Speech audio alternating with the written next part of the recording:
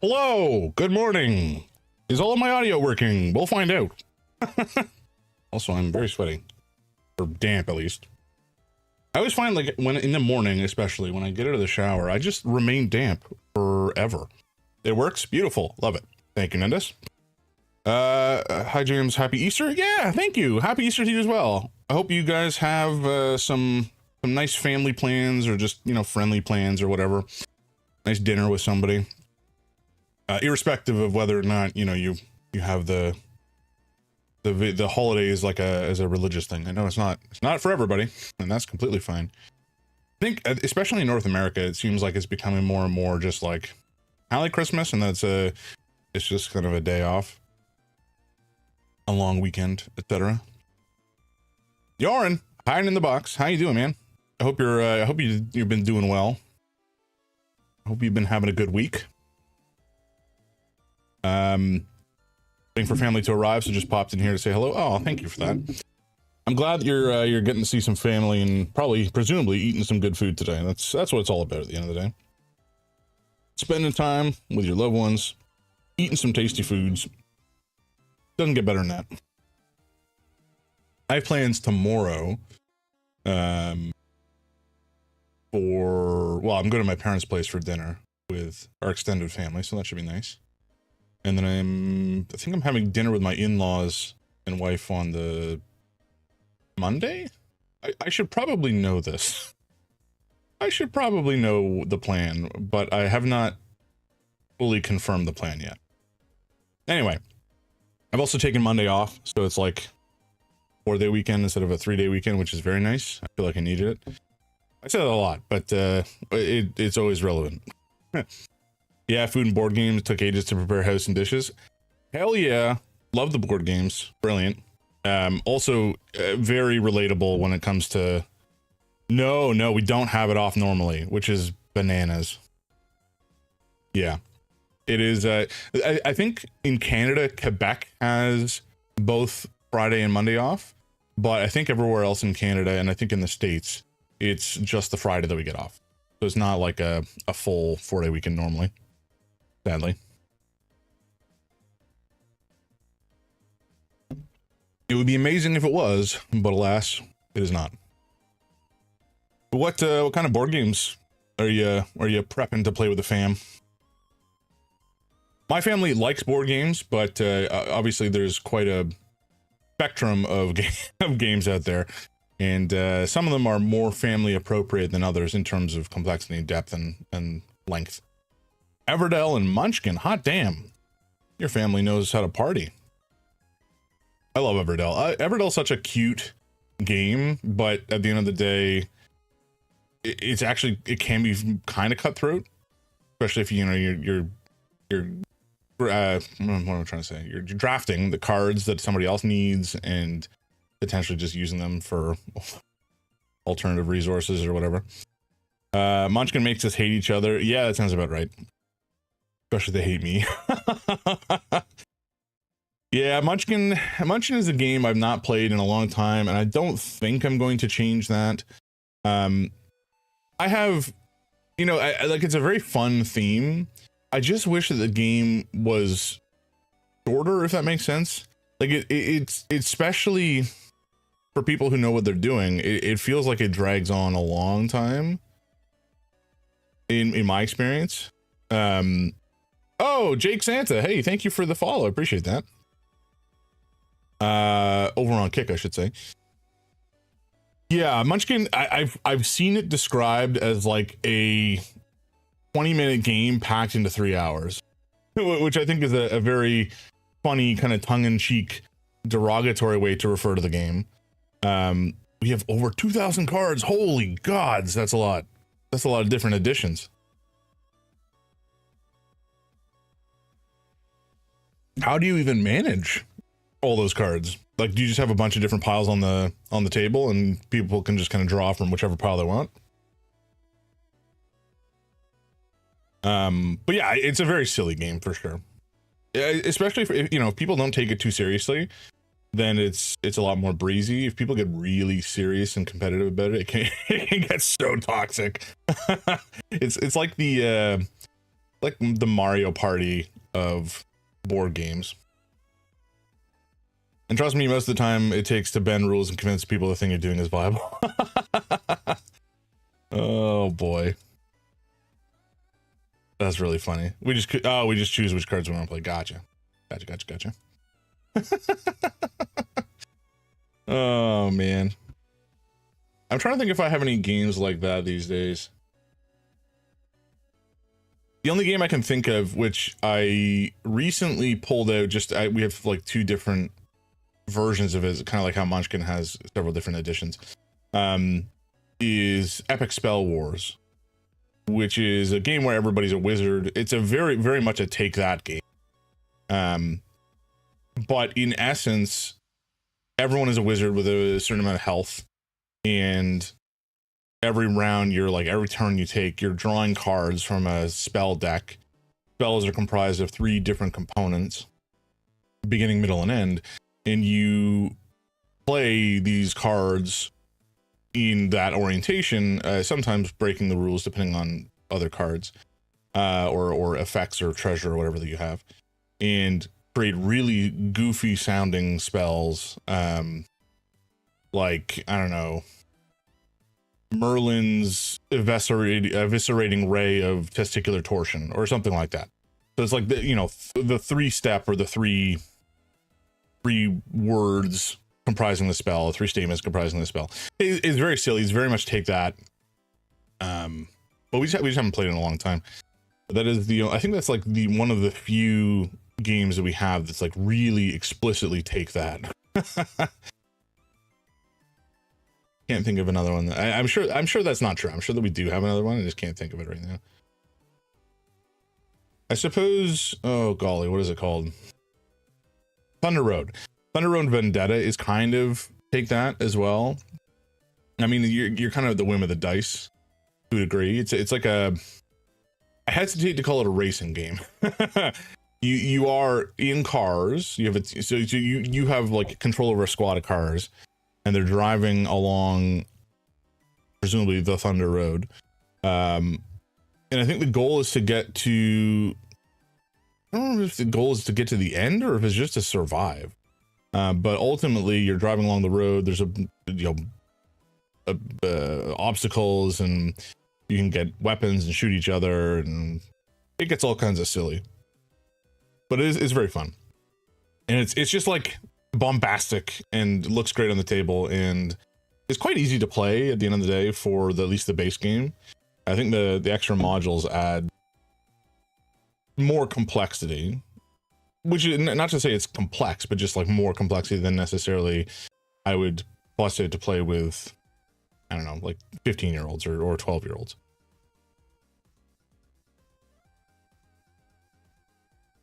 Or my parents.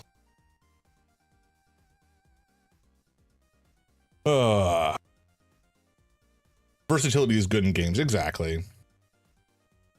I both like having a large library of games to pull from, for having, it's like a toolbox essentially. You just got a bunch of different games for different purposes, different lengths, different complexities, different themes. I got a game for pretty much everybody in here. Even my father-in-law, who notoriously does not really like a game. We've found a couple that really sing for him, which is nice. So yeah, that's good. But it's also good to have a board game that is then very flexible by itself. Those are more rare, but with some games that are just very modular, have a bunch of additional kind of expansions or what have you that you can, not expansions, but modular elements that you can include in the game to make it more complex. It can serve a similar purpose by itself. Although those are rare. Those are a lot harder to design in a way that keeps them cohesive.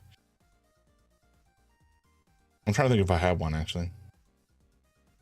I played with my family a lot, and they went to play with friends. I really didn't know my family's kind of smart, and their default difficulty is hard. Can easily beat other people. That's funny. To me, the game has to be hard. Gotcha.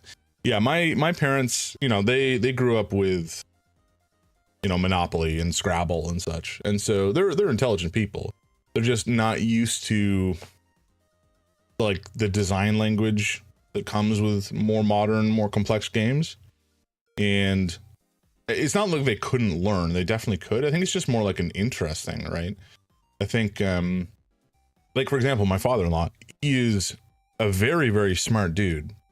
And he's a whole bunch of different interests and stuff that he just kind of like will go on a bender and start to read on something.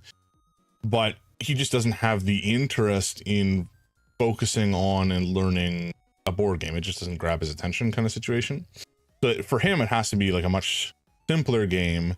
And usually all of the games that we found that he enjoys are like kind of word based, which is funny.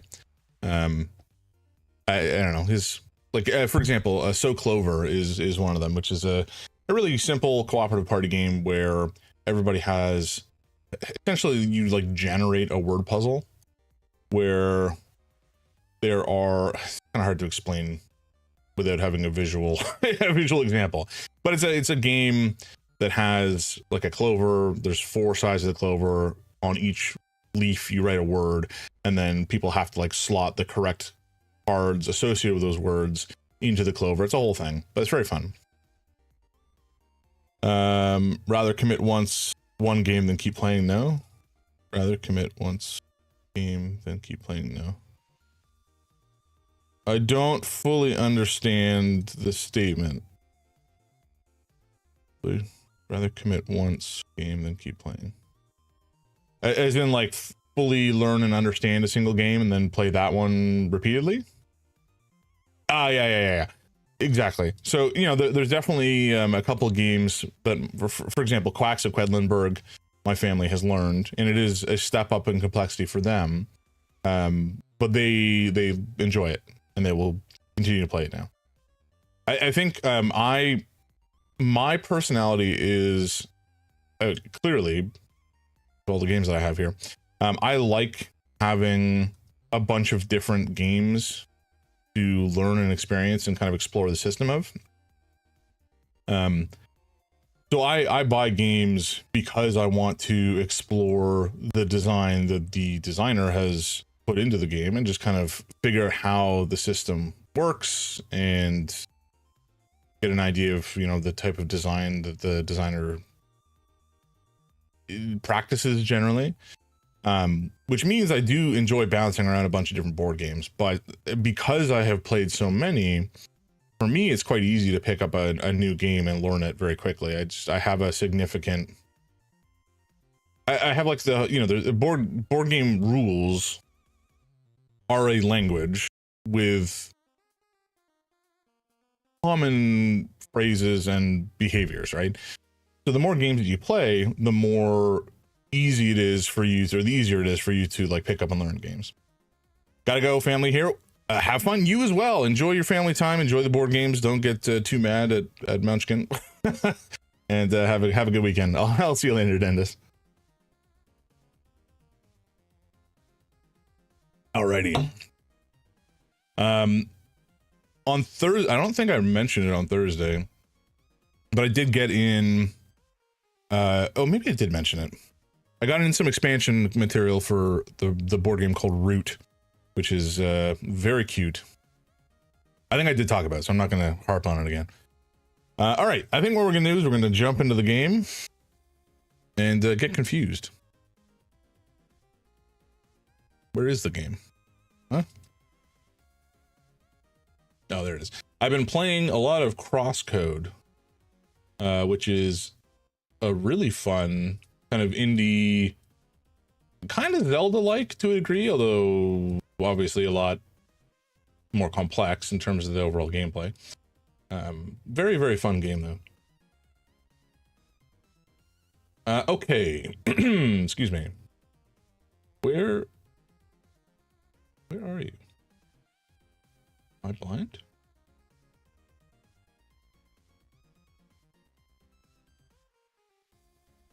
Oh, right. It's not in Steam. Duh. I keep forgetting that this is a game that I have on Epic for some reason. Could not tell you why. Maybe it was free at one point. The only thing I can think of. Anyway, this party started.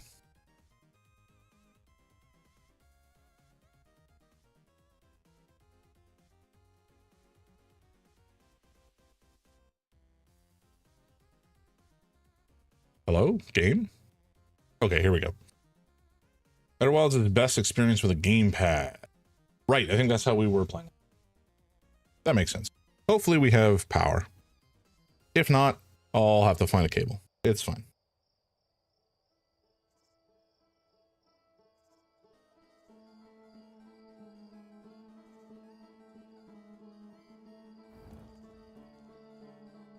There we go.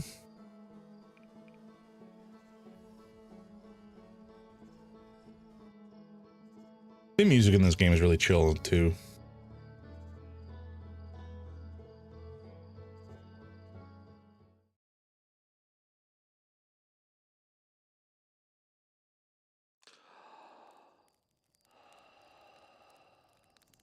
Okay. We are up. Let's go up to the ship. And I suppose the first thing to do is going to be to evaluate the board and just see what we have to do next, you know? Okay.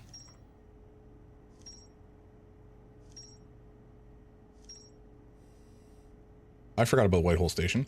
Okay, so we have the volcanic testing site, which I don't think we missed anything here. Even the smallest crack or opening the protective shell would destroy everything. The Nomai were trying to craft a briefly supernova-proof shell to encase the Ashland Project. Yeah, so the Ashland Project is basically how we...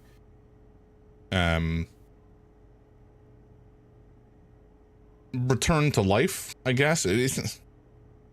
It's not so much returning to life. Essentially, our corporeal form dies, and the memories are sent back through the Ashland Project to the snapshot of ourselves where we wake up.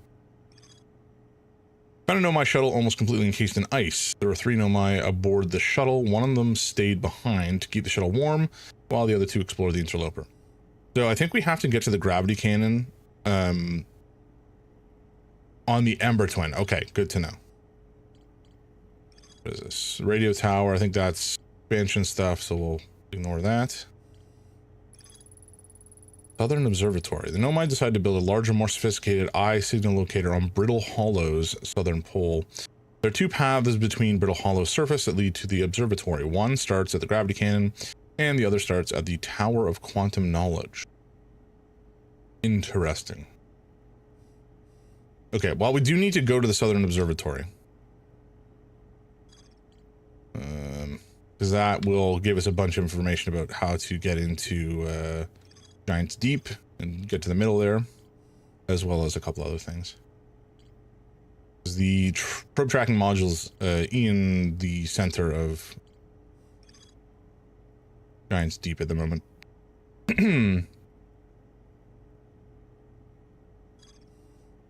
Alrighty. Oh, this is just saying there's more to explore. Okay. One of the 3 Nomai escape pods that crashed in our solar system, all 3 escape pods were launched from something called the Vessel, which was badly damaged. The Nomai survivors who crashed on Brittle Hollow climbed down the cliff to a shelter site below the surface. I tried to do the same and fell into the black hole or the white hole or whatever it is. Remember, the other quantum shards have other lessons to teach. So there is a quantum shard. There's actually 2 quantum shards on the Force Hearth planet that we should maybe take a look at. Every Nomai warp tower is tuned to a specific astral body. To use a tower, you must be standing on the warp platform during the tower's alignment with its corresponding astral body. The alignment happens when the astral body is directly overhead. So yeah, we can warp between places. We haven't fully figured out how that works yet, but there's something there. Okay, let's actually exit. And I think we're going to go check out the astral, or excuse me, the quantum shard, which I think was over in the... I think it was over there. Now, am I going to survive traversing this this way? I think I will, maybe.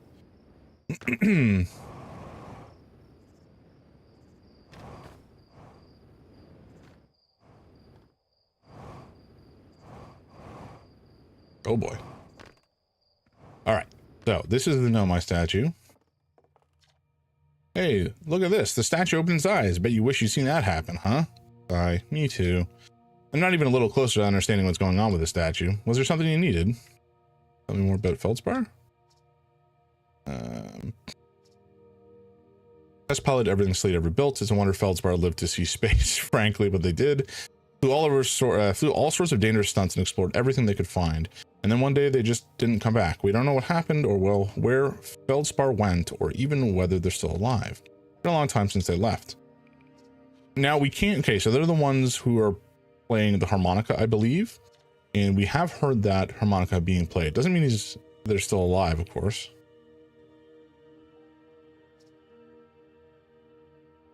Yeah. So this is what the Nomai looks like. This is the statue that connected us to the Ashton project.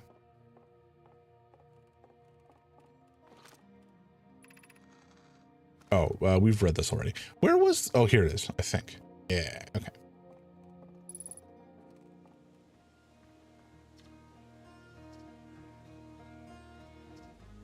Wait, what do you mean unidentified signal? Huh? Oh, it's just telling us it's the museum shard, okay.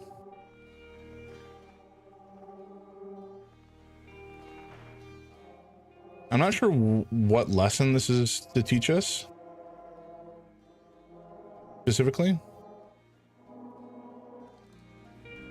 Maybe this one's just showing us that when you look away, it moves.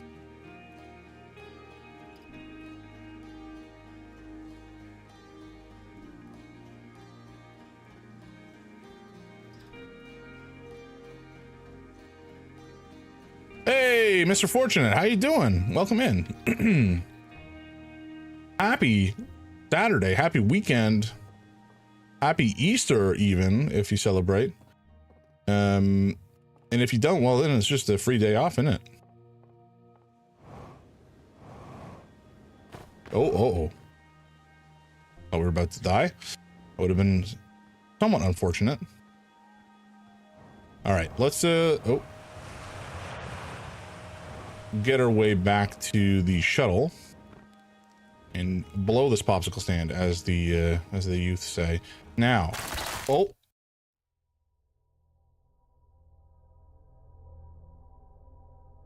oops, that was a rather short-lived run.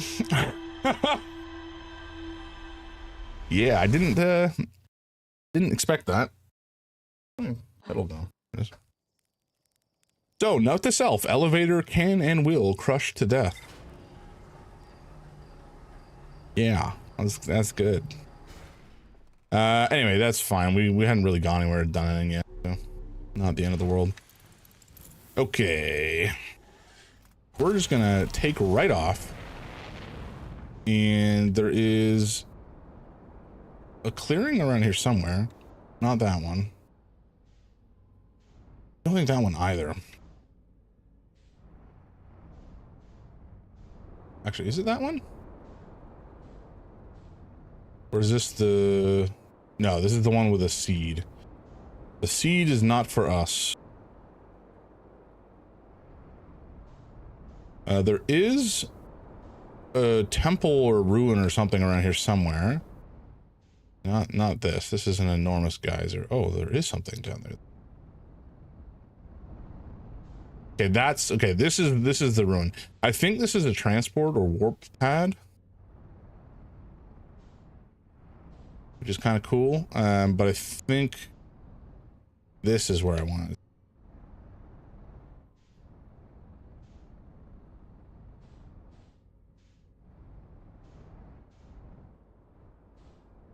Because this had another shard for us.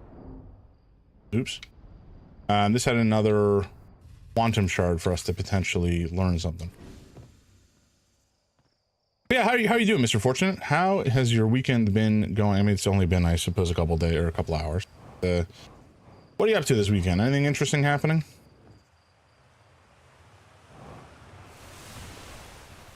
I don't know what this shard is supposed to teach us, you know, like.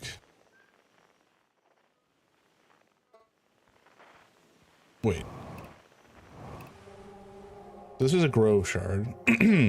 It's always dark across old bark in the ancient glade, the quiet shade. Huh? Always dark across old bark.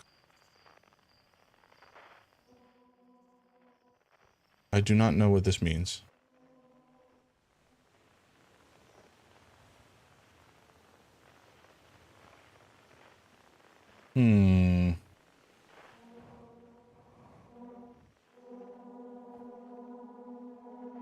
So certainly we can see the signal. I don't really know if there's anything in particular. In ancient glade, it's always dark, the quiet shade across old bark. Wait, is this sign moving? Wait, hold on. This sign is moving, isn't it? Am I crazy? Okay, 100% is.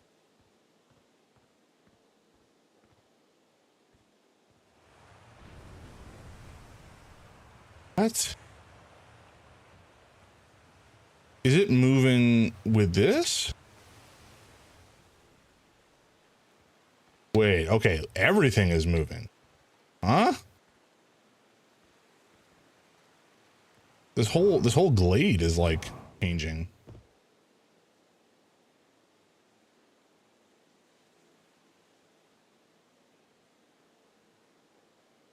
Okay, let's test this out. That's not what we wanted. Oh, we can rotate the camera. Okay, that's actually kind of huge. All right, so we're looking at it there. I think it will not change. Okay, so this will be locked in while the camera's looking at it. Actually, we're also looking at the okay, let's try changing this slightly. There we go. So the shard is no longer in view, I believe, but it's still locked in position.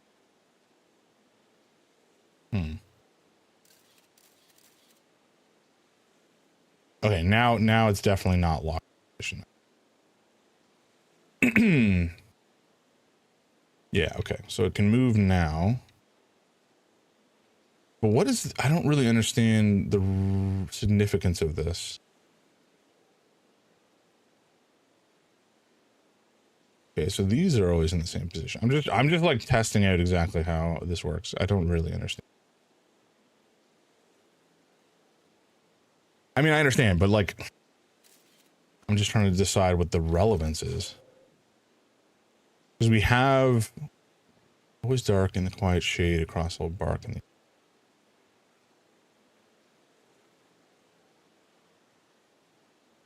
maybe this is just saying that it's not as simple as it can move, but it can also replace things. Was there a tree here previously?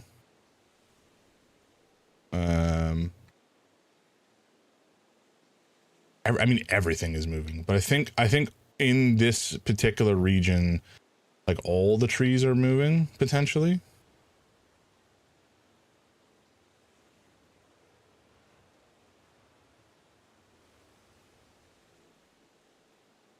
The geyser does not appear to be moving.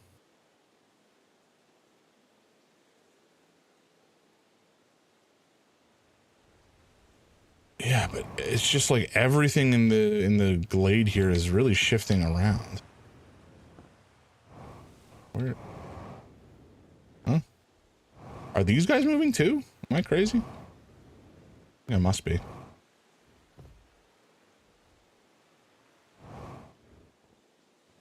Yeah, I mean these guys are being cheeky and moving around as well. All right, so friggin' everything in here is is moving around when the quantum shard moves. You guys saw that, right? Our ship is impaled on a tree.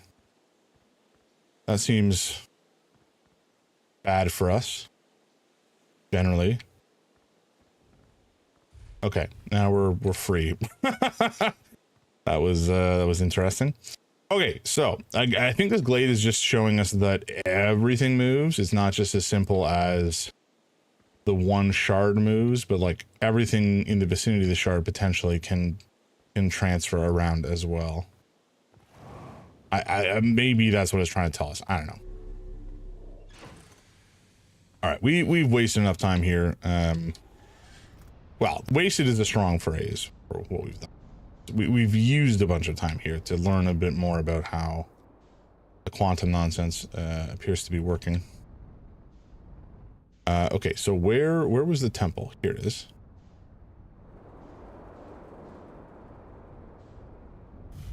I think this is a warp thing, so I just wanted to look at this again.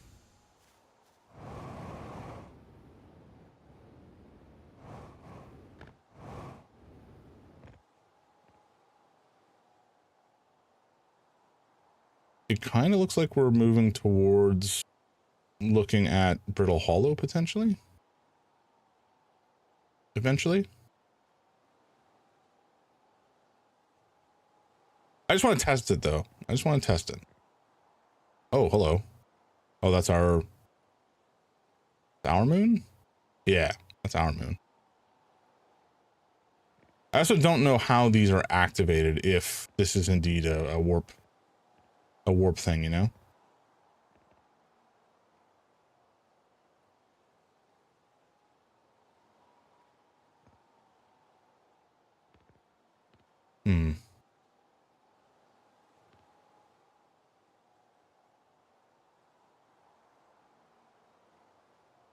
Well, maybe we're not going to Brittle Hollow. I don't know.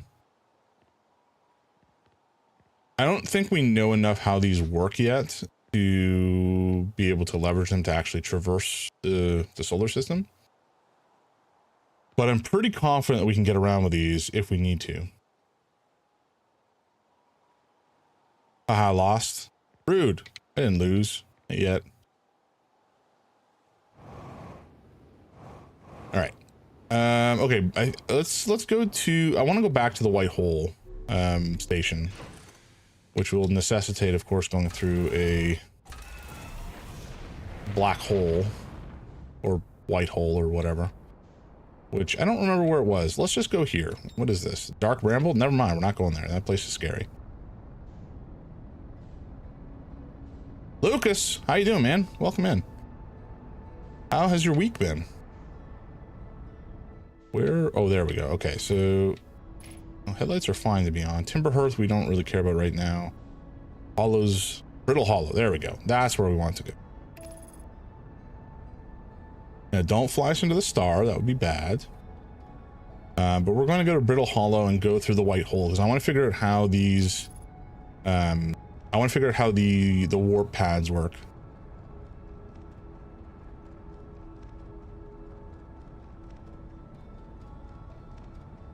Ah, delectable.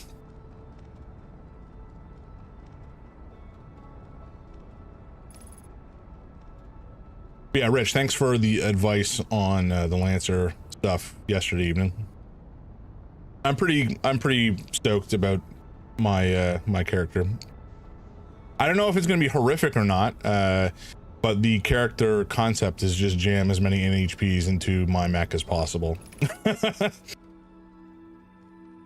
I think, from what I understand anyways, I think that I can only at most end up with 3. Because I'll have the unstable NHP, the enlightened NHP from Technophile, and then another like AI designated NHP. Unless they're non-AI designated NHPs, but I don't know if that's feasible or not. Okay. What is that? Oh, right. Okay, this is the escape pod. Oh, we're coming in fast. Oh no. Oh boy, we're stuck on some trees. How did this happen? Oh, are we free? Are we free? Please tell me we're free. We're not free. If I keep pushing in this direction, maybe we'll get free. No, we are extremely stuck. How did this happen? How? Excuse me?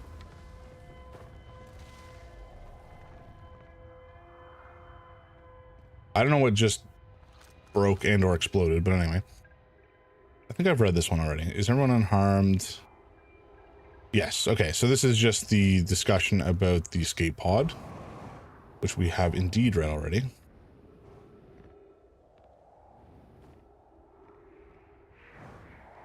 This I think we also did read. Vessel has been mortally injured. Yep. Okay. Verdict hospitable. Sort of.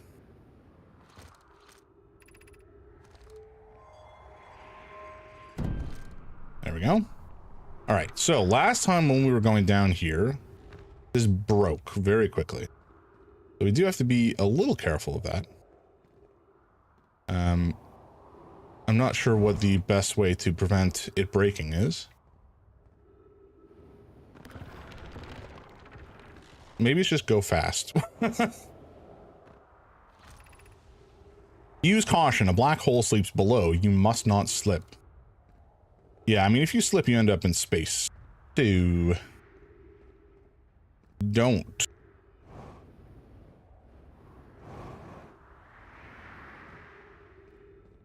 All right.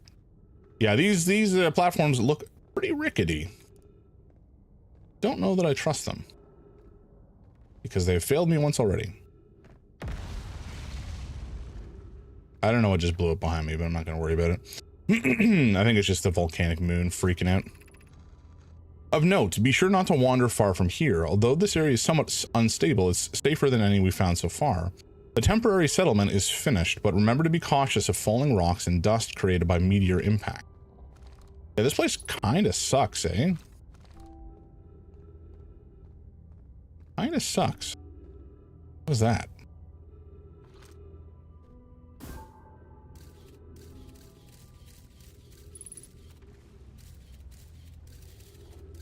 A whole thing. Maybe that's the gravity cannon or something related to it. I think that was in Brittle Hollow. Ooh, okay, so there's more living quarters in here. Oh, wow. Okay, this place is kind of enormous. And there's some gravity shenanigans going on over there. Okay. Given the concerns about our settlement's stability, where should we construct a new, less temporary shelter? We need to stay close to the escape pod so Felix can monitor incoming messages. We can't be rescued if we aren't present to respond. I don't believe anyone is coming to save us, Thatch. Now we must save ourselves. I agree. We're here because the Eye's signal called to us and we followed.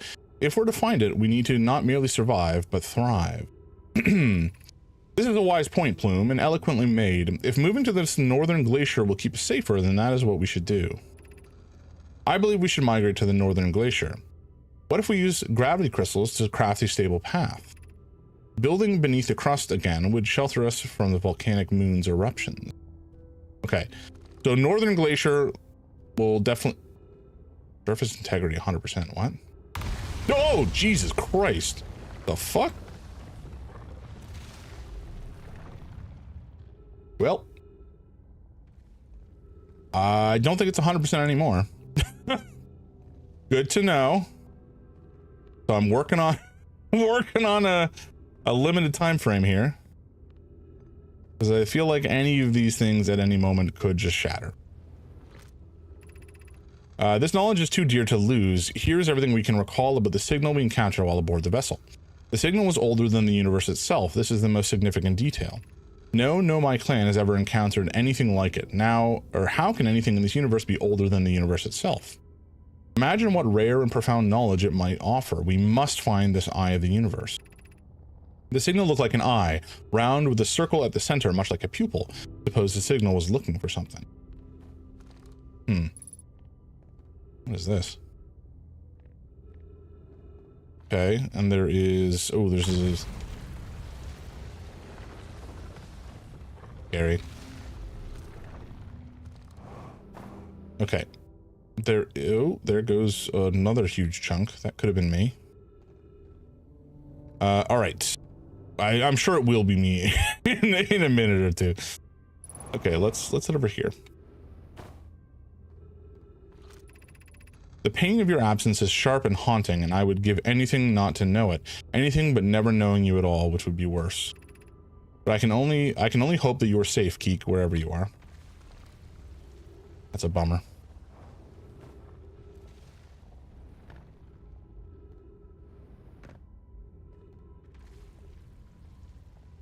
Alright.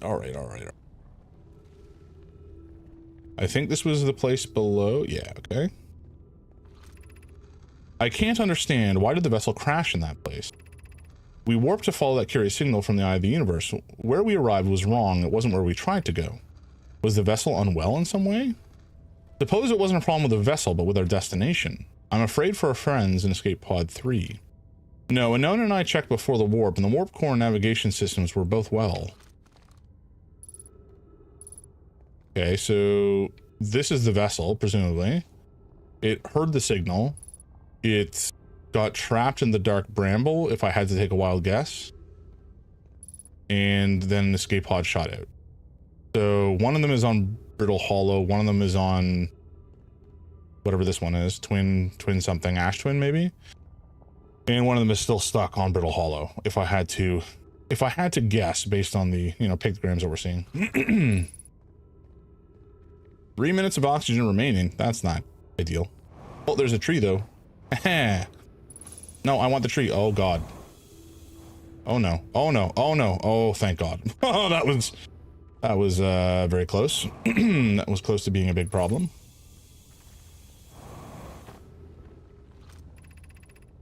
All right. We can hear the other escape pod's distress signals, which gives me hope. Foley, are you still here? I'm unsure how to survive in this place without you. Husa, I'm unsure how to be without you. Yeah, so it seems like a bunch of them got split up, which is a real bummer. Okay, can we get back up there? I think we can, potentially. So, maybe a bit tricky now that some of this place has fallen apart. Can we do it? Yes. Oh, we maybe have overshot. Okay. Is there anything over there? There's definitely something over there.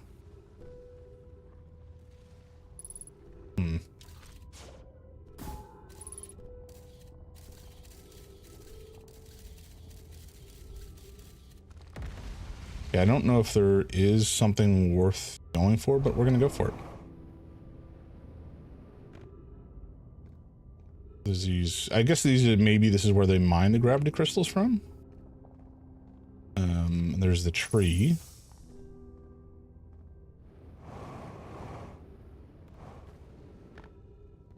Oh, we read this already. Shoot. Okay. All right. I'm going to try to make a run along the path that has been made by the gravity crystals and see where this takes us. We may have already kind of lost our opportunity because a lot of the ceiling, but a lot of the planet's surface has already crumbled. And hypothetically, at any time, more could follow. Oh boy, yeah, this is a problem. Okay, this is gonna be a problem. Because as soon as I let go, oh, okay, let's try it. Oh, yeah, there we go. Oh, my bones. Oh, hey, we didn't die. It's a bit shocking. Ghost matter detected. That's not good. Oh my god, it's all around us.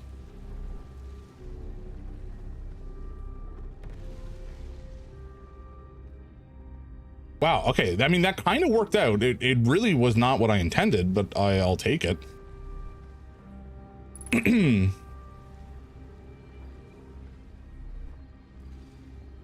So this is nothing. This is, oh, this is a tall building.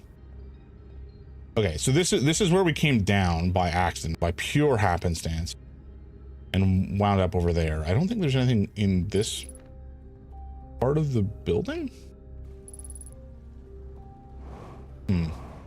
Surface integrity 0. That's not good. I don't know if that means that this whole place is about to crumble.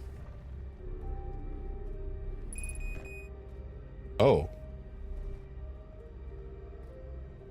A big chunk of, oh, hello. A big chunk of it is crumbling, that's for sure. But it's not our part yet. Not our time. This is enormous. Come on. Oh my god, come on. Come on, buddy. You know how to use this little rocket. You can do just fine with it.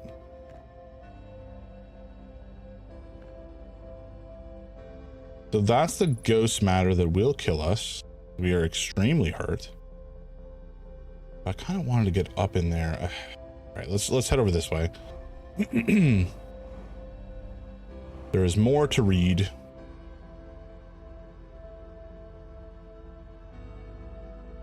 Not that we have that much time to read it in. School District, Meltwater District, Eye Shrine District, Black Hole Forge District. Intriguing.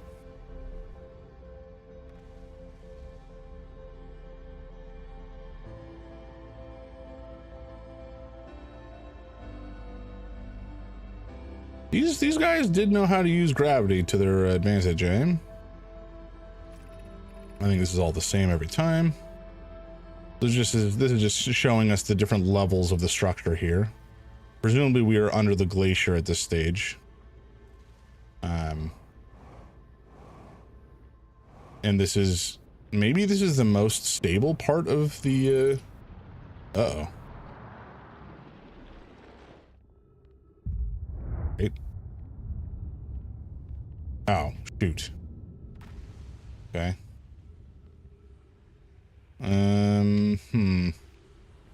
So there's more.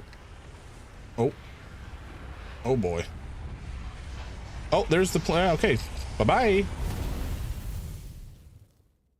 We learned some decent stuff that time, I think.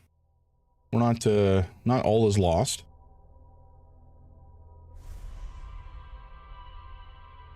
But we still have a lot more to pick through on Brittle Hollow, it seems. Brittle Hollow seems very densely packed with intriguing information. But I mean, if we just head straight out, then we should have more time. We were playing around in the grove for a little bit. All right, let's go up and review what we just learned. And then we can head right back out.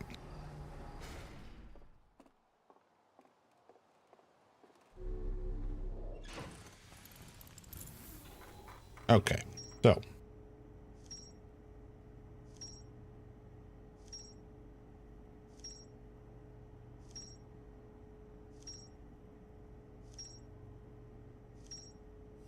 Holy jumping. All right. Black Hole Forge. Black Hole Forge District is the highest district in the Hanging City. Nomai City suspended beneath Brittle Hollow's northern glacier. The city is divided vertically into 4 districts. The Nomai constructed a temporary shelter or settlement beneath the crashed escape pod. The Nomai worked together to recall an eye-shaped signal they encountered while aboard the vessel. The signal was somehow older than the universe, called the Eye of the Universe. The Nomai abandoned the settlement over growing concerns about its stability. Totally fair. One of the 3 Nomai escape pods landed somewhere on the Hourglass. One of the 3 Nomai escape pods never made it out of the Dark Bramble. And the Nomai warped to the solar system in a spaceship called the Vessel. The vessel crashed somewhere in Dark Bramble. Yeah, okay. Okay, so lots learned, lots more to pick up on. Let's get going.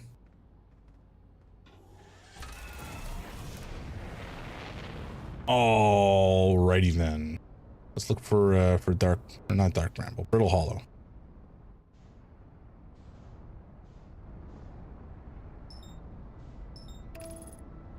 Whilst it is still nice and intact. It does seem to fall apart very quickly. We do need to get motoring.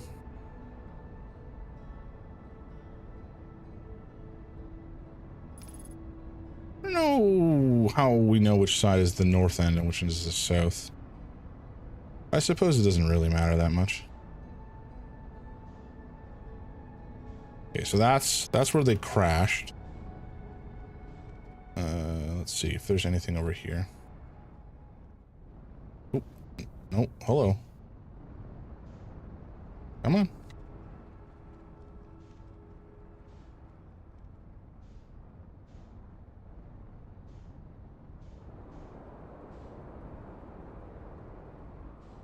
Nailed it. Nailed the landing.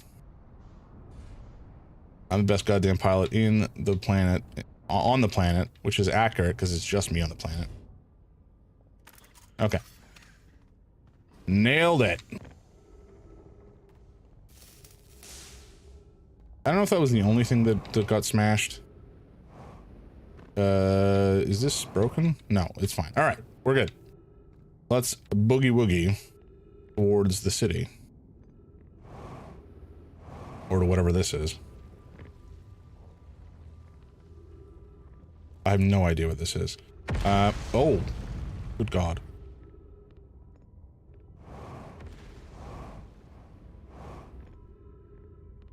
Hey, Janute? Janute? Thank you for the follow. I appreciate it. Okay, this will take us up. Do we want to go up? Ah, you're either a bot or a scammer. Lovely. I will ban you in just a second.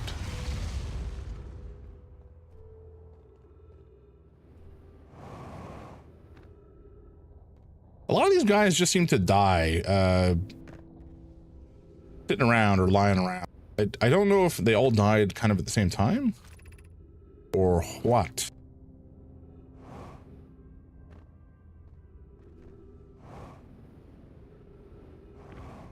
Oh, shoot, that was close. The shuttle is currently resting at the Quantum Moon. Hello. Call the shuttle home. Activate the gravity cannon. Wait, the quantum...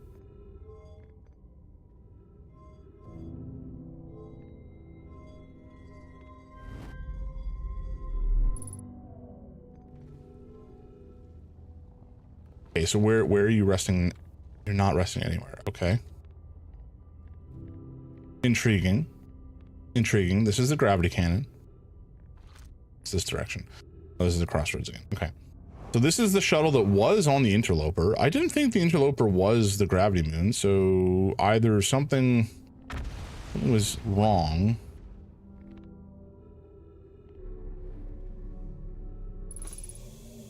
Freeze detected. Oh, we have fallen. Oh, I see. Okay. Solenum, I'm here. After watching it wander the skies for so long, I'm about to stand for the first time on the Quantum Moon. As expected, my shuttle has landed on the moon's south pole. I will make the remainder of my journey on foot. We don't know why the Quantum Moon always welcomes its visitors at the south pole, just that this is true. As a child, I considered such unknowns sinister. Now, though, I understand that they bear no ill will. The universe is, and we are. I am ready. Intriguing.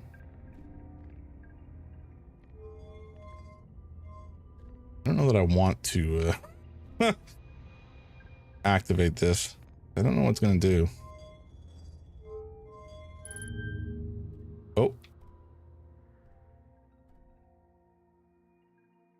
Okay.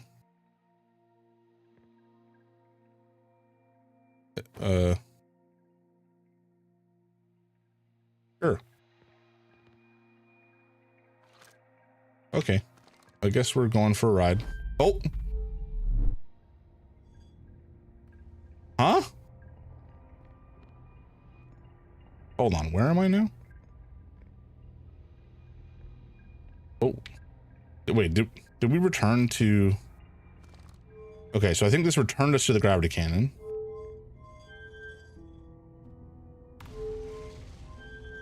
That apparently doesn't do anything.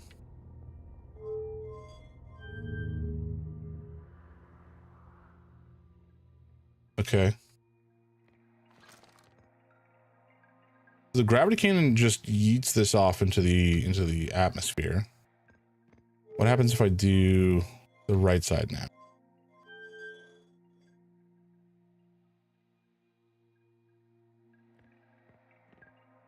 Does it just stop? I actually have no clue what these two things are doing.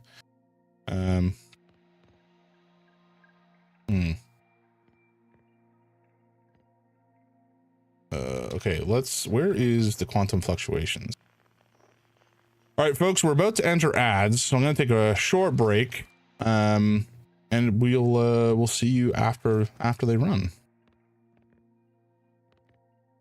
And I think I'm just going to stand here on this shuttle and see where it takes me. It doesn't really appear to be taking me anywhere quickly, that's for sure.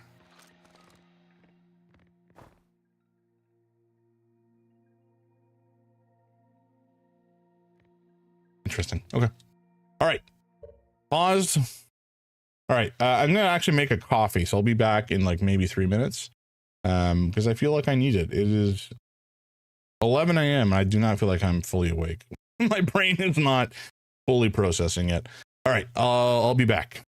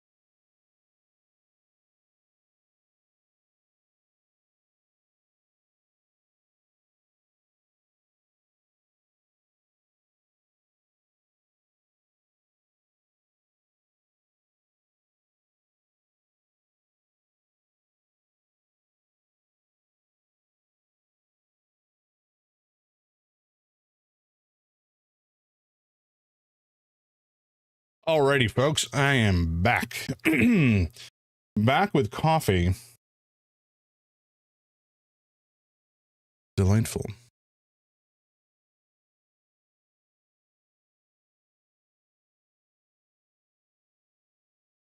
Alrighty. Excuse me. Oh, right, I forgot to ban that person. One moment. I have to take out the trash. Boop. Oh yeah, and in other fun news, we have some other new emotes. Some uploaded yesterday. There are, I think, three new ones for the moment. There's a couple more coming. Got things brewing. But they're very cute. Yeah, there we go.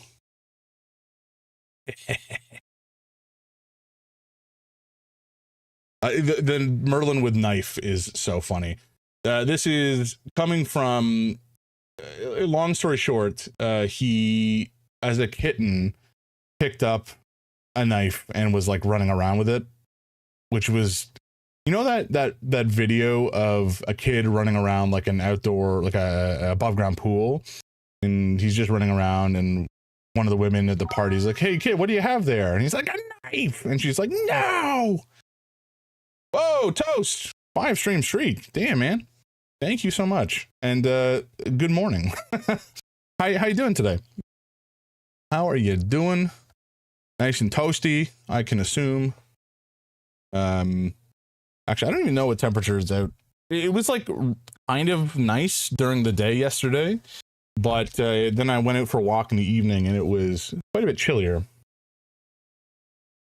But it was nice enough. And I walk and read, which is maybe not necessarily the smartest idea in a big city, but of course I'm not walking on busy streets or anything.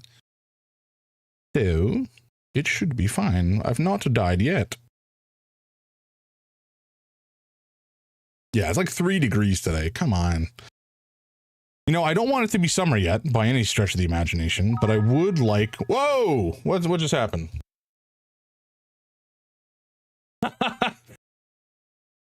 Double streaking.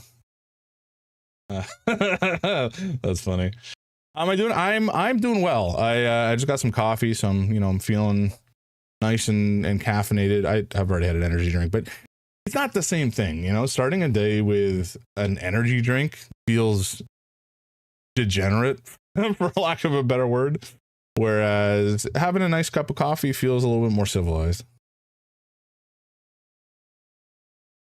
I definitely went to bed way too late.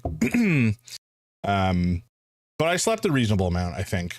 Ultimately, I need to sleep more than I do, for sure, big time. It's a real problem. We are currently stuck. Well, not stuck, because I can warp back whenever I want, but we are currently on this shuttle going somewhere, apparently, but I have no clue where. Nor do I know how long this is going to take.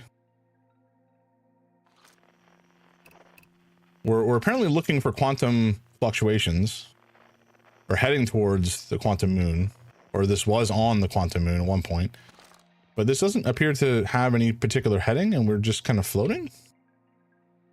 I really have no idea. I need to get me some coffee in a minute. I got up and immediately started working on this damn Focus that broke down today. Ooh, it broke down yesterday. Focus is in like a car Focus, Ford Focus or whatever. I have no clue what these things do. Okay, so this put us back in the gravity cannon. You know what? Let's just leave this for now. It's clearly not really doing us a lot of good. I don't understand how it works.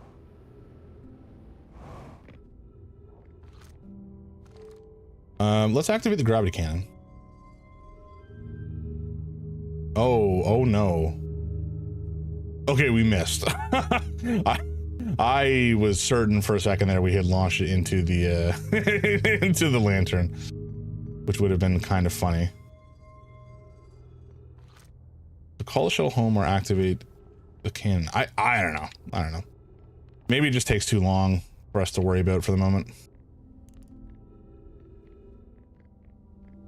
There's a hole. Okay, you know what? Let's just go. I wanted to figure out this black hole situation. Or yeah, gotcha. I know very little about cars. Oh. Is this where we wanted to go? No, that's a part of the yeah, okay, it is here. Okay.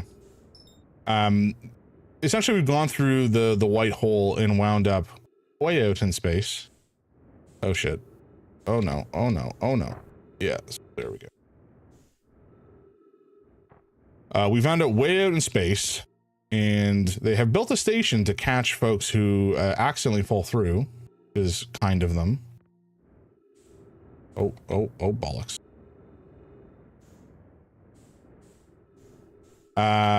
Which has some information about how to warp. So we want to come out here and figure that out so we can understand how to best leverage the warping capabilities that they've invented here. Black hole station. If you fell through the black hole by accident, blah blah blah. Every warp tower is tuned to a specific astral body. If you look up while the station is rotating, you can see the alignment happen when the astral body is overhead. You must be standing on the warp platform on the floor during this alignment to be warped. So this is the warp platform, presumably.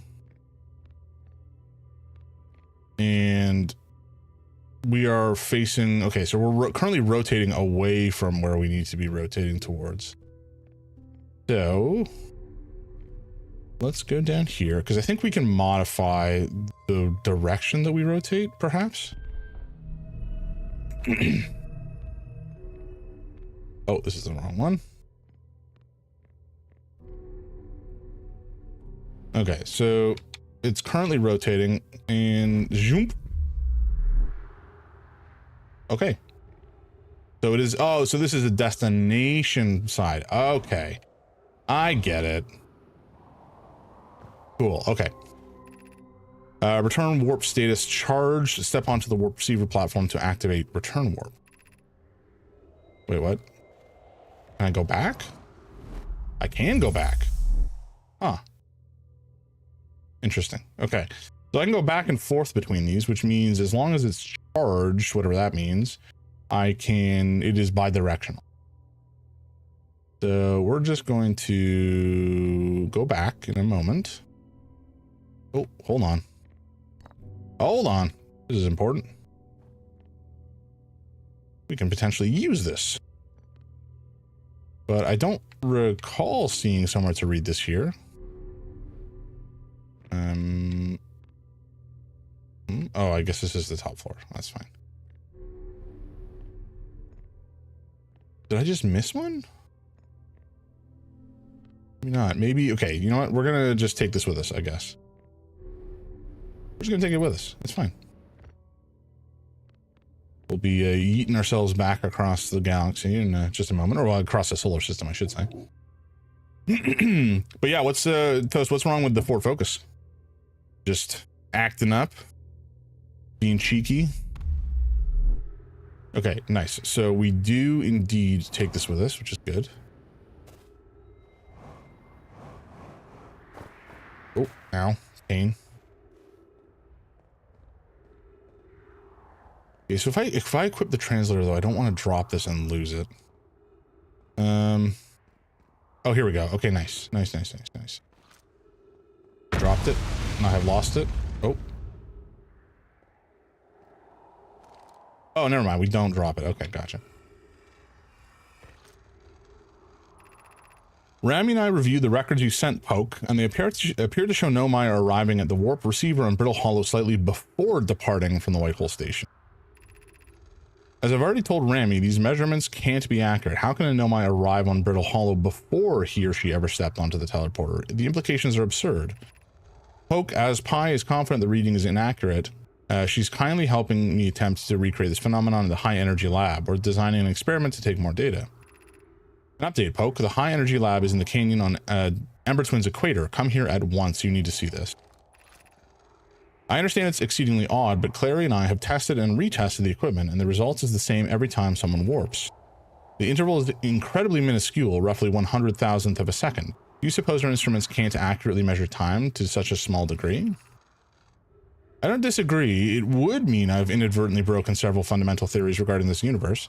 We would have to reconsider all of our beliefs about the nature of time. Yes, I hope so too.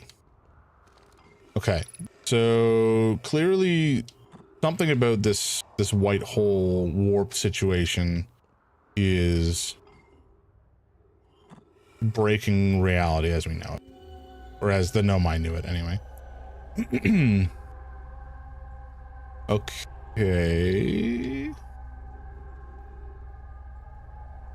What on earth? That looks like a man-made device.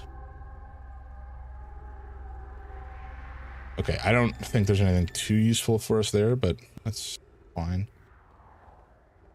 All right, let's head back up because there was some more reading that we had to do above. Right here. To our friends in Brittle Hollow, I just warped here from the White Hole Station on the other side of Brittle Hollow's black hole. Our design worked. We've successfully recreated warp travel. I don't know how close it is to Anona's original design, but as long as what we've built works, then I'm delighted. I knew we could do it. Cassava, I hope you're reading this. Wait, this can't be correct. Clary, have you seen these readings? If they were accurate, they would violate causality. There must be an equipment error. I'm returning to the White Hole Station. If you and Root meet me there, we can run a full diagnostic and hopefully locate the problem. Don't tell Cassava. This is wonderful news. I can't wait to see the warp tower, although it's been a long time since I've jumped through a black hole. You say that like you've done it semi-regularly in the past, which is odd. Okay, so I think we've gleaned a good chunk of information from here. Let's, oh, this goes down. Ooh, but our only path down is broken. That's not ideal. Hanging City is 50 meters below. Okay, I don't really know what the best way to get below is going to be from here. Let's go over here. I don't know what it is, but there's some stairs.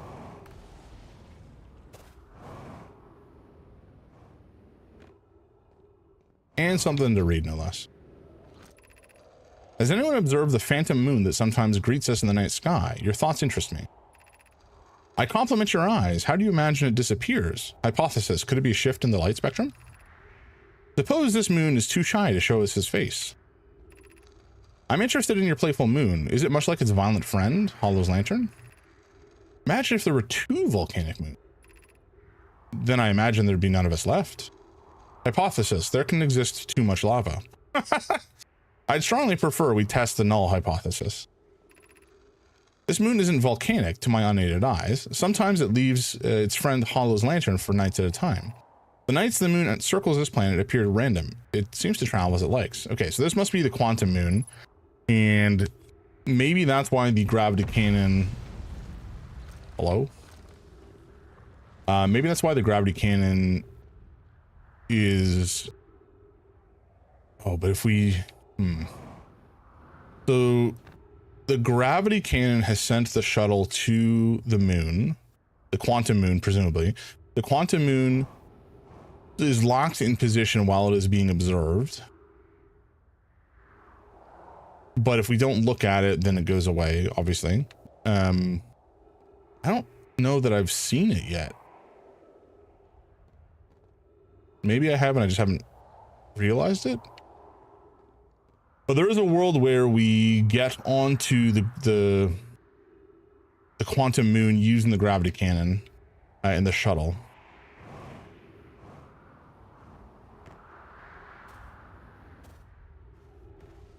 Okay, I don't know what's going to be the best way to head below. Oh, fuel level critical. That's not ideal. Our ship is rather far away still. Oh, okay. Well, we're going back through for a ride, I suppose.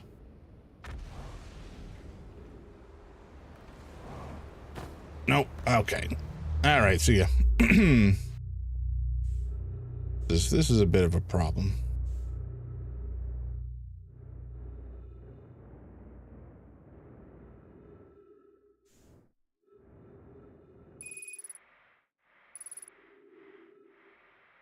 Yeah, especially because we're currently running pretty low on oxygen.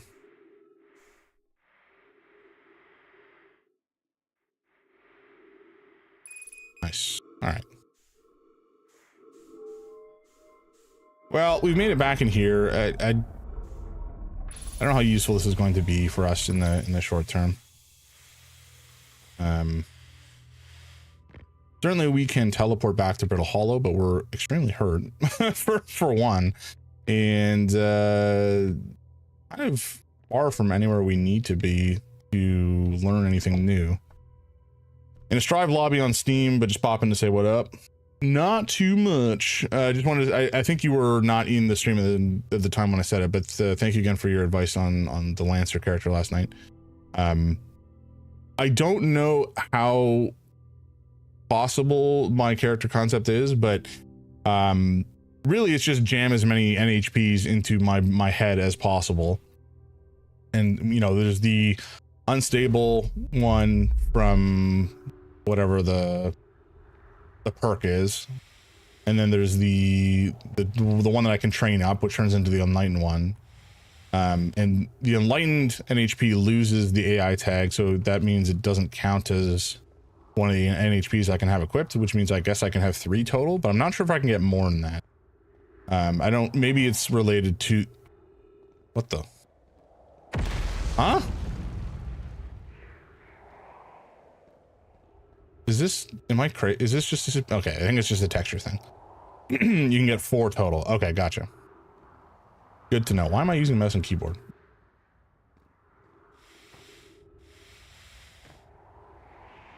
Oh, right, because we have no fuel. Ooh.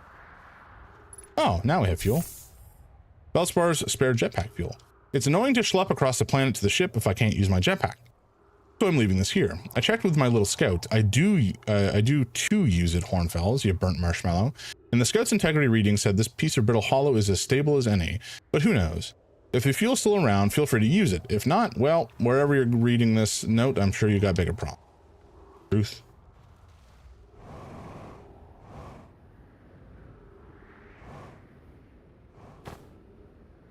Now. Okay. I don't know what is going to be the best way to get back to my ship. I guess we just go across the whole surface.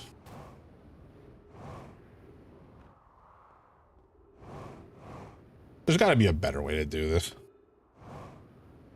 Especially if the volcanic moon blasts me while we're... Oh no. Okay, well...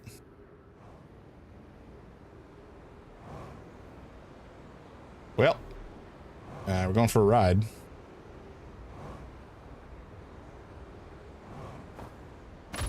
Ow. Oh, can we hit that? Can we hit it? Can we hit it? Oh. No. Oh, it's so close. Oh, we're kind of catapulting ourselves out of the black hole a little bit. Oh, okay. Yeah, we're dead. Yeah, that's fine. That's fine. That's fine.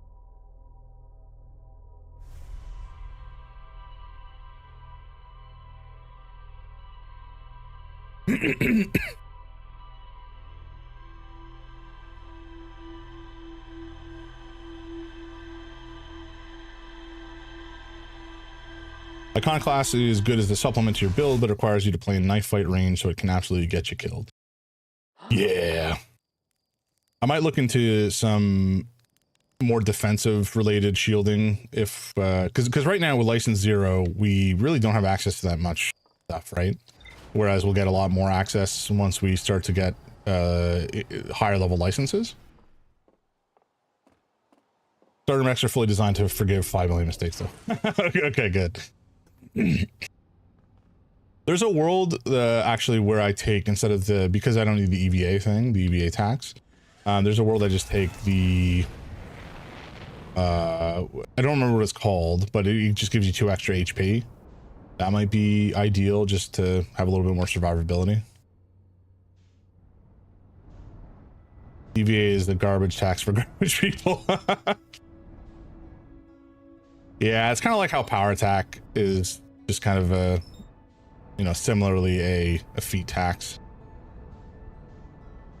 Did they remove that in Pathfinder 2 as a general feet tax, or is it still there? It's like it doesn't really make sense that it's a feat. Like, you have to, you know, if you put more effort into your swing, oh god, we're gonna land real hard. Oh boy.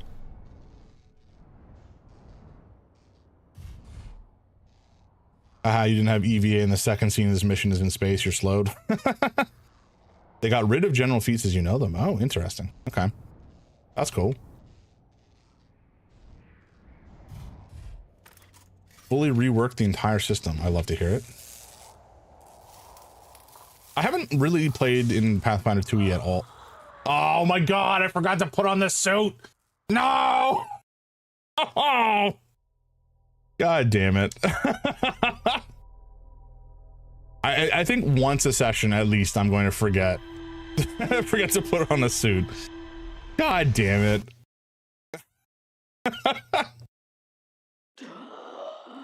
Yeah, that's fair. All right, I didn't even. The silly thing is, I meant to look at the board before we even got started, and I just went right to the cockpit and blasted off. All right, suit on. Jesus Christ. Got jams? Yeah, seriously. Welcome in, Seamus. How's your morning doing? A huge cylindrical structure that generates a strong upward gravity field. I recalled the Nomai shuttle from the Quantum Moon. There's more to explore. Good to know.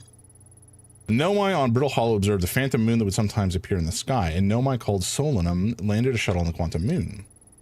Visitors to the Quantum Moon always arrive at the South Pole for reasons unknown to Nomai. Okay, there's a glacier. Sure. That's where they return. Yep. Negative time interval between an object arriving and departing was incredibly minuscule. The Nomai were skeptical if their equipment could even measure time to such a small degree. The negative time interval measured at the White Hole station was further investigated at the High Energy Lab in the canyon at Ember Twins Equator. Lancer is good because they give you arguably the best frame in the game immediately, and it teaches you the game so well, and then other people take things that aren't the Everest. That's funny. So you're saying that maybe I should be switching to the Everest?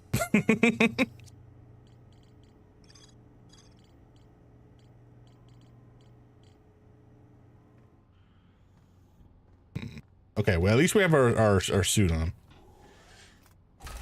Yeah, I didn't really look too hard at the Everest versus the Tungalunga or whatever the hell I took. No, I forgot the Lunga exists because they banned it at most of my tables. Oh no.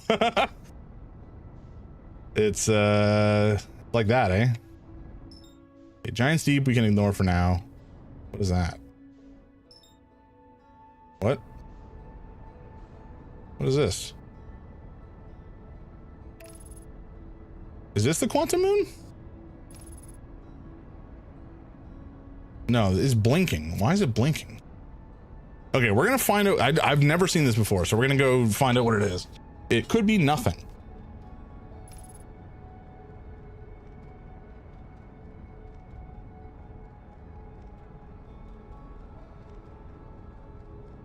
It's not likely to be nothing.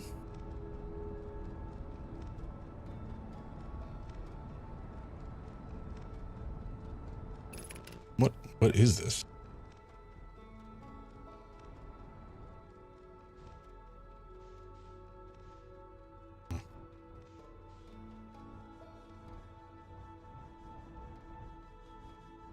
Oh shit, don't bump it, please.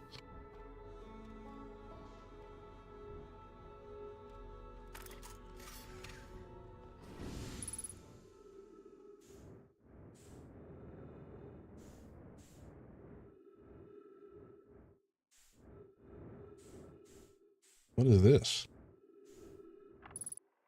Gabbro here, checking in on the Deep Space Satellite per ground control's request to check out a possible equipment problem. D. Hornfells, I do too work. You know, I wouldn't mind being a satellite. It's peaceful out here among the distant stars and the soft and velvety darkness. And it's awfully nice for naps too. Oh, right. The lens. All right, little satellite. Let's see what the trouble is. Everything looks okay, ground control. No dust or scratches on the lens and no evidence of sparking or violent explosions. Guess that rules out an equipment malfunction after all. Hear that, pal? You're in great shape. Keep up the good work out there. Okay.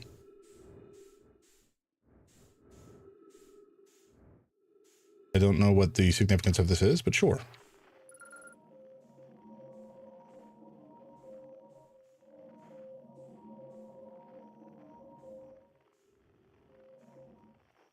I'm going to guess this is just related to DLC stuff, and we can ignore it. Excuse me. Yeah, I don't think the Chomolungma would have made a huge difference. Or rather, I don't think I would have been too worried about taking the Everest instead. But the Chomolungma just had some, like, hacking related stuff, which seemed intriguing. As opposed to the Everest, which was kind of more standard model.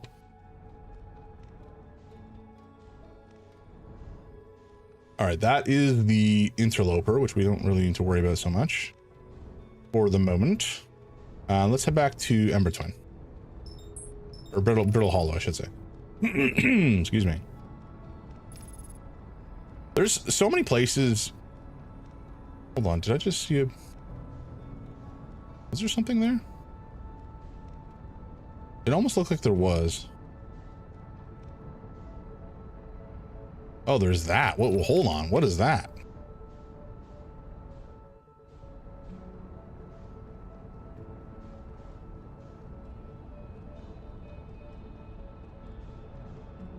Come on.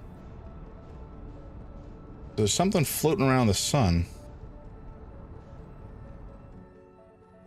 Is this just like not working?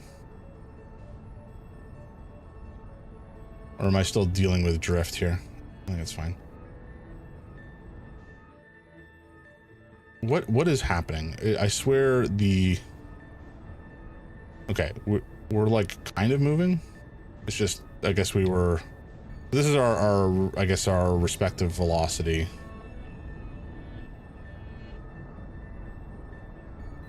Yeah, okay.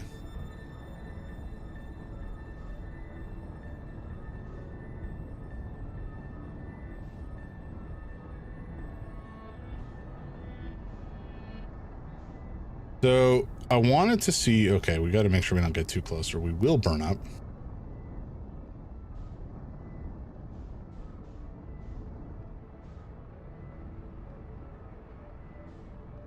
Where is this thing? Oh, there it is. There it is. Can we get to it?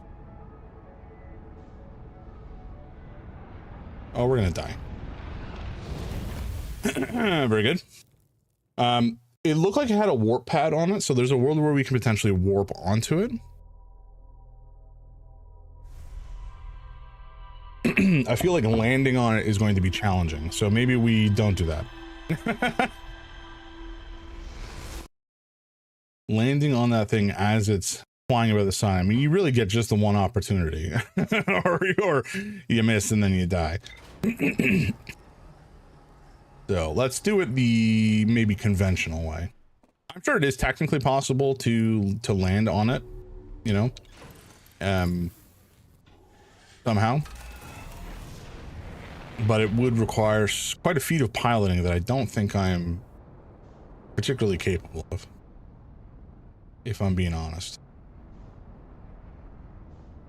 Okay, that was the deep space satellite we just looked at. We don't care about that. At least not yet.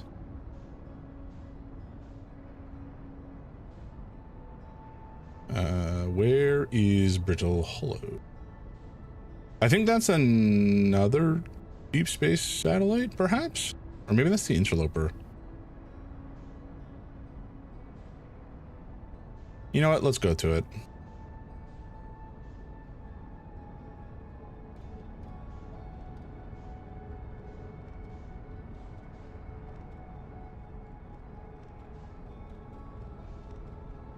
No, what is this?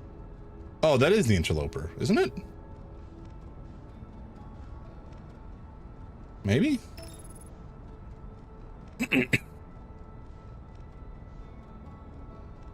Hard to say. It looks like it's the interloper, but I didn't think... Hold on. No, okay, that's definitely not the interloper. What is that?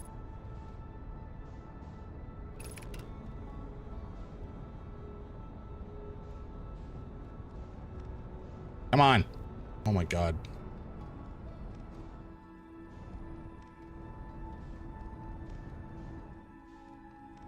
Yeah, we don't want to overshoot it because it's like right at the edge of the solar system to the point where if we shoot past it, it kind of screws with us and we have to... it'll send us back on autopilot, which is a little obnoxious.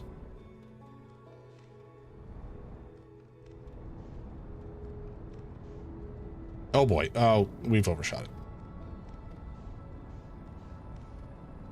And I can only lock on like once in a while, which is a little irritating because I would love to lock onto it in particular.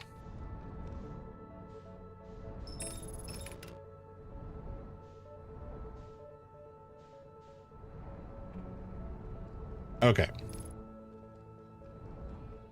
We're matching velocity.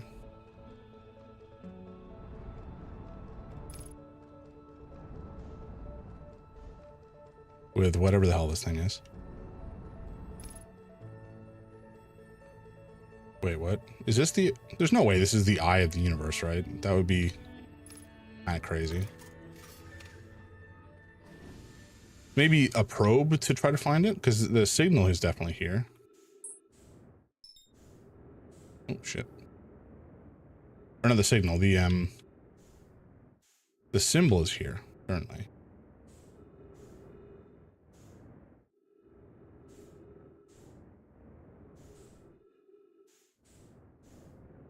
Interesting. This may be nothing, or at least nothing that we can do anything about right now.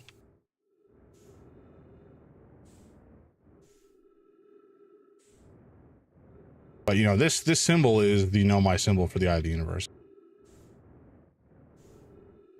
So the only thing I can guess is that this is a probe of Nomai design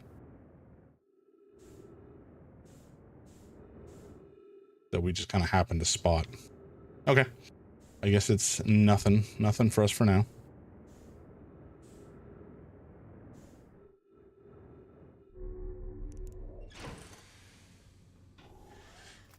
Right. Back into the solar system. We are so far out. Holy jumping.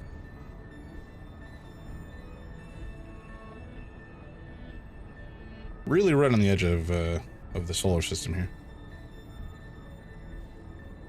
As we have access to it anyway. Okay, where are we headed?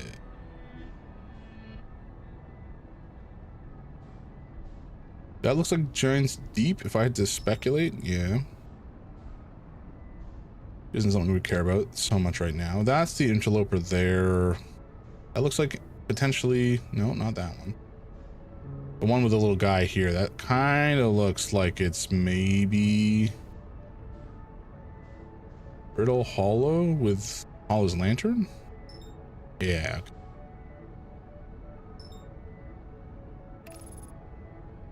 We're gonna head back to Brittle Hollow just because there's a bunch more stuff in the Hanging City, I think, that we need to take a look at.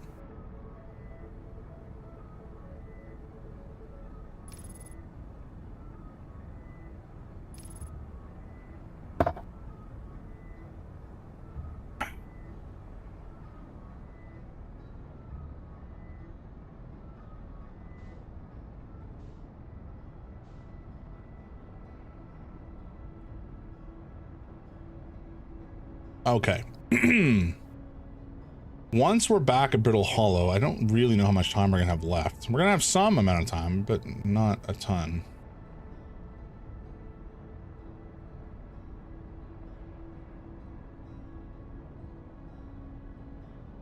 And we want to go to the Hanging City.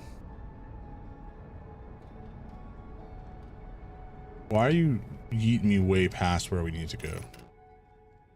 Landing mode. I'm sorry, we're nowhere close to be able to land. What are you talking about? Oh, my controller's dead. I was gonna say, like, why is none of my control? Oh, boy. Well, yeah. All right, one sec, folks. Controller's dead, and thus I cannot do anything. And where did I put my controller charge cable, you might ask? I would like to know myself.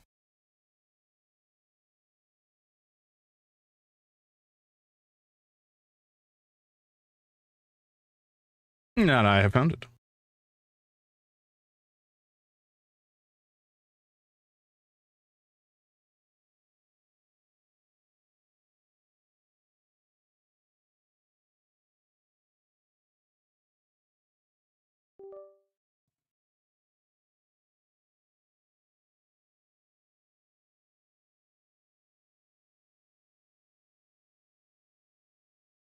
Okay. There we go. So, how do we get ourselves out of this mess? Slash, can we? Oh my god. This is fine. This is fine. Let's just land in the gravity cannon.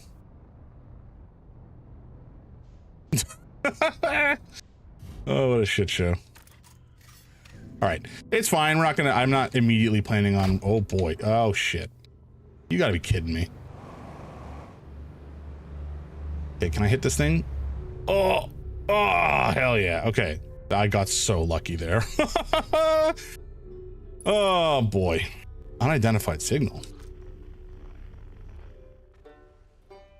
Oh. It's Banjo Boy.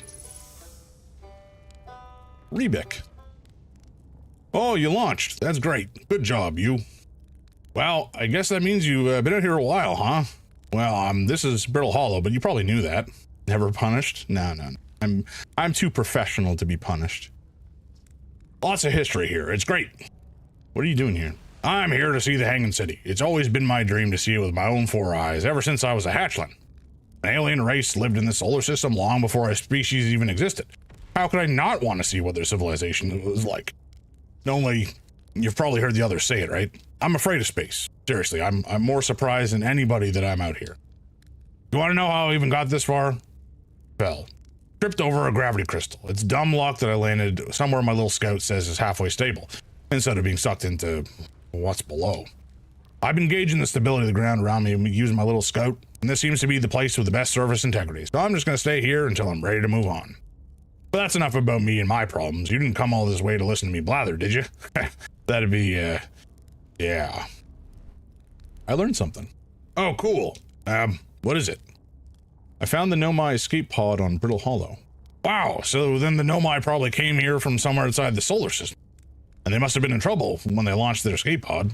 But what kind of trouble? And where did the escape pod launch from? I'm so curious. This is an amazing discovery. I hope we can find more about how and why the Nomai arrived here. What should I explore? Oh, wow. Where shouldn't you explore? Not the black hole, actually. That's very no. Wrong, actually. We've explored and it was lovely. Which is unfortunate because the most exciting stuff is all below the crust, including the Hanging City. That's just to the north. You can kind of see it from here. There's also this big dome on the South Pole called the Southern Observatory. You can't get inside from the surface, trust me, I tried. But if it's like the rest of the Nomai structures here, there's probably a path to it beneath the crust somewhere. Good luck with exploring. If you learn anything about Nomai, I'd love to hear it, if it's not trouble. What are you doing out here? Me? I'm an archaeologist, remember? Or, the archaeologist, I guess, seeing as I'm all Timberhearth's got right now. Brittle Hollow is rich with Nomai culture, and that's why I'm here. This planet is an absolute treasure trove of culture, history, and science. If you have any questions about Brittle Hollow Nomai, I'm your Hearthian. Or, I have some knowledge of them, I mean, so, maybe I can help. But there's some more. I saw the old settlement. Isn't it amazing? Hard to believe the settlement is still standing, but there it is. It really makes you appreciate living somewhere like Timberhearth. You know, somewhere that isn't being constantly bombarded with meteors and rocks and stuff.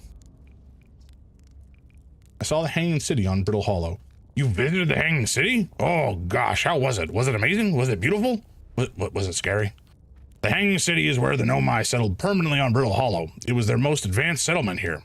Why they chose to build their most advanced settlement so close to a you-know-what is beyond me. Maybe that kind of thing makes sense to a Nomai, though. Maybe they need the black hole for something? Never mind. Your mind is not ready for future revelations. Time to roast a marshmallow. Oh, we burned it. Well, that was good. Unidentified signal? What? Oh, it's just Rebec. Okay. It's just Rebec, folks. Everybody can relax. And that is, I think, Feldspar out on... Oh, hello. That looks useful. How do we get over there, though? I think if I try to get over there, I will die. Unless this is like a warp thing. The Tower of Quantum Knowledge, west... Wait, what? Didn't we go there already? Maybe that was a different one. Ooh, and we can go up this way. What's up here? God, there's so much to do on this friggin' planet. Let's go up first, because I'm curious. And I don't know how long this is going to last. This is taking us up to here. What is this? Hanging City, Gravity Cannon, Observatory, Black Hole, presumably. Actually, maybe this is the Hanging City and this is the old settlement? Well, that was deeply unpleasant. I made it this far, though. I guess that's the part to focus on and not how we'll eventually have to get back up that path. But wow, this place sure is something. Looks like the Hanging City is north of here and east is a Gravity Cannon. I definitely want to see that. And another thing, I'm detecting oxygen from somewhere below, which is good since I used up a lot of my supply screaming during the trip down from the surface. As soon as I stop dry heaving, I'm going to head further down below so I can refill my tank. Oh, Rebec. Thought I heard my name, but it was mid-match. Wait, did I just break something or did it disappear? I'm not sure what happened. Oh, I did. I knocked it over. Okay. I don't recall what I had asked. I don't think it was anything consequential. Okay, this looks to be a path up. Perhaps. Unless this is going to wind up with me just like plowing headfirst into the ceiling. It didn't. We survived. Just fighting the most fiendish Potemkin of all time. Ooh. I do like to hear about Potemkin. Folks, for those of you who are not familiar with fighting games, there is a character archetype known as a grappler, whose sole purpose is to get up close and then grab you with their meat fists and squish you into oblivion. And they are my favorite type of character. You know, you've got your basic reuse with a fireball and an uppercut. You got your copycat reuse like Ken. You got other folks who are, you know, designed to set up traps and put you into lose-lose situations. And then you got the grapplers. And grapplers are often the biggest, beefiest boys. And they're just fun. It's fun to do a 360 and press a button and see like 33% of a health bar disappear. I should tune into Cheese stream sometime. I should do. I didn't, I don't really know what the games they stream generally. Shoot me a link to their channel and I'll definitely check them out.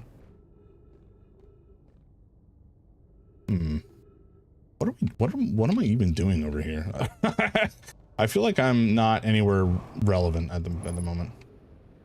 Oh boy, that was close. All right, let's head back over here because I think this is the elevator that we took to get here, and it's really, there's not much here from what I can see that I care about. It works night, so it's not employable person hours. Yeah, I gotcha. But if you're working from home or something, it's good watching. Exactly. That's where I do a bunch of my stream watching, actually. Just as like background noise. Okay, so we got up here. What was this? Hanging City, right.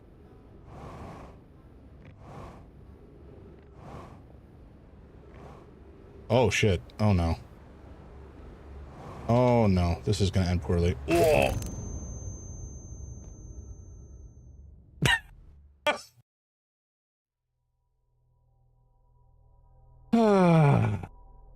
God damn it. Yeah, I didn't know the bridge was out. That's a problem. That's a problem for us, especially when we're rocketing on like we were with our jetpack. Good stuff. Good stuff. I'm truly a professional at this game, aren't I? I know exactly what I'm doing. All right, where do we need to go? So we definitely want to make our way to the Southern Observatory on Brittle Hollow. And there's more in the Hanging City that we need to find and read. And there's definitely more in the Gravity Cannon to read about as well. But we didn't really achieve that much here. Yeah, so Rebec, we can talk to him about the Nomai. We need to. Southern Observatory, we can get there below ground. And we need to in order to actually get information about how to access the probe tracking module. Okay, yeah, the Hanging City definitely has more stuff. More stuff to find. And the Black Hole Forge district is the highest district. Okay. All right, whatever. We're going to head back to Brittle Hollow and hopefully not get distracted this time, as we so often do. Okay, Brittle Hollow, this is where we're going, buddy. Are you good? No. Okay, so autopilot appears to not function correctly when we're on a planet. Fine.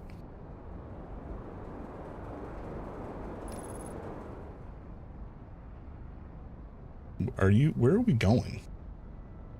Am I accelerating opposite the direction we want to go? Yes, I was. Okay. Or not opposite. I was looking opposite the direction we were trying to go.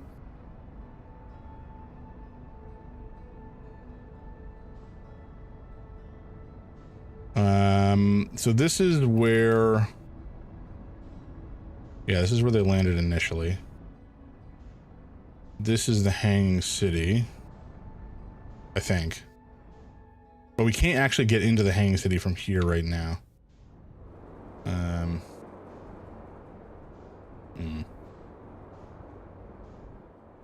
Oh. Hello. That's a quantum thing.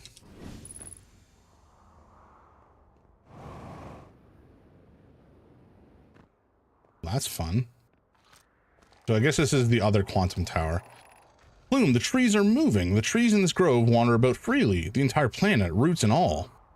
This is not normal, even for this alien planet. And I never see them move. Is that even possible? If anyone else witnesses this disturbing behavior, I implore you, record your observations here.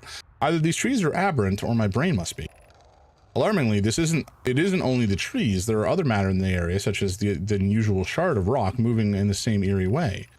That rock is not unusual for, that rock is unusual for another reason too. It possesses color and texture I've never seen elsewhere on this planet. Hypothesis: this rock shard's presence is significant. We should study it. Could it be what is causing other nearby objects to also move about this area? Bloom is right. The trees do move, and I confess I didn't notice this until I read his notes. Okay, so let's get out our signal situation. Not that. The scout launcher. And we're just going to launch this here.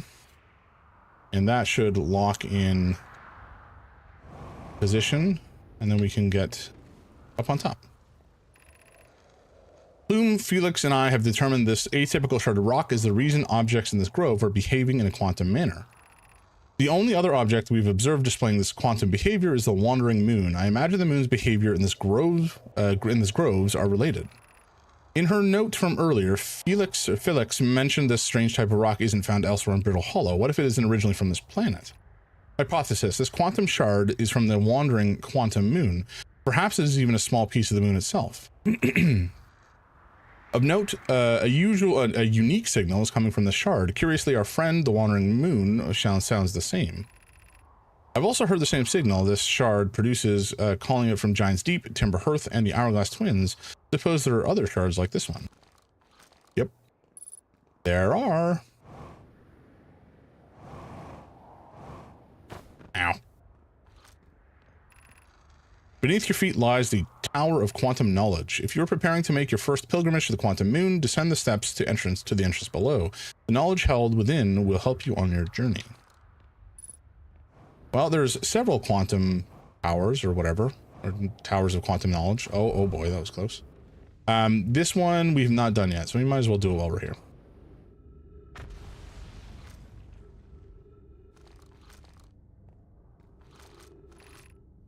Southern Observatory is that way, I guess.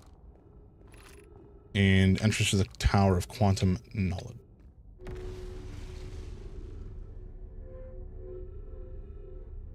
Wait, where is this taking us?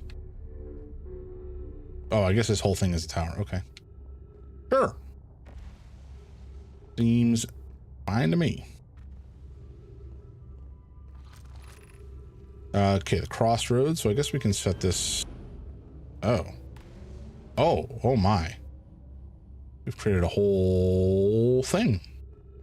Let's ignore it though. We're gonna ignore it and look at this thing. Be welcomed in this place. Above you stands the Tower of Quantum Knowledge.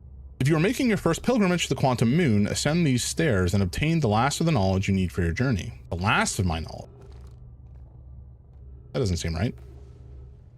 Also, this place is extremely broken.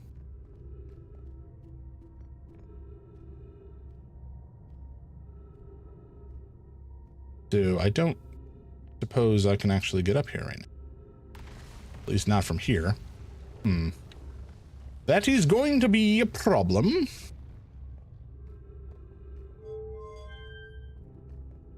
Oh, hello. That was rather a large part of the planet falling.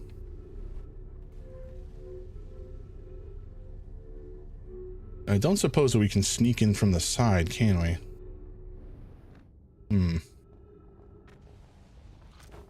I don't know how we're going to do this. Maybe we have to come here earlier before it gets damaged, but that seems unlikely. It just, like, it seems like it's probably always damaged to some degree.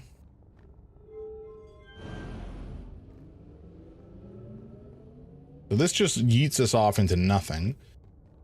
Presumably because the... Actually, I don't know.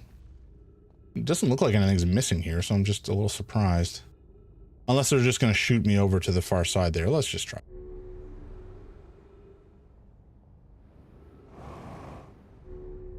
Okay, it does shoot us over. We do have to be a bit careful when we do so. So that we don't, you know, fall into the abyss. But it could be worse. Oh. Oh. Okay.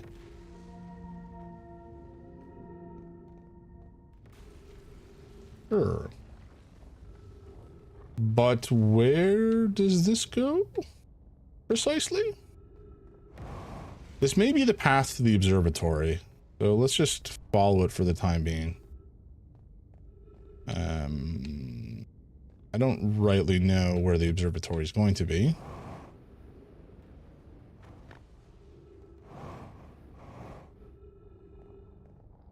I don't know. Okay, so we are actually heading to the South Pole when we go along this direction. So this is good. This is actually heading to where we want to go. I know that I've gotten distracted again, but it's fine. Also, ads are going to be coming up momentarily, so be aware. I will pause and not continue. We'll just chat. Flip. There's a lot of ghosts down here. Oh, no. That's not so very good.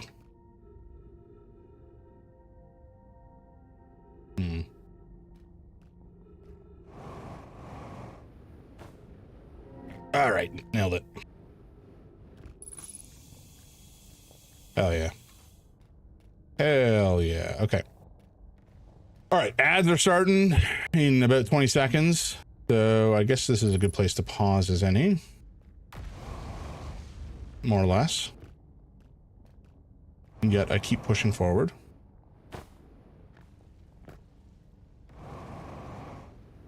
I want to get to the observatory. Wherever it might be. Oh, it's probably up here. Okay. Lovely.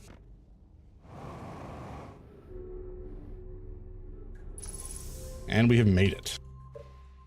Good place to pause. All right.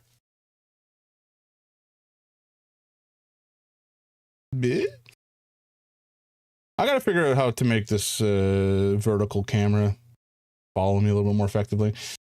Because right now it doesn't. It does not. All right. This game is so good, man. It's got all the kind of like, it's not an immersive sim per se, but it does allow you to solve puzzles in particular ways. And I think there's possibly a couple different ways to, how you approach learning how to deal with the environment. And traversing the environment is kind of its own set of, you have the tools that you have, and then you just kind of traverse how you see fit and learn and use that knowledge to then explore further or better access information that is previously inaccessible. It's kind of, so I think I've talked about this in the past. There's this archetype of game called a Metroidvania, which is, a Metroidvania such as Super Metroid or, Castlevania Symphony of the Night or what have you. These are games wherein you are equipped with a certain set of tools to begin with, often like a weapon and some traversal tools like a jump. But over the course of the game, you unlock, maybe a double jump. You unlock the ability to slide, to get under smaller, like through smaller tunnels or what have you. There's a bunch of different tools that you're given over the course of the game, and you unlock them in a progressive manner to open up more and more of the map and explore more and more of the environment to ultimately until you can beat the game. And there's often like secrets you can find, and exploration is a big part of the game.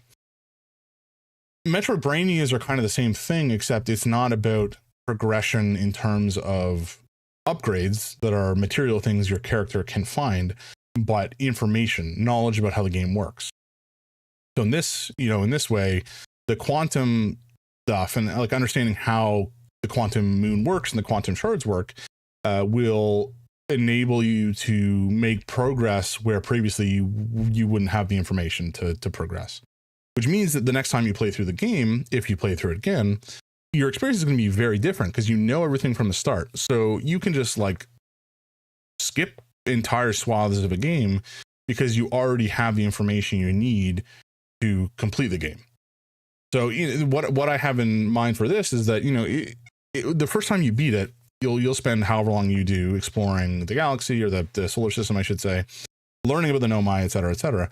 If you play through it again, you probably can just like basically speedrun right to where you need to go to beat the game, whatever that means. Because I don't know what the end state of this game really looks like in practical terms. Whether it's preventing the sun from exploding or breaking the Ashton Project so that you can die. I have no idea. All this is to say, though, that I like immersive sims a lot. I like Metroidvanias and Metroidvanias a lot. The exploration is a lot of fun, and progressing via knowledge is a very interesting way to approach game design. I think it's very challenging to do so in that manner, but it is very cool. There's a couple of the games I'll probably end up playing on the channel, like Tunic and Fez is kind of like that, and Chance of Senar. Oh, what's the other one I had in mind? Oh, Animal Well is like that as well, I believe. Whoa, what was that? I heard a sound. All right, fuckheads. Oh man, thank you. Thanks, Rich. You're too kind. I watched this enough. I appreciate you. And you're a founder. Wow. Look at you, Mr. Fancy Pants. But seriously, I do appreciate that. That is, I would turn off ads if I had the option. But alas, that is not within my power. I can just make them as unobtrusive as possible. All right, so we've made it into. By the way, I think there's a couple of emotes that are sub only. I think there's 4 or 5 that are follower only at this point, and then there's a couple that are sub only. I think no, we don't have badges for anything yet, but we are working on them. So Em is working on some at the moment. You can show them all and be fancy. All right, so we are inside the observatory. This is presumably leading to the exterior. This is Rebik, probably. I'm here. I did it. I put the ship down safely. In that ship, I'm in the ship that the ship went down and I didn't sustain bodily harm. A few minor repairs, and it's like the ship never even hit those rocks. One of my better attempts. Feldspar would barely have laughed at me, I bet. That's the good news. The bad news, I haven't found a way inside the structure yet. The door is broken, and I know I'm not great at exploring, but I think I would have found a different entrance by now if there was one. Probably. I can't get inside from here, but I know there are paths down below the surface. I'm going to head north to the ruins on the equator to find a way down. Yeah, okay, so this is just Rebik's ship. Now, we have a limited time here because the sun is going to explode. Spoilers. So, we should probably get motoring here. Okay, so this is the Giant's Deep conversation. Konoi, Daz, and I were lifting orbital probe cannon components into orbit for assembly, and one somehow sank down beneath the current. Konoi, you should have seen it. We'd thought it was impossible for any cannon components to sink even partially below the current, but ours sank straight to the core.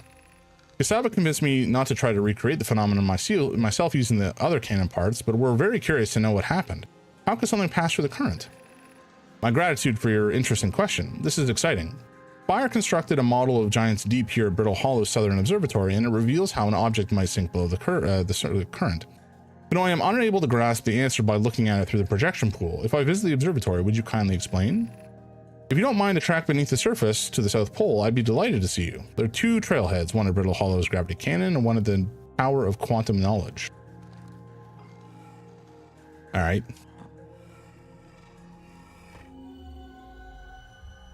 Yeah, so this was just the projection stone we saw earlier from the other side. Sense to me. I don't know. These are tornadoes, I guess, on Giant Depths or whatever it's called, Giant's Deep. Kasaba's construction yard has been using the cyclones on Giant's Deep to lift orbital probe cannon parts into orbit, but one component was pushed down past the current that usually prevents anything from sinking.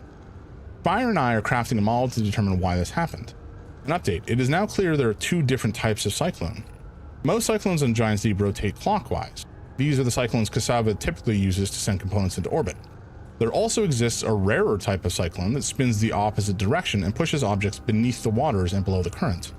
My gratitude, Spire. Konoi is showing me your handiwork, and I'm intrigued by the secondary type of cyclone. But was it really necessary to build a model to tell me that? The model will be useful as we continue monitoring Giant's Deep. I also very much wanted to make a model. Okay, so one of them sends up, one of them sends down. Gotcha. Which one was which again? Rare type that spins the opposite direction. 2 types rotate. Okay, so counterclockwise it sends down. Very good. That makes sense to me. Hell yeah. Oh gods. Oh, our knees are not going to be happy. Oh, we're fine. Convenient.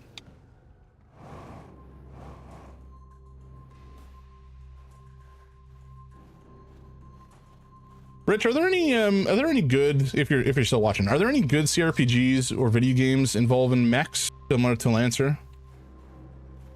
I kind of have the mech hunger at the moment, I feel. Just because mechs are cool. What have we learned thus far in the search for the Eye of the Universe? Those of us on the vessel originally followed the eye's signal to the star system, but we were unable to warp to the eye itself. Based on our knowledge of the quantum moon, we believe the eye is in orbit around the star system's sun. This would mean the eye is located within a finite, albeit enormous, range. The locator we built on the Owl Rock and the new, more sensitive locator we built here were both unable to detect any trace of the eye signal. Ooh, bummer. Hypothesis: the eye has stopped emitting a signal. Suppose the eye doesn't wish to be found. Cassava, how can you suggest that? The eye signal called out to summon us to the star system. I'm aware. I grew up hearing the eye's story, yet we're no closer to finding it than you were when you first arrived here. Oop. I forgot that we had left that probe there. Very good. So this is the observatory. I guess it's going to try to show a projection of... Oh. It's trying to locate... Yeah, it's trying to locate the eye around... But that kind of makes it look like the eye is not quantumly locked in a single location. How should our methods change as we continue our search for the eye of the universe? We know what the eye looks like thanks to the quantum moon, so what if we tried to find the eye visually instead? Let's send out a probe. We need to build a probe launching mechanism to cover those long distances quickly. A cannon in orbit around a celestial body would circumvent the need to escape gravity's pull. Giant's Deep would be a good choice. It's furthest from the sun, so it would provide the best angles for launch, and it's moonless, except when the quantum moon is visiting. Yes, let's build a cannon in orbit around Giant's Deep. We couldn't find the eye signal using two different devices built for this exact purpose, so we should discontinue the search method. Mala's idea is clever, but we have no idea where the eye is in relation to here. The probability of launching a probe in the correct direction would be absurdly small. I believe I have a solution for that problem. Have you spoken with Rami and Pi about the technology they're developing? That's news. I don't know who Rami or Pi are. Okay, so the observatory, we've found a bunch of new information. I think this is just showing us where in the solar system the planet currently is. So this should... Are you... Hello?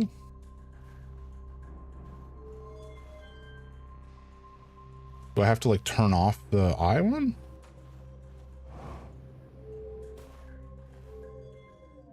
Oh, okay. So that actually gave me something to read here.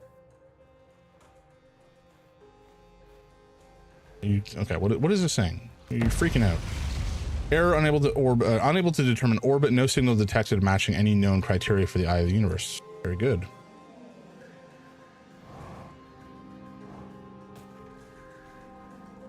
Okay, I don't know how much more information we're going to be able to find whilst we're here. This seems like we have exhausted the available information, so I think we can just kind of head out. Although, wait, hold on. How do we get out of here? Shoot, because we can't reverse. Oh boy, we are not able to reverse the direction of this thing. There's no control up here. That sucks. I guess we go onto the surface. Ah.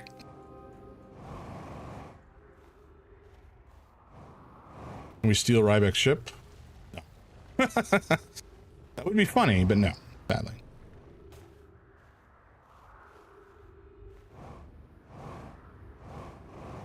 Also, I don't feel like we have actually seen the quantum moon at any point. Not that I can recall, anyway. Fuel level critical. That's bad. Ow. I didn't need those bones anyway. Yeah, we're not that far from the ship, but I suspect that the surface is going to be a little broken for our purposes. Oh, never mind. We made it. That is convenient.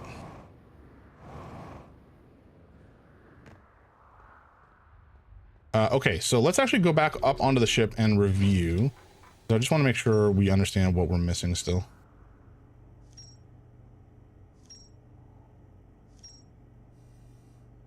Okay, lots of good information here. So there's counterclockwise tornadoes we got to find. That will tell us how to get where we need to go. into the ocean depths. Hanging City, there's still more to find. And then Tower Quantum Knowledge. Oh, useful knowledge. Okay, but we can't get up into it yet. Quantum signal on the what was that? The Hourglass Twins.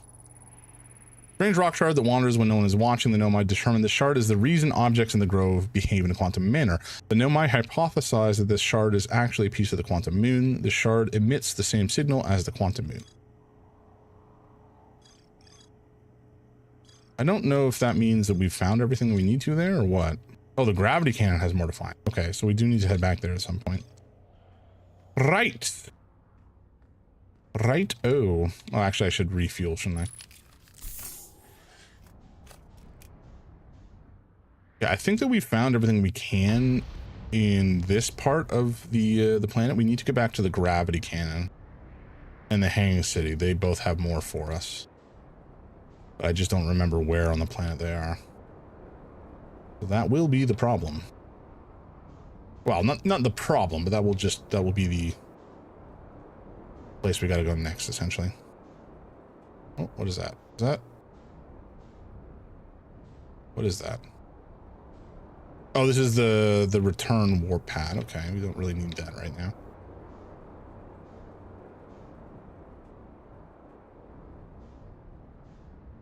This is... What is this? Have we been here before? Let's go check it out. I feel like we might have been, because I feel like I remember the Ghost Stone house. Sure, we'll light a campfire. The journey from the South Pole has been, I'm going to go with harrowing because of the all the meteors, but hey, at least I made it here unconcussed and not on fire. Okay, let's see. I poked around a little and there's some sort of old Nomai path that starts across my campsite inside the ruined building with trees growing out of it. Doesn't look like anything horrible, just stairs leading down. I can handle stairs. After I get my supplies together, I'll follow the path and see where it leads. Okay. Door. Gravity crystal. So this is the Ghost Stone. Let's actually take a look at this with... Come on. So the Ghost Stone does indicate, or rather the camera does indicate the Ghost Stone hazards. I wonder if that means that we can actually determine where the danger is with the Ghost Stone stuff, you know? Because it kind of looks like this is all safe to a degree, if that makes sense. Like the it's less green kind of closer to it, but that could just be wishful thinking.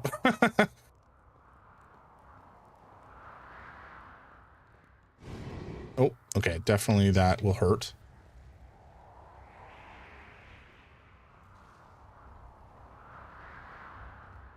Nope, okay, I'm wrong. Okay, that's fine. I'm very wrong. It's always dangerous. Well, maybe not always. We'll find out. It definitely feels dangerous right now. Let's heal and then head out. Also, how did I end up in this tree? Was I always in the tree? Did I just land on a tree? Very possible. Okay, let's, I guess, go over.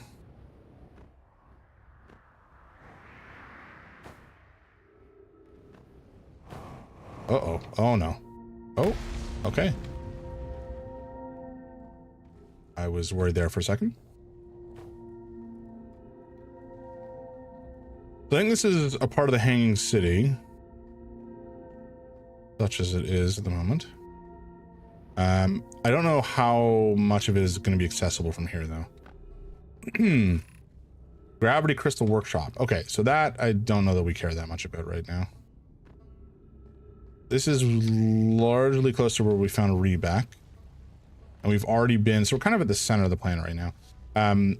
We've already been there. We need to go to the gravity cannon and the ford. the Black Hole Forge. But the Black Hole Forge is at the top of the Hanging City. The Hanging City is north. Yeah, okay. I think that we can head this direction. Although this happened last time and I yeeted myself off of a bridge to my death. So I do need to be slightly careful. What's going to be the best way to get here? Yeah, I think we can make this gap. Maybe. No! Oh, Alex. Oh, man. Oh. I was wrong. God damn it.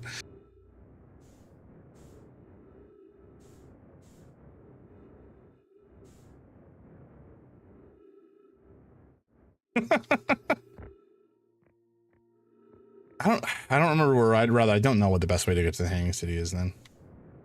Oh, no. Come on. Oh, what? Come on. In the hole. In the hole. There you go. God damn it. Goddamn gravity.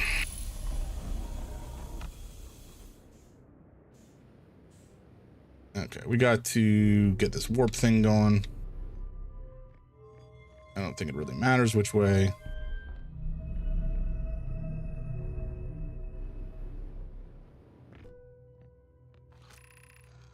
All right. Well, we'll be back on Brittle Hollow in just a sec, but really, we really don't have that much time to dawdle the dirtle. We're likely going to lose to the sun exploding in just a second. Not lose, but you know what I mean. We're gonna run out of time here. We can't do anything up here because it's just below us, but it's all busted up. And I don't think there's a clean way to get into the Hanging City from down here. It really is annoying. I also don't recall if there's anything up here. Let's check. I don't imagine that there was. Yeah, this is talking about the quantum moon stuff. Oh boy, oh boy.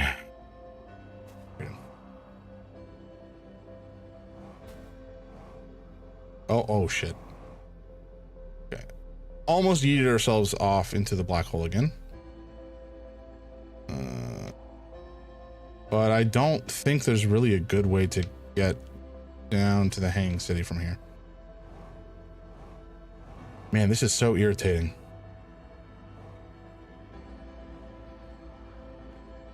Oh, god damn it.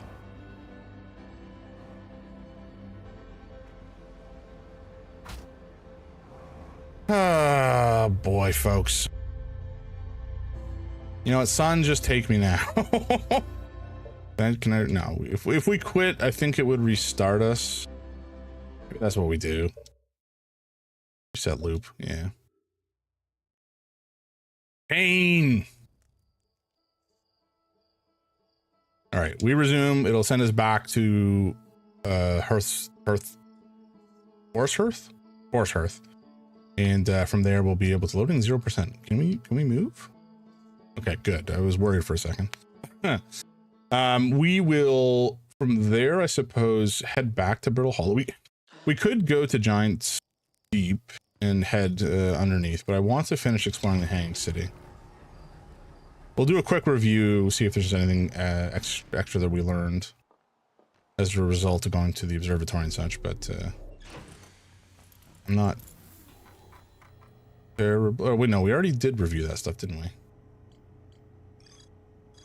More to explore. More to explore. And the Black Hole Forge we haven't been to yet. We need to get to the Hanging City in general.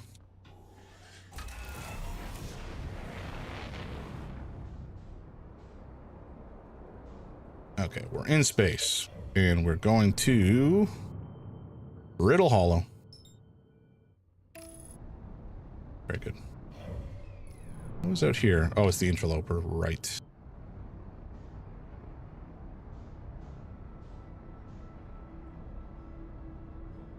Okay.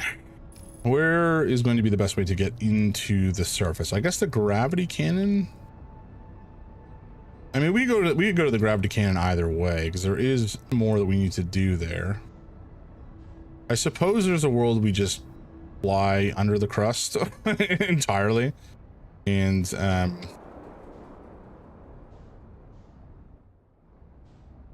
yeah, let's land over here. Nice. Wearing my spacesuit, so we're not going to die from exposure.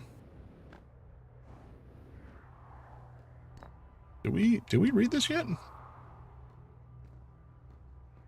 Maybe we didn't.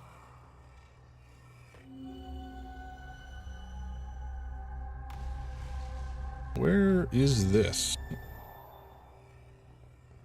Is that, oh no, this is the brittle hollow stone. Okay, so that's inside the quantum tower, I think.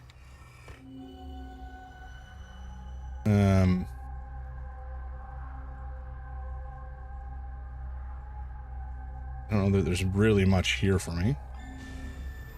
Okay, let's head down. See if we can do some reading here, I suppose. I'm at the shuttle. I'm ready to make my first pilgrimage to the quantum moon. That's exciting. You're almost ready, but there's still more. There's still one more rule you need to learn. Come see me at the Tower of Quantum Knowledge. The tower is on the opposite side of Brittle Hollow. If you follow the path west to the crossroads, you can reach the tower from there. My gratitude for the directions, Bells. I'll see you soon. Yeah, that's not very useful information.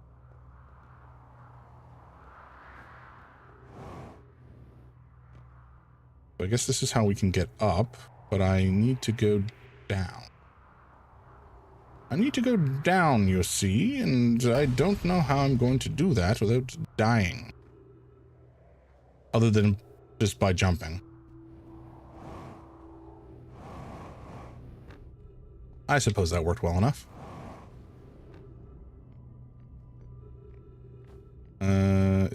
There was another floor down here. I don't know. Okay, this is probably a mistake because now I don't know what the best way to get back is. Up? Oh gods. Okay. I thought we were toast there for a sec, folks. Can I go? No. Oh my god. Well, this is our life now.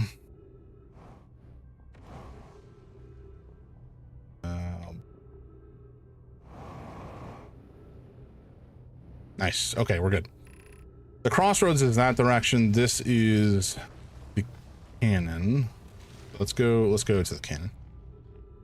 I think there's a world where maybe we can go to the quantum moon.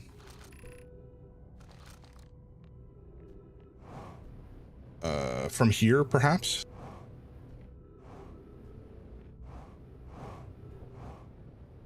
Okay, what's this? That's to the crossroads, that's fine. Shuttle is currently resting at the quantum moon. Okay, well, there's no quantum moon currently.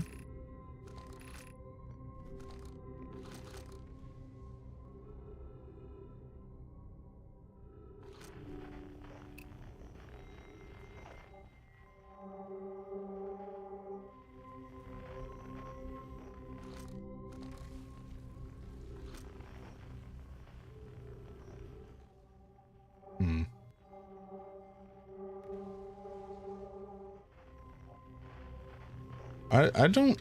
Maybe the quantum moon is locked because the shuttle is here? So we've recalled the shuttle. I feel like I don't want to futz with this just yet. I think we finish the Tower of Quantum Knowledge first, maybe, will be the way to go. Oh my god. Oh no, oh no, oh no. Oh god, I hate this play.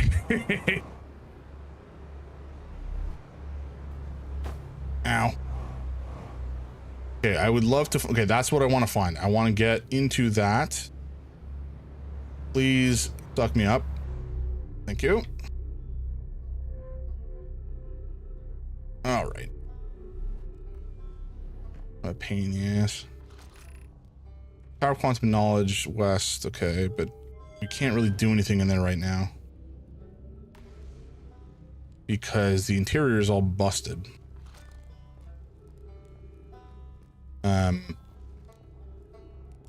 We want to get back to the Hanging City. I think we have to take this path.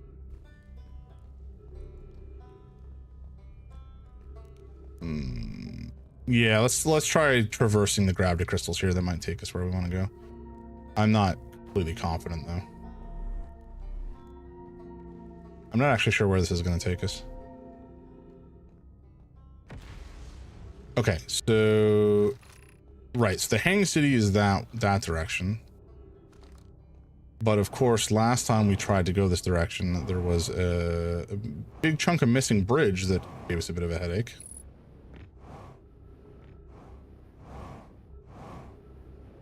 Although it seems as though the bridge has not fallen at this point, which is good. So I think, thank God. All right, we have made it.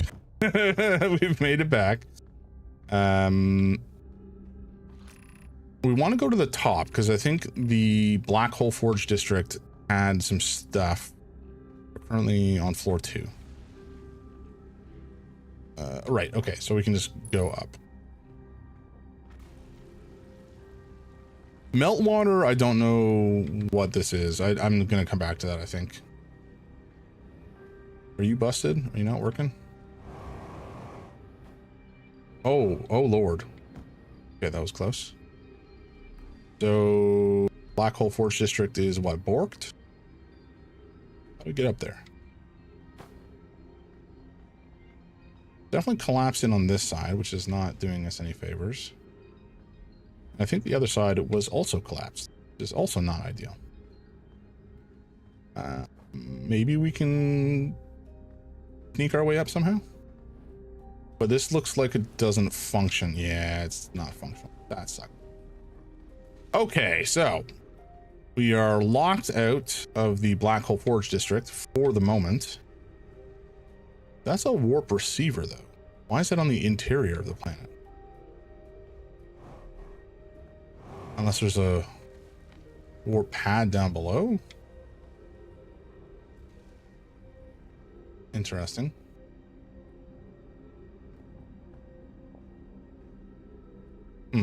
That's strange. Okay, just explore while we're here, I suppose. Many corpses. Hello. Good morning. Welcome in. How's your weekend been? How you doing?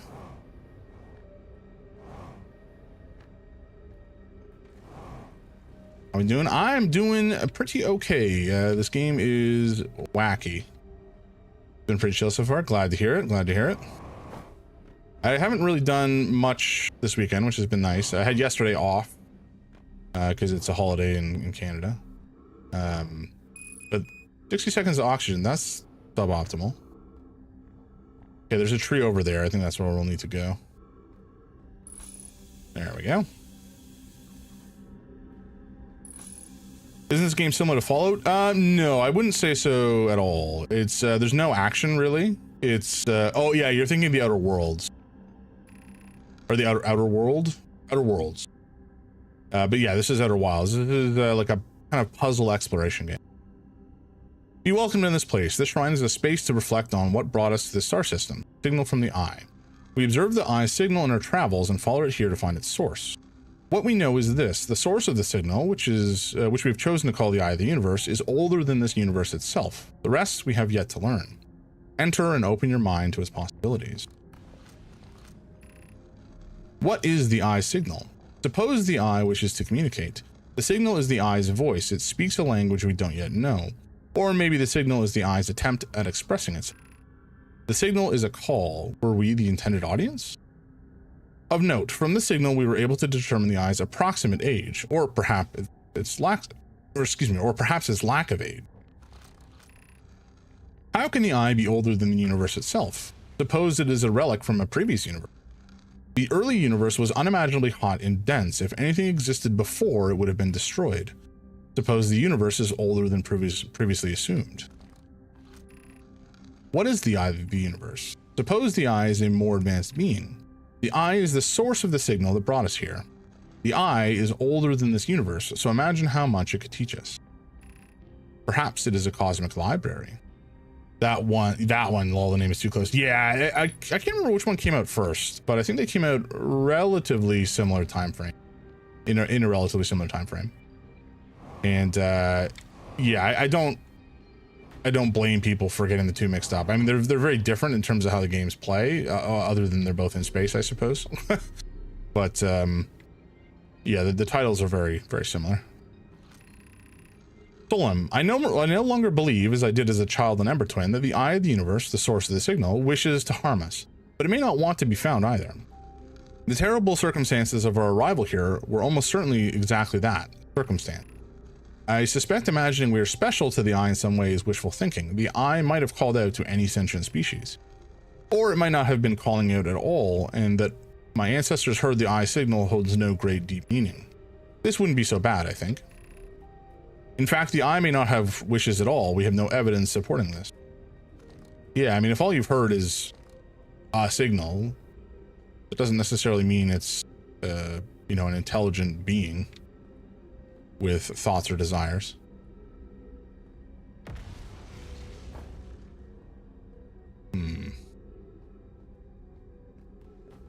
Lots of dead folks here.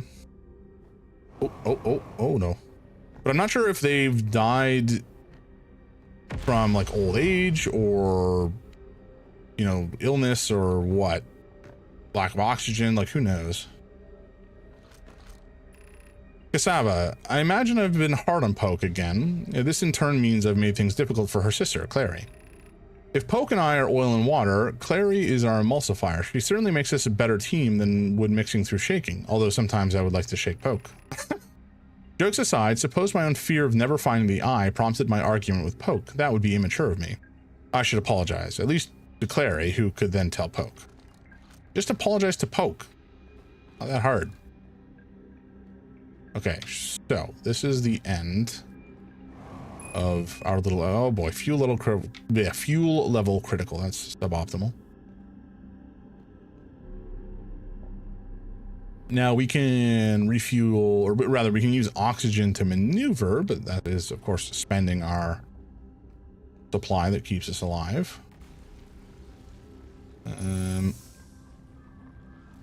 Let's see. I guess there's not really much else here.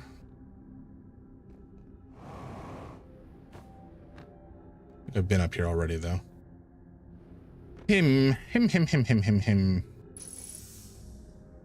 This is kind of like a weird church thing. Not a church per se, I suppose, but just a place to consider the Eye, such as it is. How do we even get up here? Oh, over there. Okay. Oh gods. Oh no. Oh boy. Okay, that was scary. Almost threw myself off a cliff. So this was the Meltwater Complex, I think. The sign, well, it was here. It's not here anymore. The best way to get up there. It may be this warp thing, but to use that warp, oh flip. Okay, this is gonna hurt. Yep. So we're at, currently this is the Meltwater District. Okay, Eyeshine District. We've not really been to the Meltwater District much, so I suppose we might as well spend a bit of time here and do a bit of reading. Black Hole Forge controls. What? Oh, there's tons of stuff to read over here. Okay. The Ash Twin project requires a powerful, highly advanced warp core. How should we obtain it? That's all you gotta say. That's it. Come on. I feel like we're running out of time for this run, so I better be quick here. Solution 2. Oh, okay. We could craft a new advanced warp core inspired by the vessel's warp core. Abandoning the vessel's warp core and its casing means losing valuable knowledge. This is true. However, it's knowledge we have little hope of recovering. I think it would be best to relearn. I would very much like to craft such a powerful core. More relevantly, I believe the Black Hole Forge crew and I could recreate the basic design. This is the safest path for our clan. Is the safest path the best one? Our goal is worth the risk. Is it though? We've tried for so long to find something that I and others now believe might be impossible to find. If the search for the eye is a futile one, we should choose the option with the least potential for harm. The greatest challenge here, I think, is we don't have the design for such a powerful core or any of the original crafters of the vessel's core. No, but Poke was an apprentice to Anona, who created the original design, and our Black Hole Forge is adept at crafting simpler cores. I believe I can be of use here. The vessel's warp core was created before my time, but Anona explained many of his designs to me. Okay. I'm going to guess there should be at least one more scroll around with some information. Okay, we went here. This is maybe where we came from? No, this is where we found one of the scrolls. Okay. But where will the other scroll be? Up, perhaps? Yes. Very nice. Please, star, no blow up while we're here. I'm rather busy. Solution 1, we could retrieve the warp core of the vessel.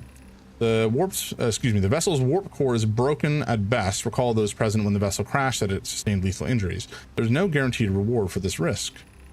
Even if it no longer functions, the old core would be a valuable blueprint, provided we're able to transport it back here. Perhaps we could still repair it. My grandmother told me there was little time to assess the nature or extent of the damage. This would require a return to Dark Bramble. Plume, my father, said many good Nomai perished there. My mentor Coleus and his old mentor once discovered and studied an anglerfish fossil on Ember Twin. Using that knowledge, we could avoid the anglerfish entirely. Oh god, there's a giant anglerfish on Bramble, the Dark Bramble. That's fun. I remember that anglerfish fossil. We used to play in Fossil Fish Cave when we were children. What Melarain and I learned from that fossil would theoretically help us evade the anglerfish, but our hypothesis was never tested on a live specimen. Great. That sounds hellish.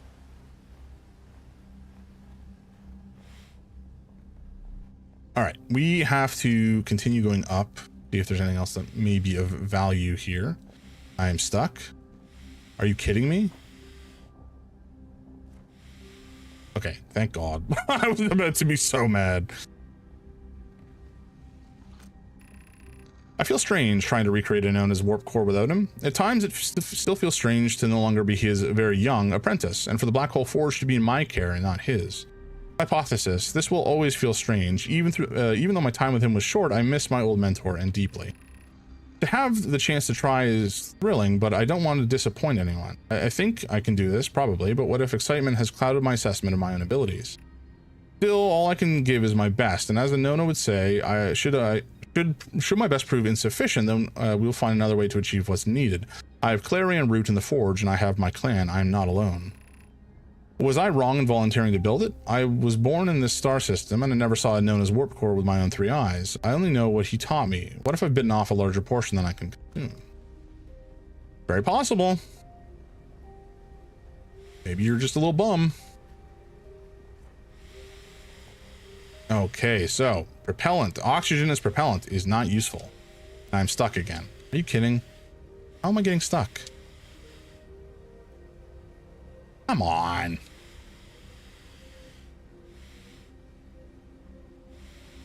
Buddy, you use your arms. You have arms. Just fucking... Nah. Okay, well, we're doomed to die here, it seems.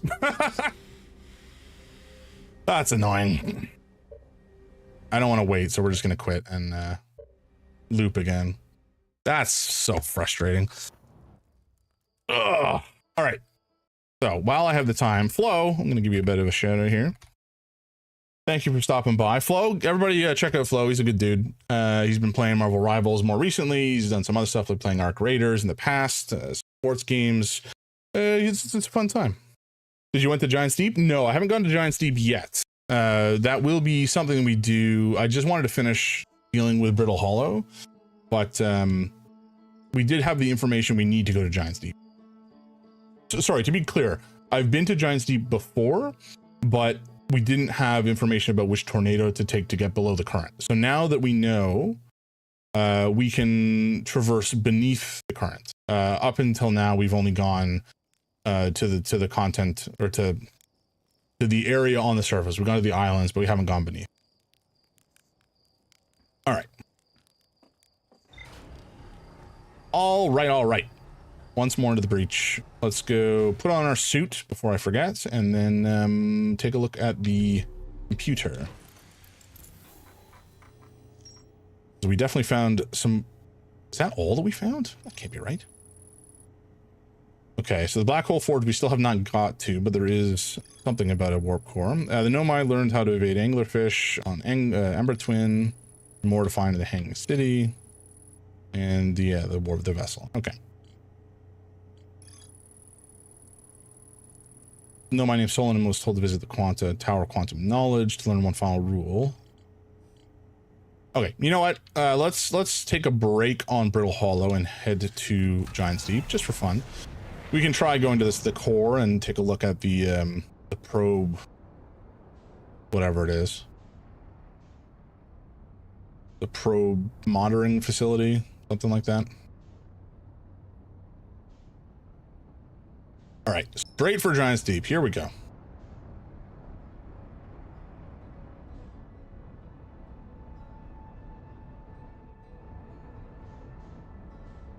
And I feel like we're just going to head right to the surface.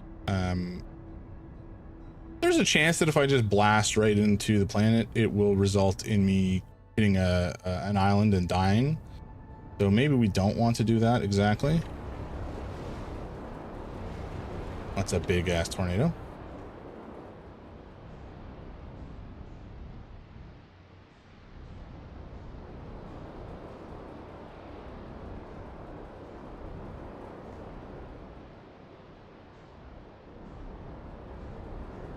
There we go.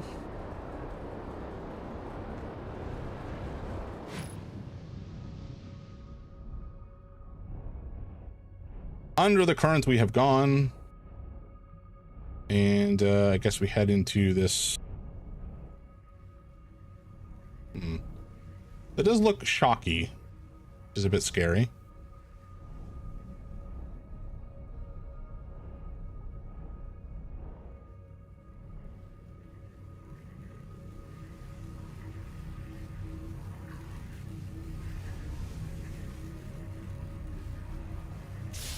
Okay. So, go on. Good to know that's how that works. Excuse me? Oh, I was in landing mode, not... Okay, gotcha.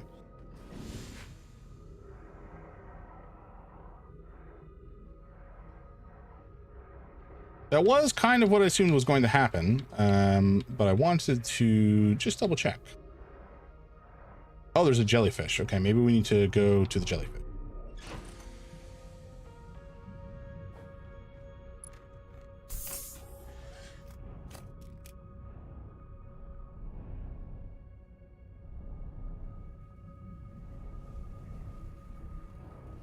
Does the jellyfish protect? Or does the jellyfish cause bad things to happen?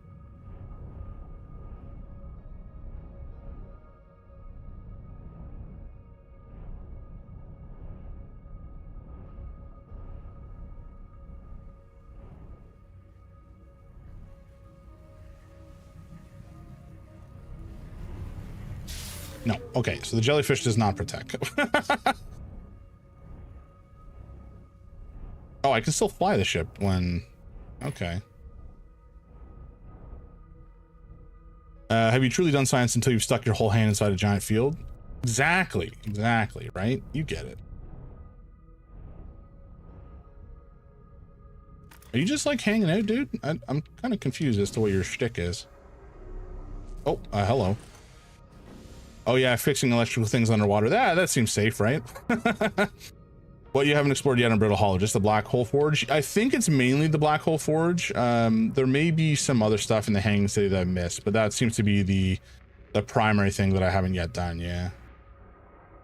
Oh, and the Quantum Tower, the Tower Quantum Knowledge. That piece I haven't figured out how to get up to yet either. Or rather, we got to it, but the interior was broken, so we weren't able to... What are you doing, buddy? Are you here to like ward me away?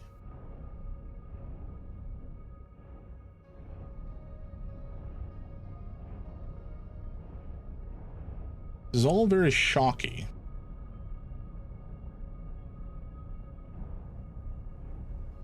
And if I run into... Oh. If I run into you, what will happen? Probably the same thing, right? Yep. Good to know. Sometimes you just gotta make sure.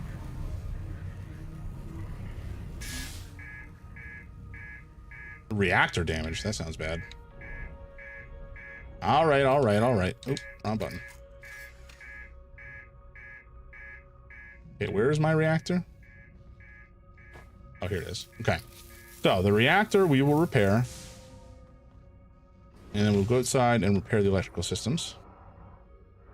Again.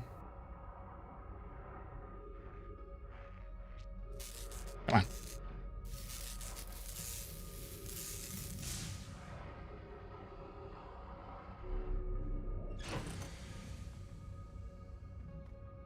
I feel like going down outside of the ship is probably not a good idea, right?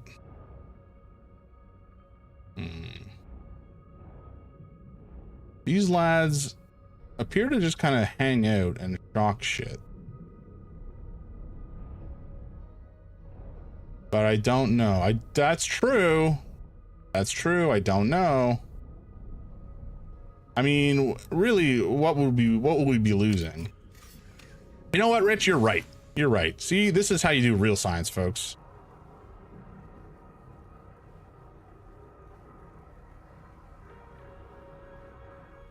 Wait. Oh, I was pressing the wrong button. Here we go. Sending.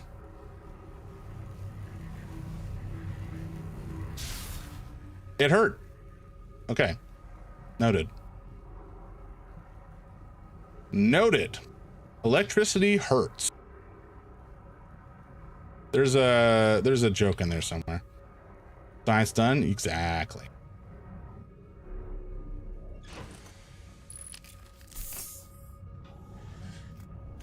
Ain't nobody can ever tell me I don't put my body at risk for science. Put my whole life into it. Can we go in now? No. Okay. At least it doesn't kill you. Yeah, exactly.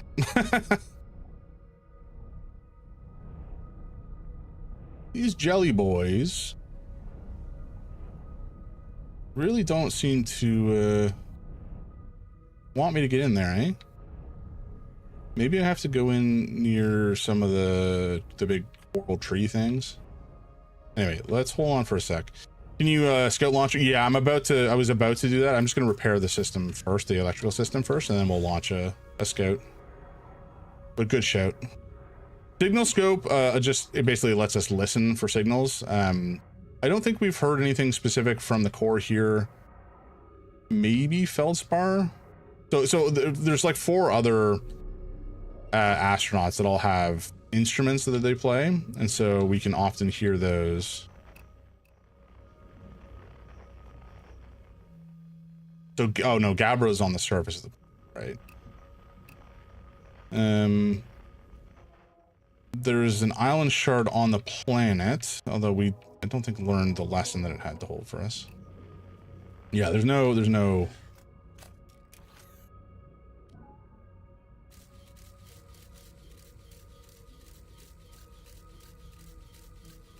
Well, see ya. It got yeeted apparently for some reason.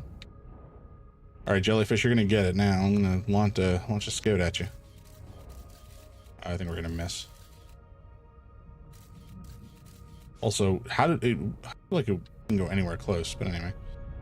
Okay, let's try that a little closer.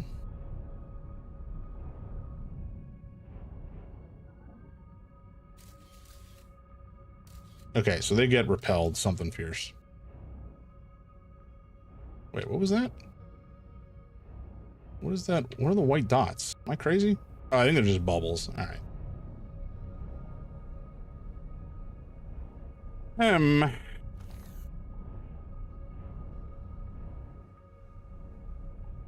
bubbles.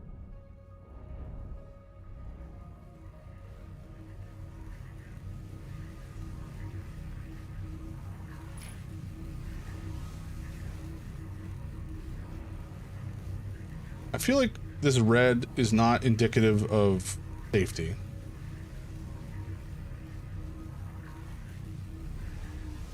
Yeah, okay. So, unless it is, let's just try. It was not. Oh boy. I think it's where the jellyfish are coming out of, essentially. In part. I feel like maybe I just don't have the information I need right now. I'm a little lost as to... God damn it. Let me out. Let me out.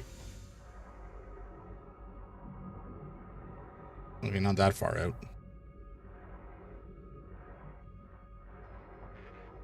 Come on.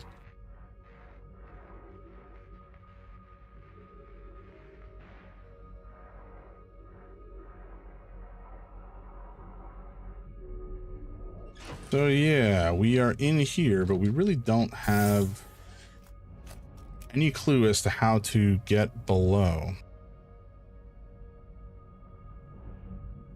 Where are you going, Jelly? You just like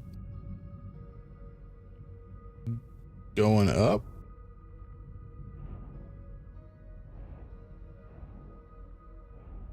I was thinking that maybe we had to like go up or follow one of the follow one of the jellyfish back below the surface as it, I don't know, like reabsorbs some electricity.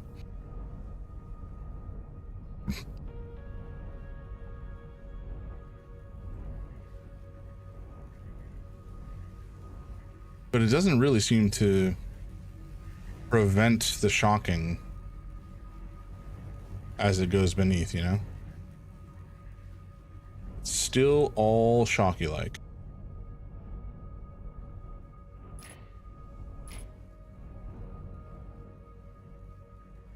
And the only thing I could think of is that we had to go close to some of these tree guys. These the coral to potentially get beneath the surface of the shocking stuff, but it doesn't seem terribly feasible.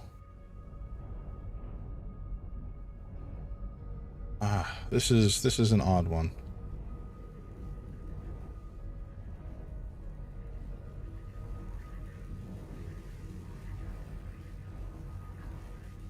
Is it because I don't know, it doesn't, sometimes the textures seem to indicate that there's no electricity, but I think it's just like always electrified.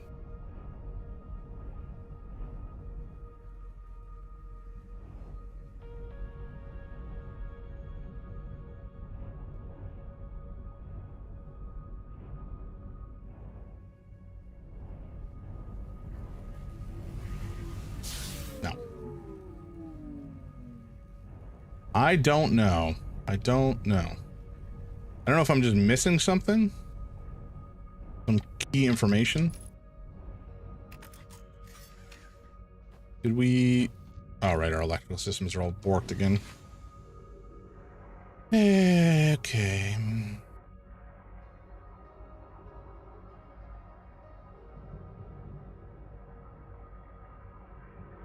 Yes, yes.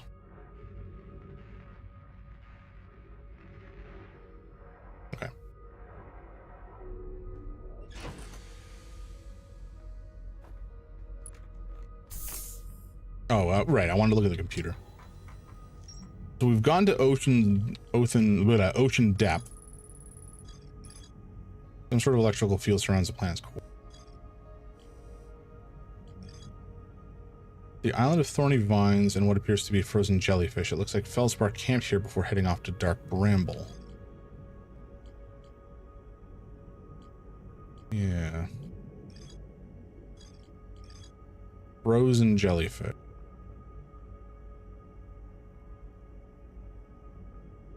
Maybe I needed to be on Bramble Island when it got picked up or sucked down.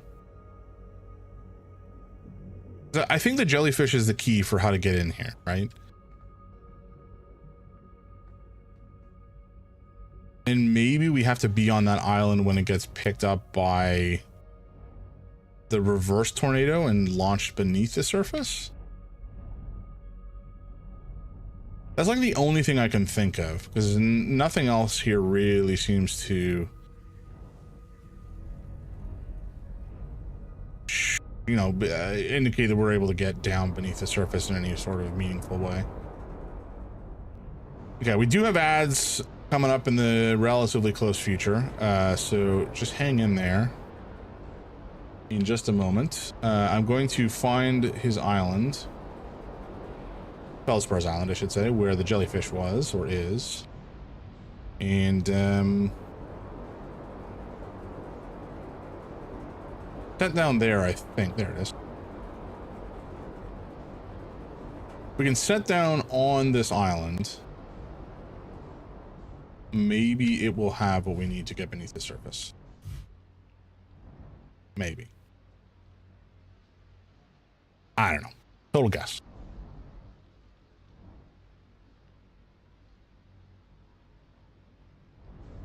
Or maybe I missed some documentation from him on how to get beneath in a way that would be useful. Just don't want to get stuck again. We've gotten stuck in the past. It sucked. All right, drop it. All right, folks, ads are starting up. I'm just gonna go grab a drink, so I will be right back. Hang in there, and I'll see you momentarily.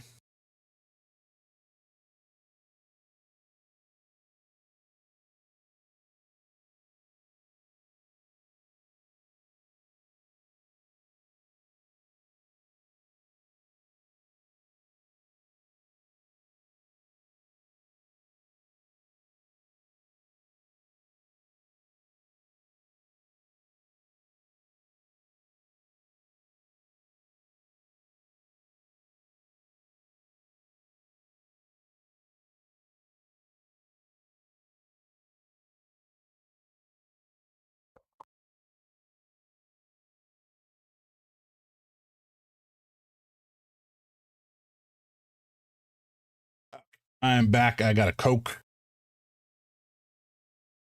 Felt like one. I have no idea how we're getting beneath the waves here.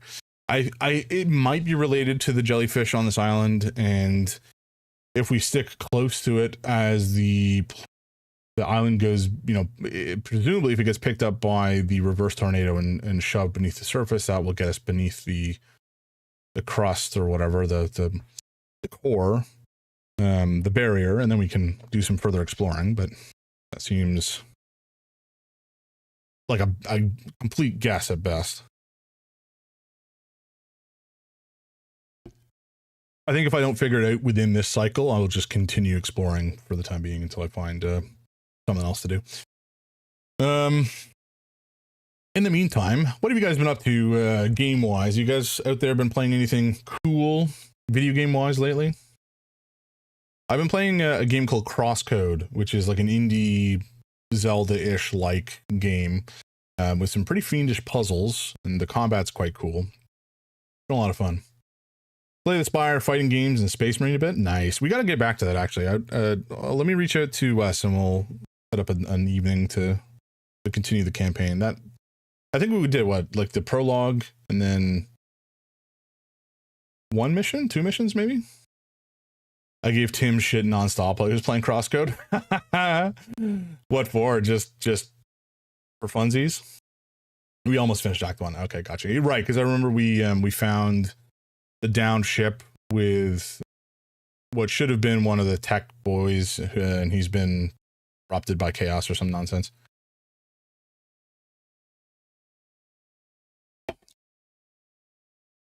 But yeah, what were you giving him shit for while he was playing Crosscode?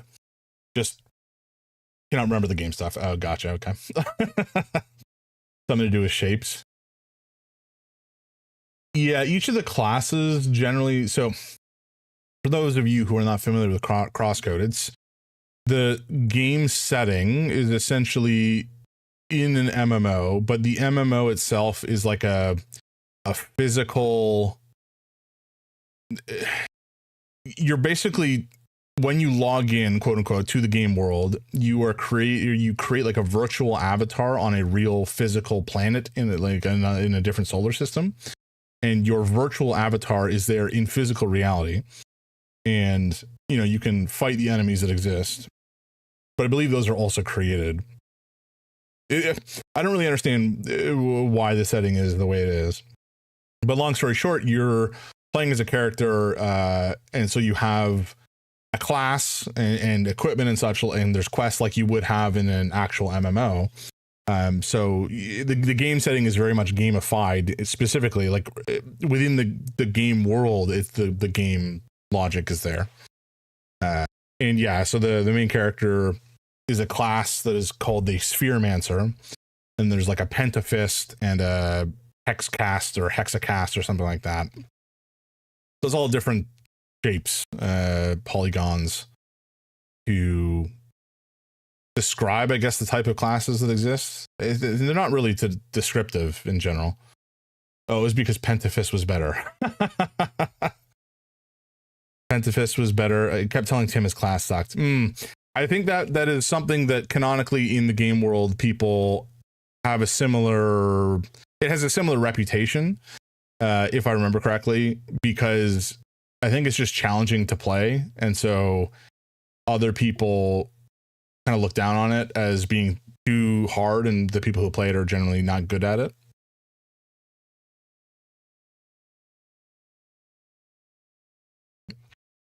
And yeah, the first companion that you get who ends up joining your party whenever you're playing, she is a Pentafist and beats the crap out of stuff with her fists, which does sound cooler to me than a Spheromancer. But the game itself is really cool. You end up over the course of the game, like you start out with just your basic abilities, which is to throw projectiles that can be charged or just like rapid fired. And you can do a melee attack, and you have a dodge and a block and such. And combat can be quite challenging. But then over the course of the game, you start to unlock new elemental like affinities.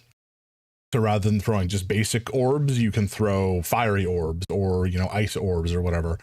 And the different elements interact in the world in different ways. And so that's, a lot of the puzzles are associated with using an element to achieve a certain effect. There's also a bunch of platforming and platforming and exploration in the game. So it's quite a deep game. There's a lot going on. There's a lot of different stuff you can do with your character build as well. You get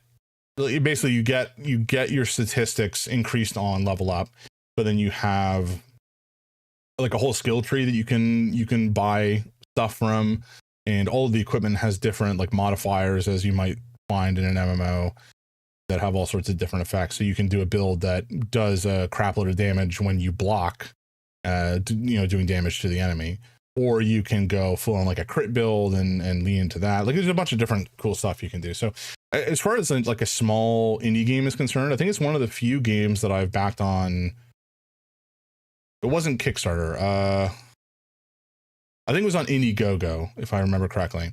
And it's a fantastic game. I highly recommend folks who are interested in that sort of experience, like the kind of top-down Zelda-like games, it's worth your time. For sure. I've played for like probably 25 to 30 hours now, and I think I'm less than halfway through. I am doing like all the quests and exploring a lot, so it's not like, I think you could probably burn through it more quickly if you wanted to, but it's a lot of fun. All right, let's get back to the game. Ow. I suddenly have a stabbing pain in my back. That's a fun experience. Okay. Also, I think the developers of the game have a new game, Alabaster Dawn, that was on the Steam Next Fest for basically they put a demo, and the demo looked very promising. So I will more than likely be checking that out at some point. That. Whoa! No slouching. Thank you, Toast. Thank you. Appreciate that. Ugh. I think, when I've been playing on stream, especially when I was playing Resident Evil, I was like this. I was like, my shoulders were all up around my ears, and by the end of the stream, I was super tense and sore. So I'll try to keep it in mind. I got to do better when it comes to my my posture. Okay, I have no idea what we're doing here. I don't know what we're doing, folks. This ghost matter is not gonna help our situation. Although it looks... Okay, maybe we do try this again. So that is indicative of ghost matter that will kill us, whereas this is not. So yeah, the ghost matter here is actually fine. Maybe this is the trick it's trying to show us.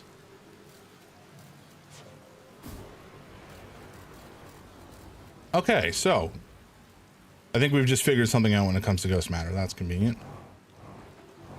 So some ghost matter does not actually produce the irradiated nonsense that that will kill me.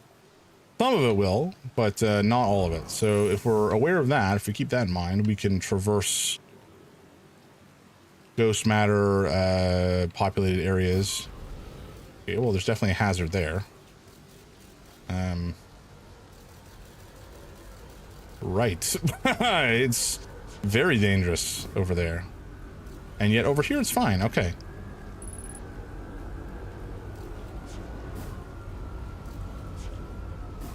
Nice. Okay, that's brilliant.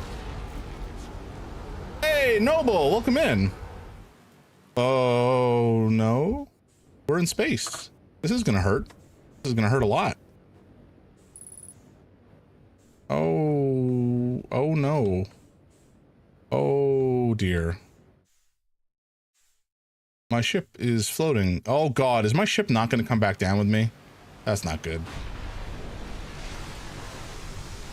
Stopped at the RPG store last night here in Seattle and picked up a bunch of Borg hacks. Hell yeah. I haven't looked into Mork Borg much at all, but I've heard really good things about it. Something I should probably look into further at some point.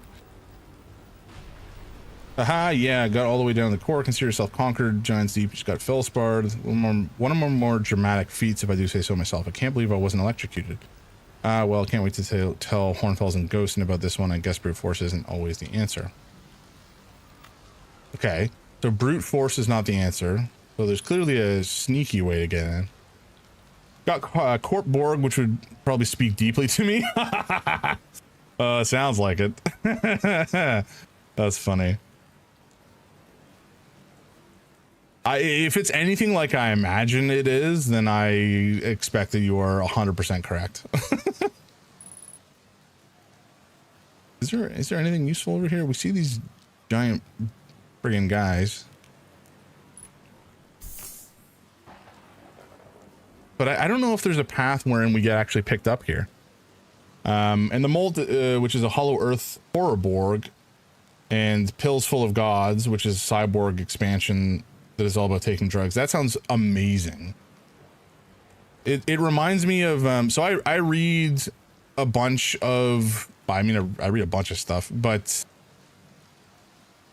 that's Clockwise. That's not the one we care about. There's a bunch of, like self-published progression fantasy novels essentially out there.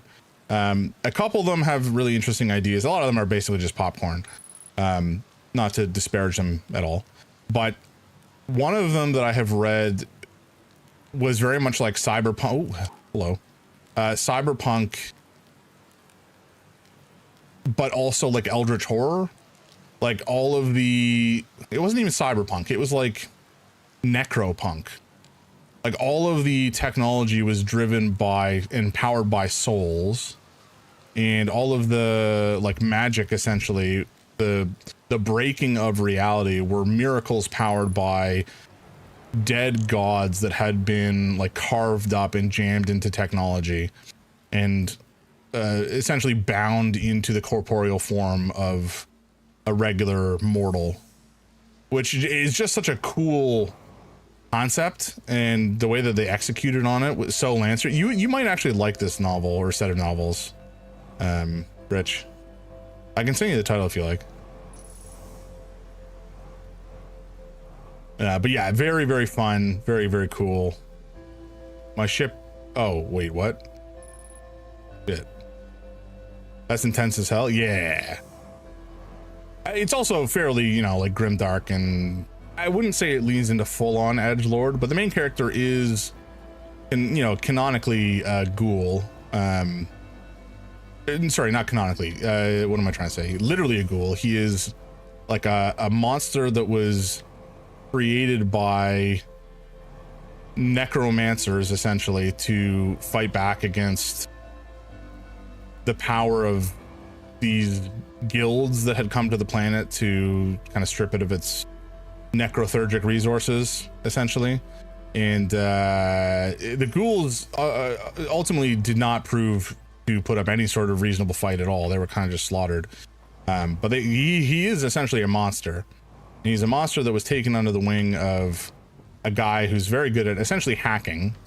So the main character is not really a trained, strong combatant. He's just like somebody who's good at sneaking into mines. It's like there's a lot to describe. It's a whole thing. But I did really enjoy the 2 books of the series that I've read. What is happening? Where am I?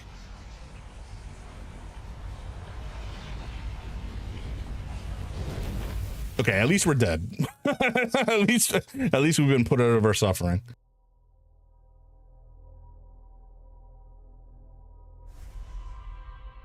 How is Seattle, Noble? You guys have a good time? I know that it wasn't all fun, the whole move situation. But I assume you eventually got the keys and were able to get the stuff into the apartment. That would be so stressful. Not fun. All right, we're alive again. Praise be. The ocean's deep. I think we're gonna ignore it. I'm still a little lost as to what we're supposed to be doing there.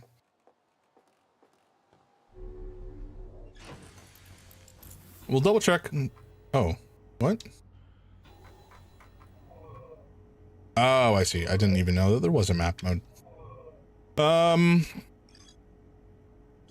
think we have to go try to get back to the Black Hole Forge on whatever this place is called. Bristle Hollow, or Brittle Hollow, I should say. No, my shuttle.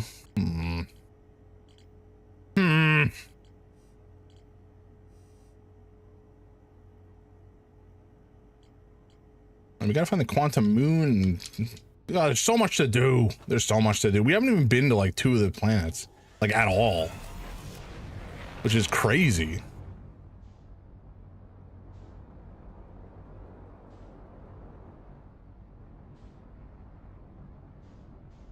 Okay, is that Ash Twin? It is Ash Twin. Do I want to go to Ash Twin, or do I want to go back to Brittle Hollow? You know what? Let's do something new. We're gonna go to Ash and Ember Twin and see what's here. Oh, we're going way too fast. Oh no. Oh no.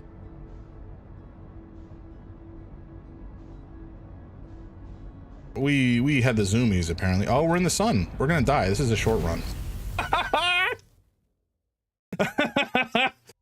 Oops. Went a little too fast, flew a little too close to the sun. Very Icarus coded. And we learned nothing. Fabulous. Fabulous. Okay. Let's get back into our ship. I don't even know how we managed to shoot past it so quickly. I didn't think I had built up enough speed. It wasn't that far away. But clearly I was wrong. Where is the rest of the solar system? Okay, there's that. Here we go. Have you read Gene Wolfe's book of the New Sun? No, but it's also something that I have. If it's the one I'm thinking of, is that the one about the like essentially the chief torturer or whatever of the Empire. If that's the one I'm thinking of, then I've not read it, but has definitely been high up on my list for a long time. Because it's also, I've been told, like, really excellent science fantasy, which, oh my god, why are we going so fast? I just want to go to this planet, please. You know what? Engage autopilot. I'm too dumb for this. You learn not to fly into the sun and you'll die. That's true. We did do that. I am your TBR and also evidently kind of edgelordy, so I can tolerate the Grimdark stuff usually. Okay, very good, very good. I'll send you the name of the series as well. The only reason I'm not just telling it to you is because I don't remember it. The author doesn't have a name per se. He goes by a pen name, which is Ostensible Mammal, and he's written some other books as well that I have not read. But I'm just not remembering the name of this series right now, which is a little frustrating. Okay, this is Ember Twin, right? I was thinking this is Brittle Hollow because we saw the gravity cannon here. Let's just land and explore. We've not really been here at all yet. Okay, I was worried I wasn't wearing my spacesuit for a second. But no, we've only forgotten once this session. I think maybe twice. I'm not confident enough to say one way or another. Yeah, we're gonna go the short way. I don't want to faff about here. Ow. All right, what's this? The shuttle is currently resting at the Comet. Yes. Call the shuttle home or activate gravity cannon. We are going to call it home so we can actually get up into it and check it out. We have, oh, I thought I was going to fall into the center of the planet. Ow, my brains. The Sunless City. Kind of ominous. All right, so we have recalled the shuttle. So this is a shuttle that we have seen previously, but it was covered in ice and we couldn't get into it. Now that it is here, we could potentially take a look and see some writings. I fear our situation may be dire. Pi, Poke, and I have landed here on this comet not long after its arrival in the star system. Our shuttle's equipment heard strange energy readings coming from somewhere beneath the surface. Pi and Poke were able to locate a fissure in the ice on the comet's sunward side, and they descended inside to investigate the source of the readings. But Pi and my sister have been gone for a long time now. They haven't contacted me since descending below the surface either. Should I leave the shuttle to look for them? I want to follow protocol, but I don't know what I'll do if they aren't well. Poke, Pi, come back to me safely, my friends. Well, yeah, never left the shuttle, and they never returned, so... the bummer. I don't know that we really need to or want to futz with this at all. What is this? I've never seen one of these before. Huh. Oh, and this is a Know My Spacesuit, it seems. Fun.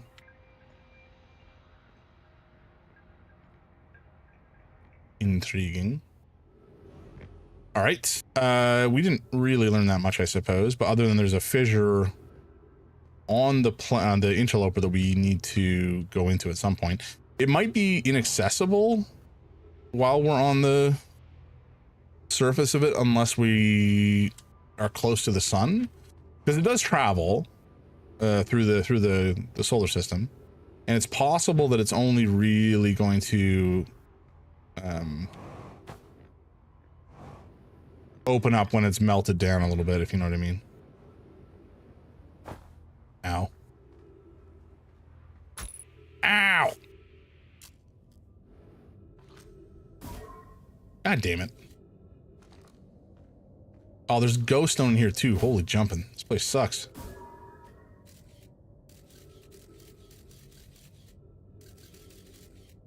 Okay, so there's a whole frickin' underground city here. Or undersurface city, which we apparently cannot really access in a meaningful way. Lovely.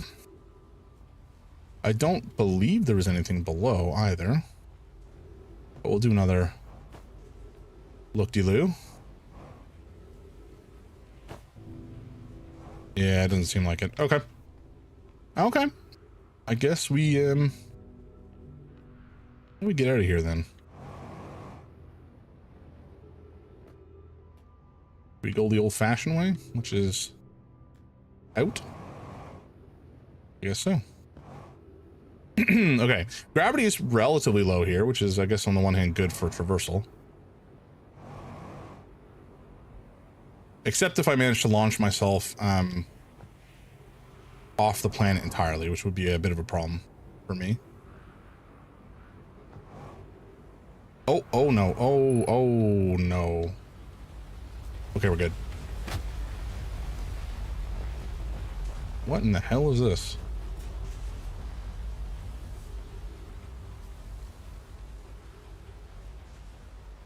Is that pouring down? Oh, flip. Okay. I will invariably fall down there at some point.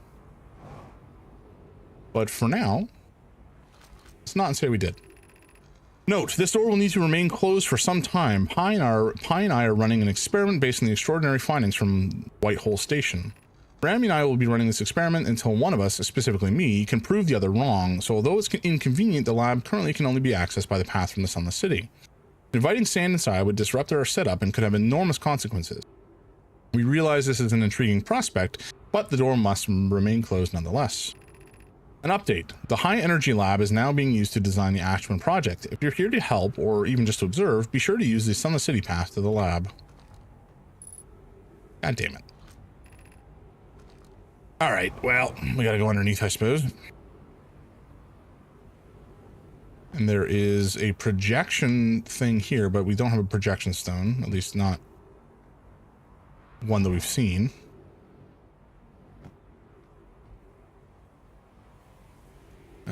We could go beneath, like, oh no. Let's not go that high, okay?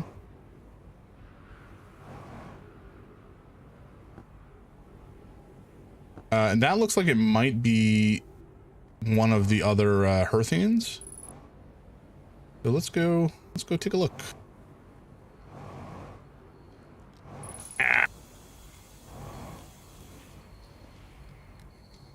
Hey, Chert.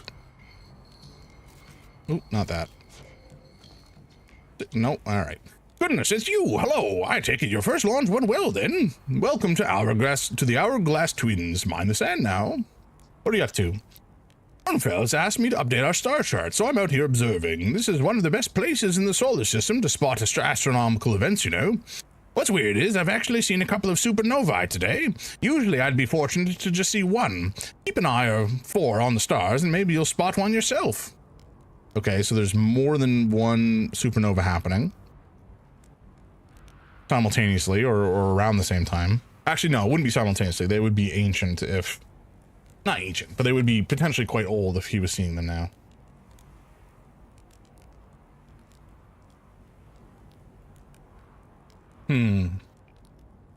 How do I know if I've spotted a supernova? Supernovae look like extra bright stars to the naked eye, but if you zoom in with your signal scope, you can tell they're actually enormous explosions. Massive stars go supernova at the very end of their lifespans, which is why it's so unusual to see 2 in a single day. I wonder if some of these stars are older than we realize. What are you doing out here?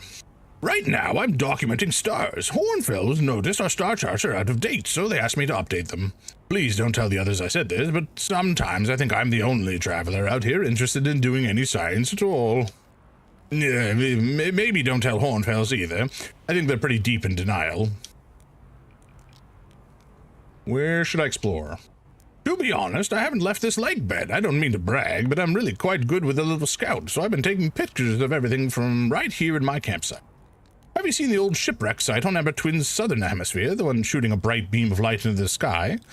It's not one of our crashes, surprisingly enough. This one's a Nomai. Okay, so this is where one of the escape shuttles is, I think. You'll find Nomai ruins across the Twins, but strangely not a single settlement. Believe me, if there was one to see, I'd have seen it with my little scout. Unless it was below the surface? So where do they live? Not on the surface, clearly. The Amber Twin is full of cave systems, though. Maybe the answer lies underground. No kidding. How dangerous is that big column of falling sand? On a scale of 1 to dead, I'd give it a 7 or 8. Awfully pretty, though.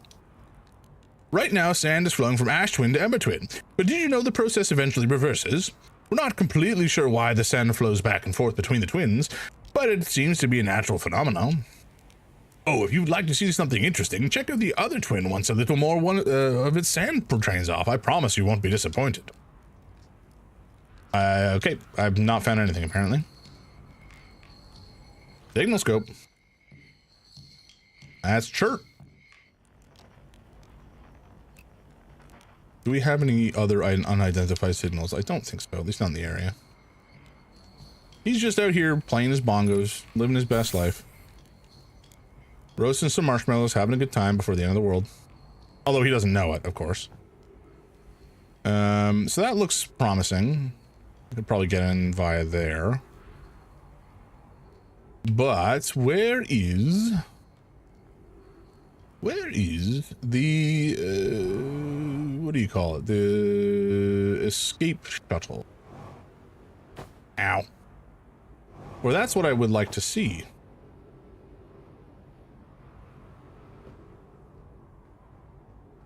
You said there was something about a big beam of light, but we haven't seen one yet. Okay, that's a gravity cannon or something like it. I have to imagine it's probably on the southern hemisphere then.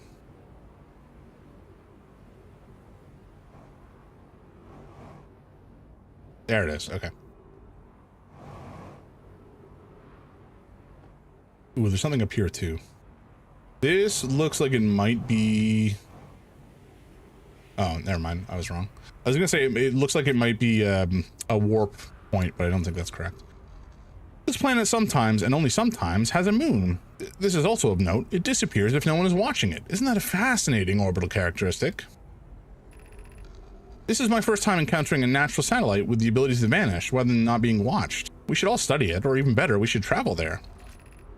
I agree, but our first step would be determining a method to track this phantom moon so that we can always know where it is. Given its reluctance to move while consciously observed, it might be a form of macroscopic quantum mechanics. I found your note, Mellorai. Kindly count me in. Excuse me. Kindly count me among this moon's admirers. What is happening when it disappears? I doubt it ceases to exist. Does it move to another location? I believe so.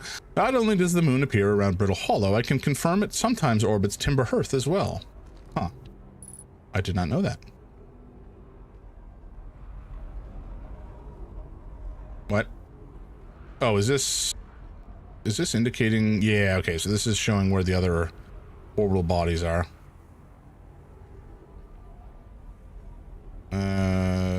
No clue what this is indicating.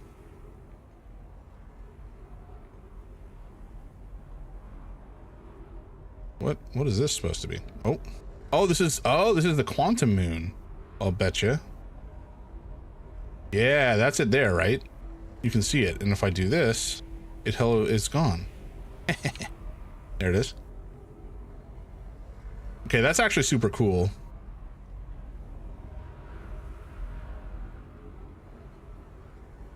So we can use this to find it when we need to. Wait, where is it supposed to be here? I don't see it. Oh, unless that's it itself. You know, let's launch a scout at it. That's not gonna work.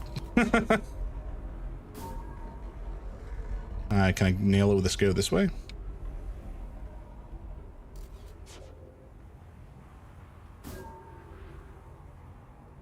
It would be kind of cool if I can get a scout onto it, but I don't know if that's going to work.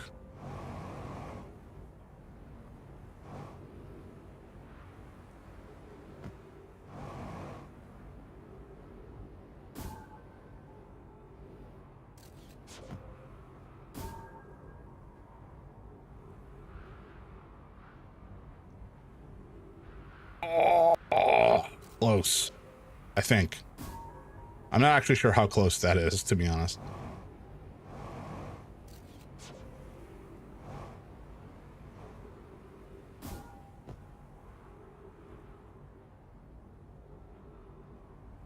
Okay, not that close.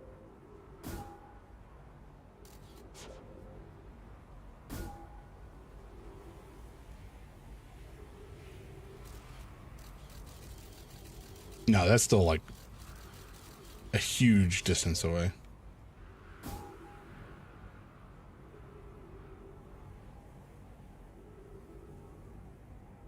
I think maybe I just need to bring my ship on, like, down to the surface here, and then... Yeah, okay. Still, very cool that there is a device to track the moon. The Quantum Laddie. Ooh, this is... Oh, golly. Okay, here is a warp point, for sure. This is a return point, it seems. It's not charged, because nobody has come here yet. But I don't know where it would go to. Maybe that? That's a supernova, though, I think. I don't know. Not terribly important for now.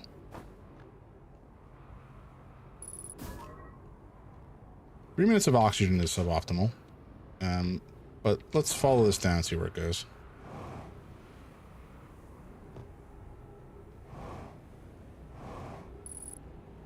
Unidentified signal. Huh? Oh, it's just the distress beacon. Okay.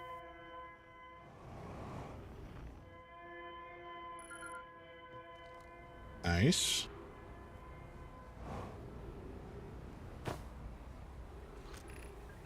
Alrighty. We need status reports for all systems, but initial things first. Is everyone unharmed? Our escape pod's passengers are afraid, but physically well, Anona. Everyone survived the crash. This is a relief, at least. You have my gratitude. Burr, were you able to define the other escape pod's distress signals? I can hear both signals somewhere in the star system, but I don't believe either escape pod crashed on the same planet as us. Yeah, well, we knew all that already.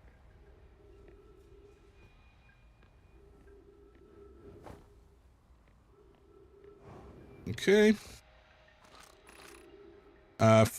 Begin flight log. Escape pod 2. Vessel has been mortally injured. Emergency sequence activated, awaiting departure from vessel. Launching escape pod 3. Now launching escape pod 2. Collision imminent, preparing for impact. Scanning external environment. Scan complete. External temperature is prohibitively high. Verdict: inhospitable. Do not seek shelter on planet surface. That's not a fun bit of information to find out after you've crash landed, I suppose. One also doesn't appear to have like a hatch to get out, which is interesting. Like the other one had one that we could pop off at the bottom, but this one did not. So they crash landed on a inhospitable surface, and then where did they go? They set up the beacon, and that's it. Gotta be something else down here. Looks vaguely promising in that there is a cave, although... Oh, the sand is rising. Oh, no. Oh, no. Oh, no. Well, I was not expecting that.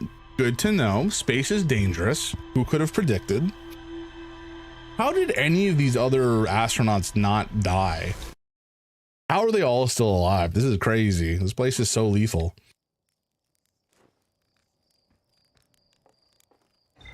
Good golly. All right.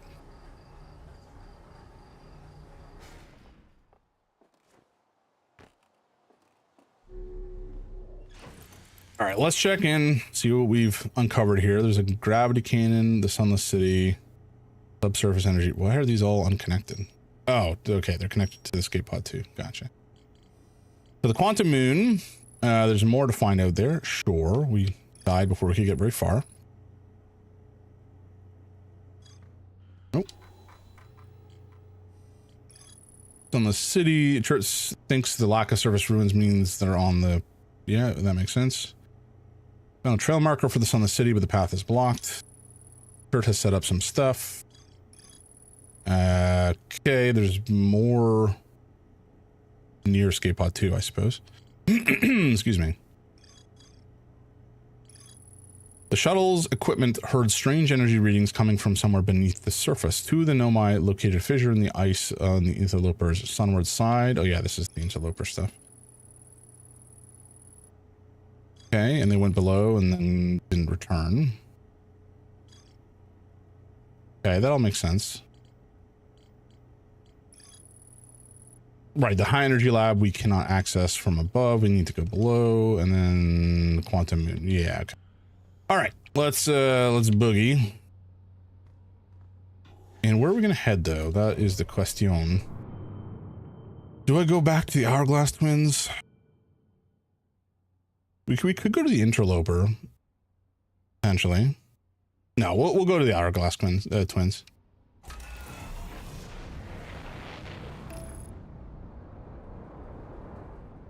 There's a ton left to find on here, I think. Excuse me.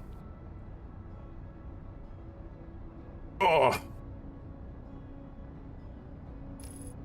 The real question is, which twin do we want to land on? Like, we could land on the Ember Twin or the Ash Twin. I think we land on the Ember Twin to start, because it's the sand levels will kill us eventually. So we need to really get onto the planet before... Oh, flip. Well, we're going to end up in the sun. Nope, we hit the planet. Good. All is intended. All is intended, friends. We are big goddamn heroes.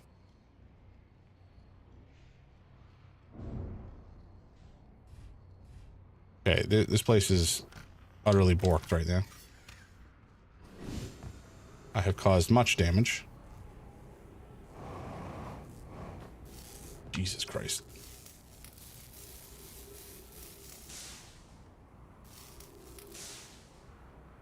Right, are we good? Are you functional? Not entirely functional, but that's fine. I'm okay with it. Yeah, I'm back on Wi-Fi, not buffering every 3 seconds. Hell yeah. Gotta love... Oh my god, are we stuck again? How does this keep happening? All right, we're good. Okay, we're about to fall into a hole.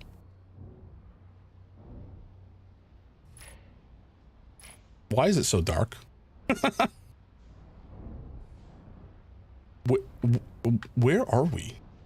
Okay, this may be a short run. I have no clue where we are or what's happening. All right, you know what? Let's just leave. Oh no, the sand is starting. Can we go deeper down this way? We can. I don't know if we want to necessarily.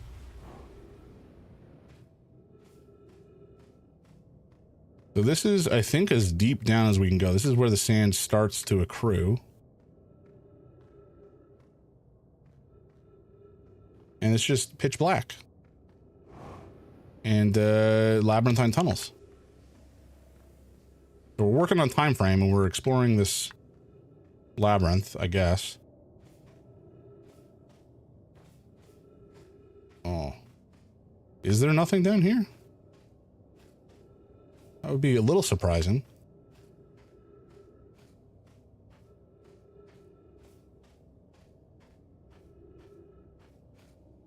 Maybe there's not. Maybe there's nothing in here. That's actually kind of shocking. Oh no, it's building up. Okay, we gotta go. Maybe there is something down there at some point. We just don't have everything we need yet. That makes sense.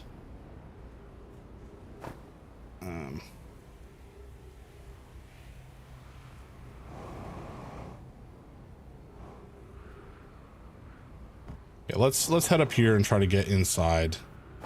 Oh boy, that's on the city. Okay. Yeah, Noble, how is Seattle? How was the move? Everything manage everything okay, or is there still more to do? Okay, this place is... Oh boy, hello. Close.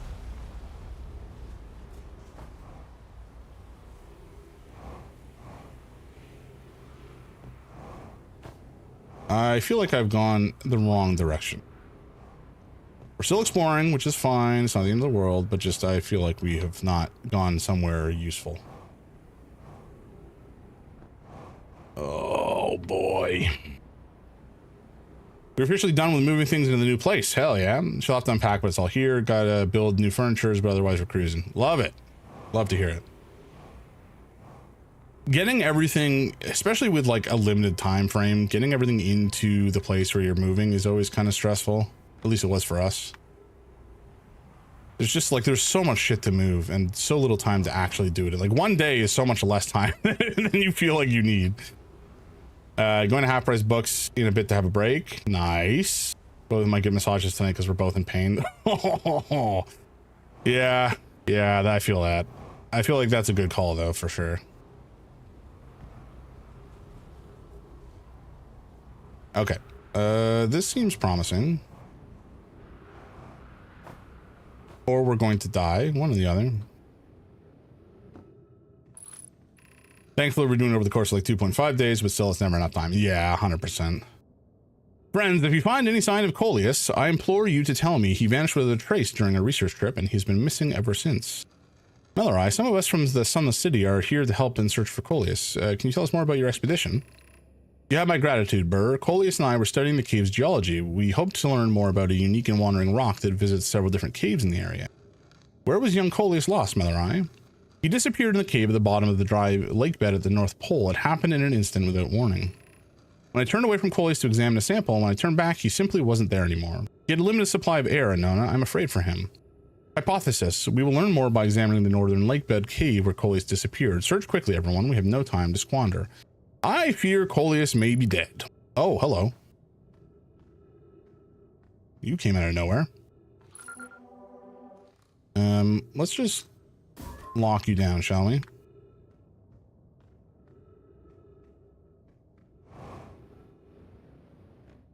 I wonder what happens if I am standing on it and I look up.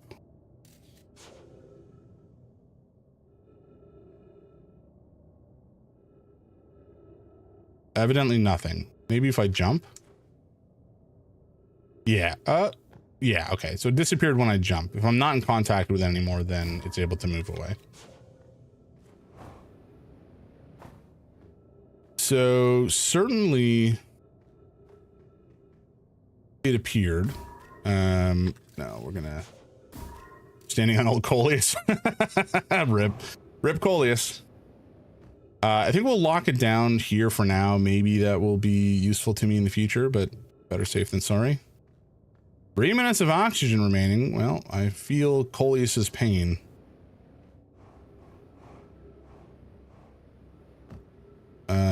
Okay. Oh no. Oh golly. Oh no. I feel my pain. Okay, so but are we on the North Pole? I think this is the North Pole, and this is the old lake bed. But unfortunately, the tunnel we would have explored is full of ash.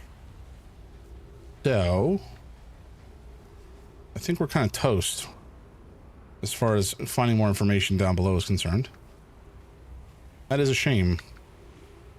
However, I don't want to get fucking squashed by more sand, so I guess we head back up the way we came. Oh, I said up the way we came, thank you. Oh boy, oh boy, oh boy, oh boy. I think we're really running out of time to actually explore the Sunless City.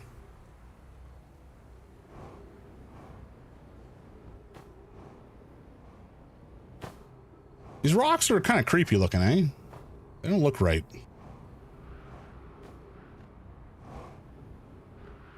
We also don't have much O2 left, which is also bad for us. We haven't really found a source of it down below. Let's actually head up here. Ow. Because maybe this is where we need to go. It seems vaguely related. Well, we put away our thing. That's unfortunate. Coleus is missing. He vanished from the lake bed cave, the one at the bottom. Oh, hello. Bottom of the dry lake bed several days ago, and we're unable to find any trace of him. I don't know how much air he had when he disappeared. I beg any friend reading this, help us recover Coleus. This rock is very familiar. Did you travel here, my sedimentary friends? Because your unique color and texture appears identical to a rock I met earlier. Wasn't the same rock fragment in the cave we found at the bottom of the dry lake bed? At the North Pole? We plan to re-examine the northern lake bed cave. Maybe our friendly rock will meet us down. An update. Melori and I went back to the lake bed cave and observed this rock again. Sometimes it's there, sometimes it isn't. That means this rock wanders like the moon. Yeah, we're gonna die. Probably. We're out of fuel. We only have O2, and we have very little of it.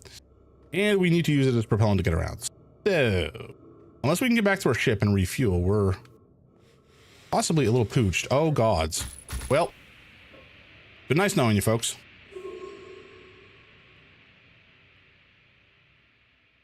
Very good.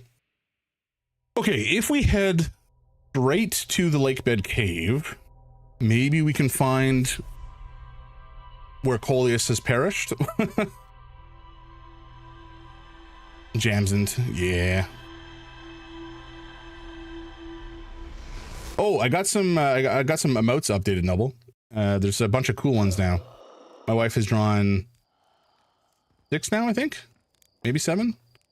No, 7 or 8, one or the other. But they look awesome. Merlin knife is so funny to me. Frankly, it's an inside joke. When he was a kitten, when we first got him, one of the things that he did was pick up a small knife and run around with it, and we had to you know that video of a kid running around a pool, and one woman's like, "What do you got there?" And he's like, "A knife," and she's like, "No." That was the energy of that particular incident here. Fortunately, he did not cut himself, nor did he cut anybody else, but it was touch and go for a moment. Why he gravitated towards the knife, I could not tell you, but he did. All right, let's get motoring. That's exactly what I thought of when I saw that emote. Excellent. I'm glad to hear it. That means that it's reading the way that it is expected to read. All right, right to Ash Twin. Here we go.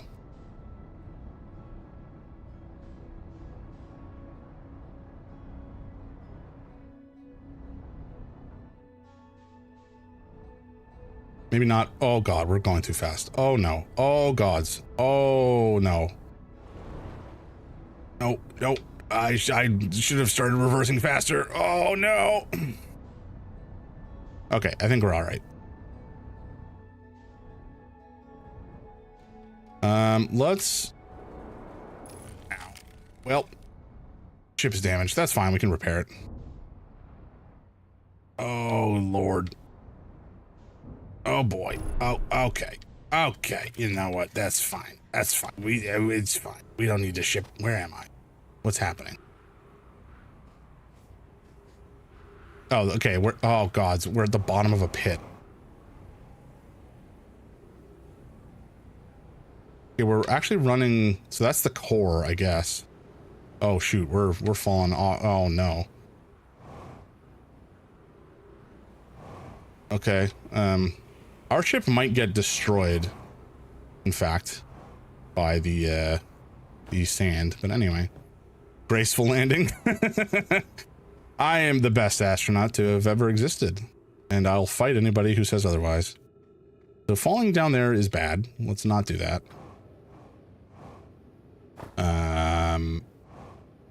Where was the north? Oh boy. Oh boy. We're gonna do it again, aren't we? Lake bed cave. I think at the bottom of here there was something we wanted. Yes. Okay. Nice. So this is the lake bed cave, I think. And sand is coming down here. And I think Coleus got lost down here.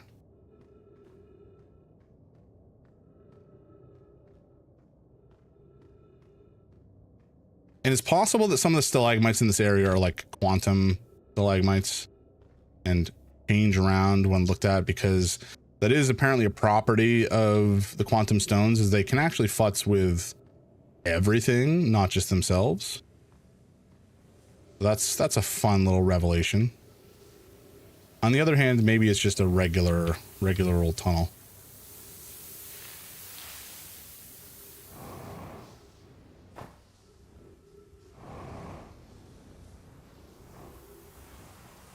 Okay, this is sand coming in.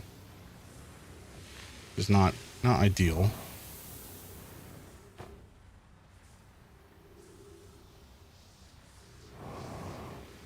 I don't know if I've gone through the cave to a point that is not helpful. This seems vaguely interesting, though.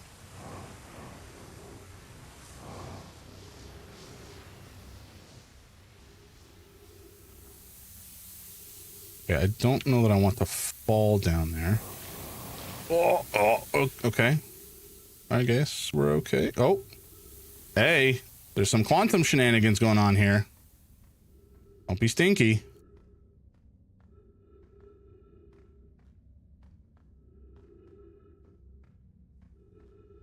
Wait, what? Oh, hello. Jump scared by cactus.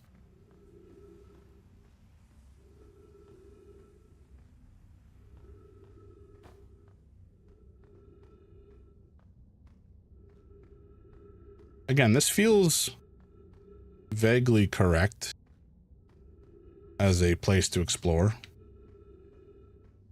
But there's a lot of caves down here, so I'm not really sure what I'm looking for. Wow, I think this is back out the way we just came in, unfortunately. Oh, the stalactites are changing too. God damn it. I knew that they could do that. Oh, boy.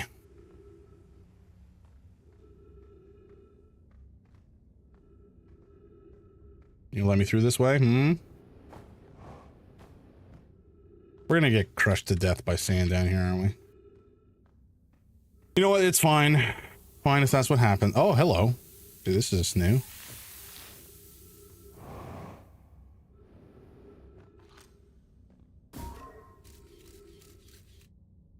Okay, well, we did find some oxygen, which is good. Hey, corpses! That's, I mean, not good, but like possibly useful. If you've come here to look for Coleus, this is where we were when he vanished. He's been missing for 2 days now. Your strange wandering rock friend is here, though Coleus isn't. Coleus and I observed this unusual looking rock shard and several smaller rocks in at least 2 other caverns. I'm unsure if this is relevant. What happened before Coleus disappeared? We were examining the different rocks. I recall Coleus standing on the largest one. I was taking notes, and then my lantern died. When I lit it again, Coleus and the rock were both gone. See, that's what I tried to do.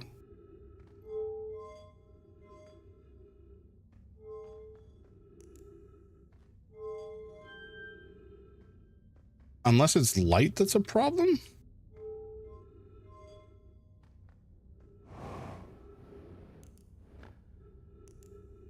Okay, well, it is light that's a problem. Alrighty. That's fun. Okay, that's so cool. I love it.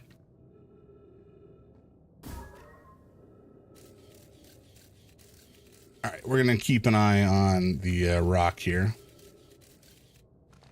Fine. I think this one we may have read already, but just to be sure. Friends, if you find any sign of Coleus, blah, blah, blah. On the city, gratitude, nonsense.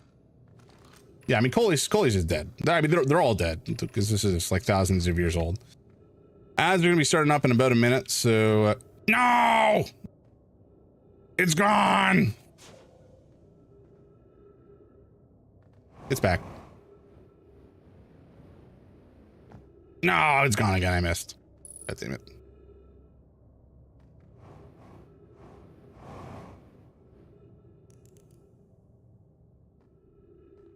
Okay, so this has taught me a lot actually about how these these quantum boys work. Light is extremely relevant. Have I read this one already? Maybe? Rock seems very familiar. Yeah, okay, we did read this one. Okay, there was actually another one that operated like this. Where was that? Oh golly, there was another flat one like this. Where was it?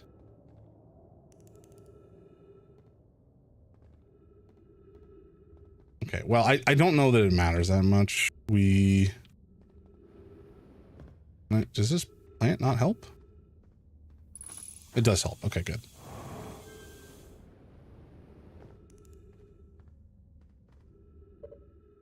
All right, folks, we have ads, so we're just gonna chill for a bit. I love how this game has been just revealing little bits of, both lore and like physical properties, simulated physical properties of the world and how the game universe itself operates. Like exploring that and uncovering and unpuzzling how physics essentially works within the game world is so interesting. I was talking about this earlier, but Metroidvania is as a general genre or subgenre, I find very fascinating. I think they require the game design for a Metroidvania is very tricky because like where in a Metroidvania you are limited specifically by the abilities that you have. You want in a Metroidvania the way that the mechanisms of the game to work to be obscure enough or opaque enough that you can't just figure them out by randomly doing things. Like brute forcing a Metroidvania game isn't something you should be able to do easily. It technically is possible, but you kind of want the mechanisms to be complex enough that you can't brute force it and allow you to unveil how the game works over time, piecemeal. I didn't see your message there, Noble. Let's go to hygiene box and then consume nutrients. Very good, very good. But you want to be able to peel back those layers slowly so that the player, understands the game naturally over time, organically as a part of playing the game. And then later have these revelations where like, oh my God, I can do that. That's how that works. I just think that's so fun. It's just like, it's a type of revelation that means you really can't play a game the same way anyways, more than once. And certainly there's games that do this via story. They explain, when there's a twist. It's basically a twist, but it's not a narrative twist. It's a gameplay twist. And it kind of can completely change how you approach playing a game when you have this new understanding. It's like, this Einstein on this enlightenment that you feel when you grok how something actually works. I think it's just a fascinating way to design a game.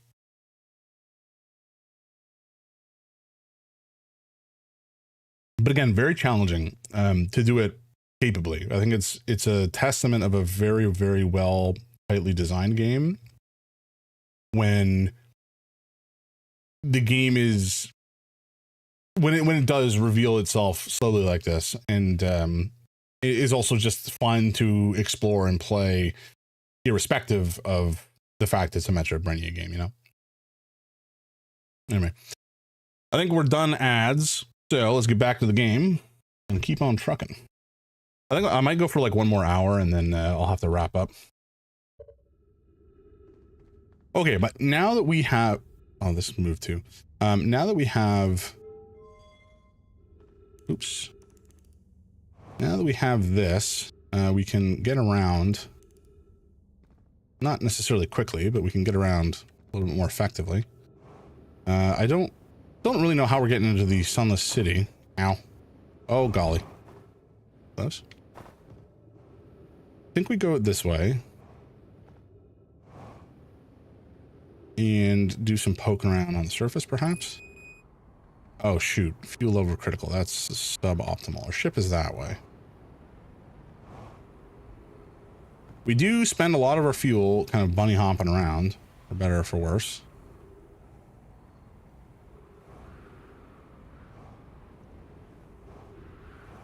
And it does let us go pretty quickly. Oh, here it is. Okay. It's actually not as far down as I thought. Very nice. And fortunately, the sand is not buried. It just sits on top of the sand and goes up over time. Convenient.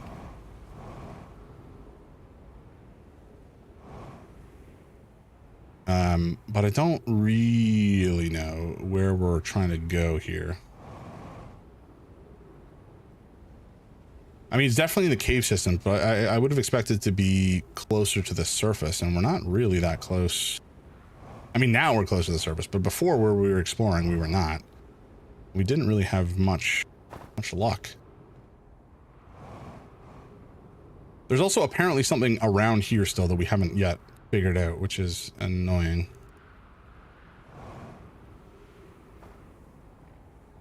Or not so much figured out, but just there was more to read somewhere, apparently. There didn't appear to be anything else. Unless there was something in here that I missed. No. Yeah, we read all these. Oh, there was a... how did I manage that? Unless... Oh, maybe it was covered in sand previously. Hey, Killer Ducky, welcome in, man. How you doing? Oh, thank you. Thank you. That would have been annoying had it gone on too long. Okay, so we've made it out of the... Thank you so much for that, Killer Ducky. I appreciate it. We've made it out of the underground, and now we're back at the escape pod, looking at some additional writing. The heat from the star system's sun is more bearable below the surface. When our escape pod punctured the planet's surface, it broke into what scans show as a cave system with much cooler air. I would recommend we seek a site down there to build a long-term shelter, Nona, but these passages are a maze. Even with this danger, there's still our best chance for survival. We'll form teams and descend into the caves to look for a shelter site. We can mark our findings on the walls to avoid becoming irreversibly lost. Be cautious, everyone. And be aware of the sand as you search. It appears to be gradually rising. Yeah. Suboptimal. Emergency escape hatch. Yeah, okay. Keep moving, friends. There is nothing of interest at the end of this passage but rocks. And while these rocks are interesting, they can wait until a less urgent time. Do not follow this tunnel to its end. Coleus and I will examine the horror that lies at its terminus later, provided we live through this. Oh boy. Horror.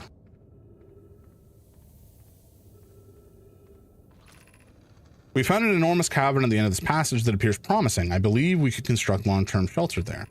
The cavern Millerai has found is a wise choice for shelter. Could one of you mark directions for the others to follow? The site, this is the start of the path to the shelter site. I've left directions to guide you there. Of note, we must hurry as the pathway there is filling with sand. Do not allow yourself to be buried by sand to make sure no one is lost. Of note, this passage leads to breathable air. Refill your supply tank there. We cannot tell how far or deep these tunnels may wind, but do not linger as the area is exposed to the heat of this alien sun. Okay, so we want to go this way. And hopefully not get buried by sand. Though we may be too late for that. Sand is rising rather quickly. Oh, hello. Okay. Hatch that up, shall we?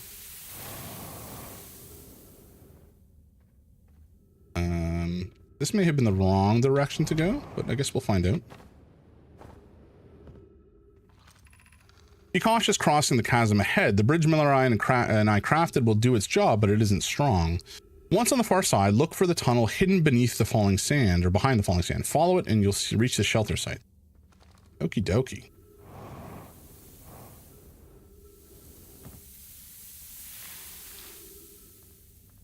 Very good. You're doing well. There's only a little farther left to go now until you reach the shelter site. You can rest here. There. Hurry before the sand comes. Oh, hopefully up here, maybe? Ah, guys. Alrighty. Hell yeah. Wait, where does this go?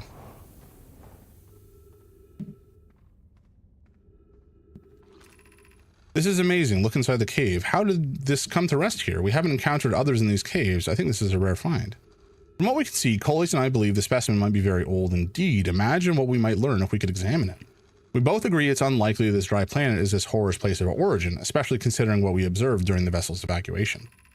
Clearly, this hole is too small for it to have fit through here. Hypothesis. There is another entrance to this cave. If there is, Coles and I will find it. We can't leave valuable information undiscovered. An update. We need to find a way inside quickly, Miller Eye, because when I returned here to search for an entrance to the cave, there were children playing on the specimen. Woo! That's a big boy. That's terrifying. Let's not say we did. Okay, let's get in here. Can I close this behind me? I can. Okay, let's do so we don't get drowned by sand. Anglerfish fossil overlook.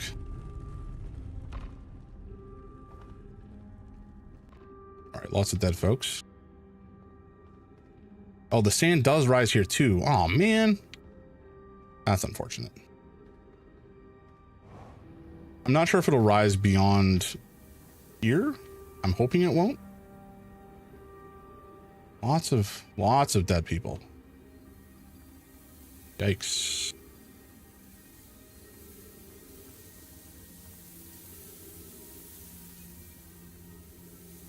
Lots of dead folks and no writing so far. Oh no, the sand is rising. Oh, there's writing in there. Oh. I think it does get sucked back out on the other end of the cycle, but I don't know if I'm going to survive that point.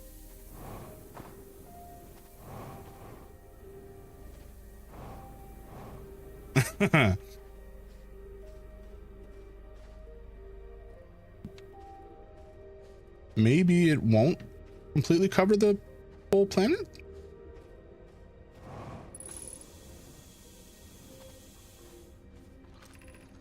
Do we build the sun station to power the Ashland project? I almost can't comprehend this as being suggested seriously. The purpose of the sun station goes against every standard we hold ourselves to and everything we believe in as a species. Unsurprisingly, I disagree. We're pushing a possible new technology further than ever before. That, in my experience, is the defining characteristic of our species. Are there other ways to generate this level of power? Theoretically, yes. Practically, no. I can't imagine discovering them in our lifetime. No! Coles, if we fail, and the probability of this is not insignificant, we will, without question, destroy ourselves, all life here, and the rest of the star system. I wish to protect these species. The potential annihilation of an entire star system is too severe a cost. We shouldn't build the sun station, no matter how badly we want the knowledge that comes with it. And yet, I think that they did build the sun station, because there is a station around the sun.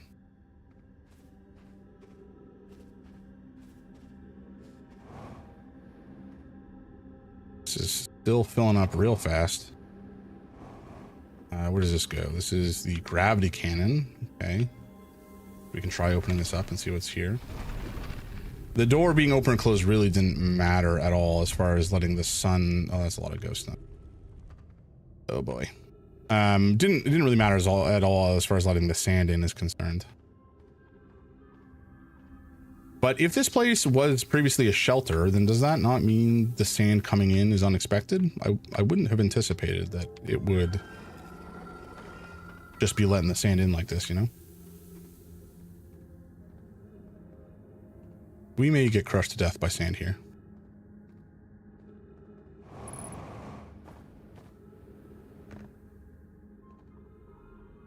We made it out. Though I didn't see a way up inside. Ow. Might I go up here, sir? No. Alright, fair enough. Take a run at it again. Okay, nice. Did the eye deliberately call out to us by sending the signal, or did we hear the signal by coincidence? Perhaps the eye wanted to be found. Could it be sentient? Maybe it chose us. Does the eye desire something from us? Could it need us in some way? Maybe it doesn't have to be us. We could be seeing meaning where there is none. Suppose the signal was produced incidentally. Does that mean the eye is any less important, though? All important questions, all interesting questions, but ultimately, no clue. Is the eye natural or is it artificial? Maybe someone built it. The eye is older than the universe itself. How could something exist before its creator? It could be naturally occurring, though this doesn't answer how the eye could be as old as it is. Very good. Doesn't look like we can get out through there, which is, well, maybe not fine, but is what it is.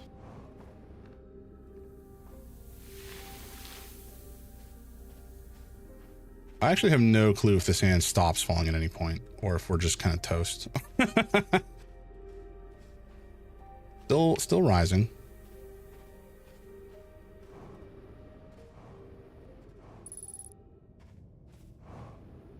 Ghost matter detected. Ow. All right. Well, the sun is probably going to blow up any second now, so it's fine. Yeah, this is fine.jpg. Yeah, exactly. What is up here? Is this what's his name? Oh, you actually got it out, so it is fine. Yeah, this time, shockingly. Oh, this was the the quantum moon detector. So currently it's over there. You can see it. But it's not really going to do us much good at this point in time. Oh, there's a couple things over here. Turt's research notes. Property of Turt. Clearly the Nomai were making astronomical observations here. They chose an excellent spot. What is this big rotating device for? What was it the Nomai were observing? I'd posit there's something special about the orange symbol in that device. HAL and the new astronaut's translator tool would be nice to have handy right about now. Yep. Is there anywhere we can plunk this though? I didn't. Oh, there's one. I was gonna say we need a wall to slot this into.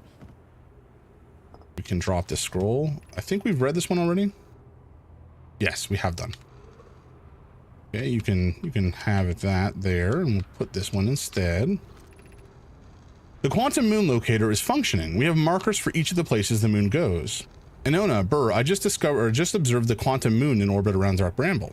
I added a marker for Dark Bramble.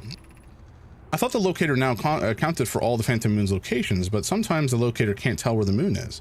Perhaps there's a problem with the device. It's also possible there exists a sixth place in the solar star system to which the Phantom Moon travels. You have keen eyes, my friend, so this moon travels to a total of 5 locations, not 4.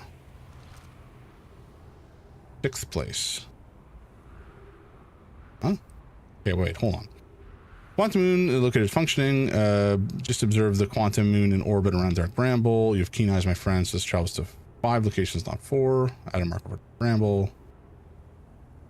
The locator. Okay, so basically they're saying there is a sixth place that it seems to travel to.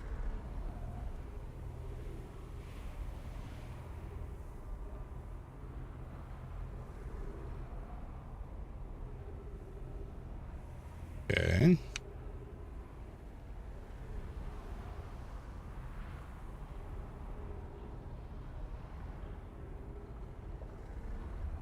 One, 2, 3, 4. 4? What? Am I dumb? 1, 2, 3, 4. Oh, and then here, I suppose. Interesting. We'd have to get on to the quantum moon to actually, you know, figure that out, but certainly some interesting information. Oh, Geyser. I don't know if the sand is still rising. Actually, it doesn't matter. The sun's exploding.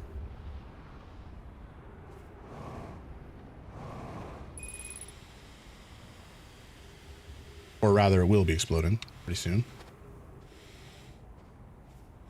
Or maybe we'll suffocate first. The ship is very buried, so we're not getting back to it that way.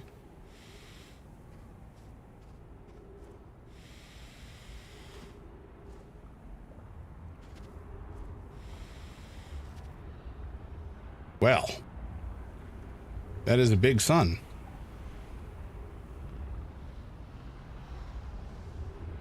Very big.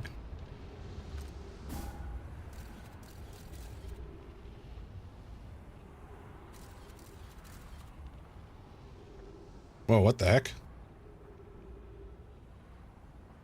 What is this thing? Oh, is this the other? Oh, that must be the other twin. So, was it built to fire the stand over here? Pretty wild. Wait, where'd the sun go? I guess we're on the... Oh, there it is. It is very big.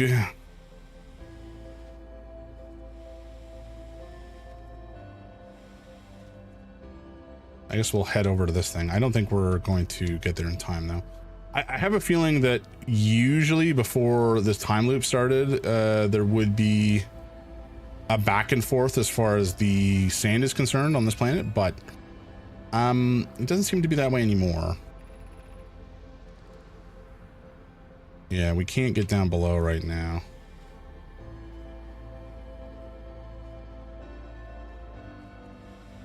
All right, we had a little bit more time than I expected for this loop.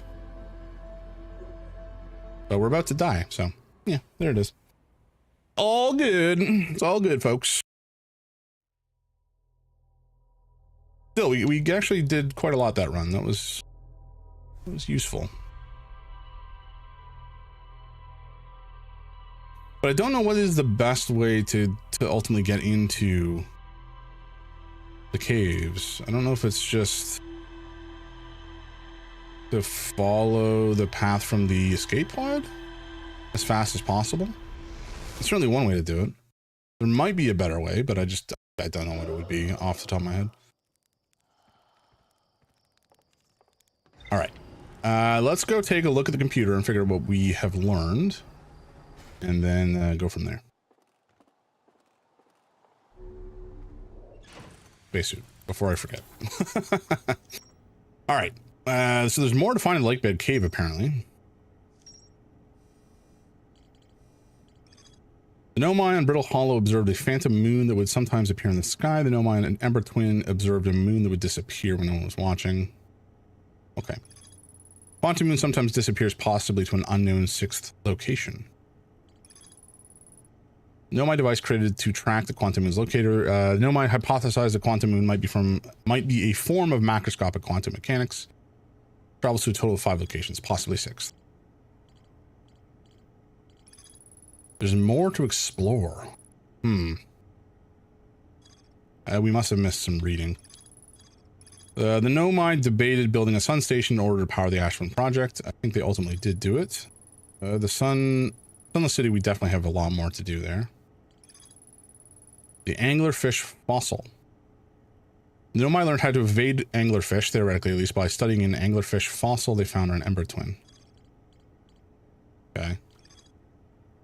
More to explore in the Hanging City. Yep, we definitely have a lot to do there. Okay. Let's head back to Ember Twin and see what we can find.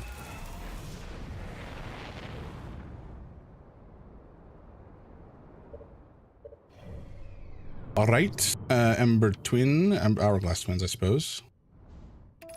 Autopilot.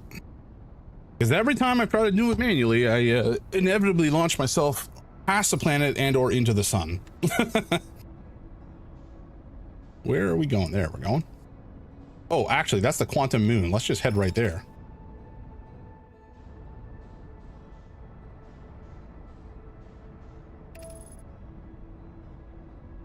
And we can't let it out of our sight, because otherwise we will lose it. Please do not go into the sun. Please. Oh my God. Are you kidding me? Please. Oh, why? It was right there. How do we go so fast? God damn it. Ugh. Every time. All right, whatever. It's fine. Base is a real asshole sometimes, I gotta say.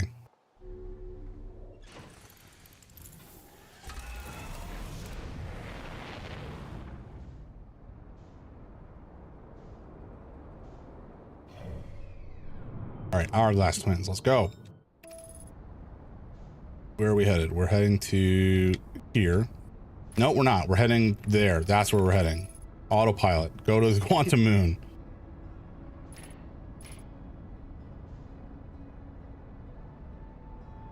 And we're going to land on this sucker, and it's not going to be lost. Please, for the love of God.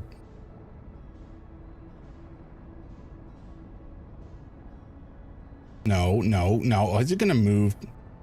Okay, no, it's not. Good. It's going to be very sad. Oh, Jesus. What? Okay, well, we went right through it. So I guess that's just how it is.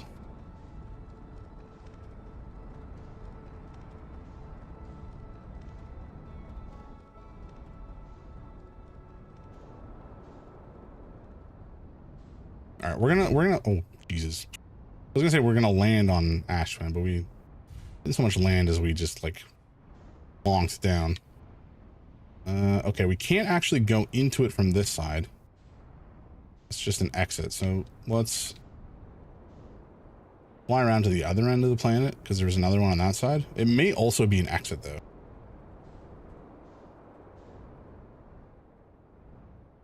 It is, unless that was the same one, but I don't think so.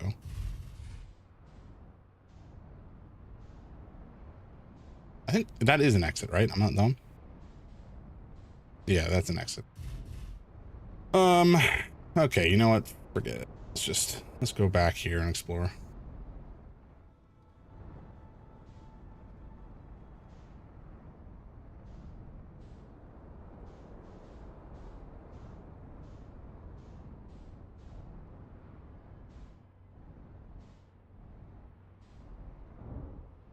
Okay. We got a boogie because we got a limited time frame to work on or work with. All right, come on. Get motoring. I think we needed to go this direction.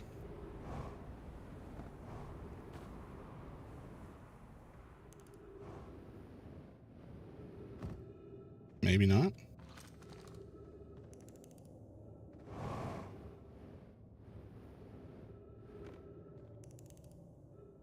Where is this?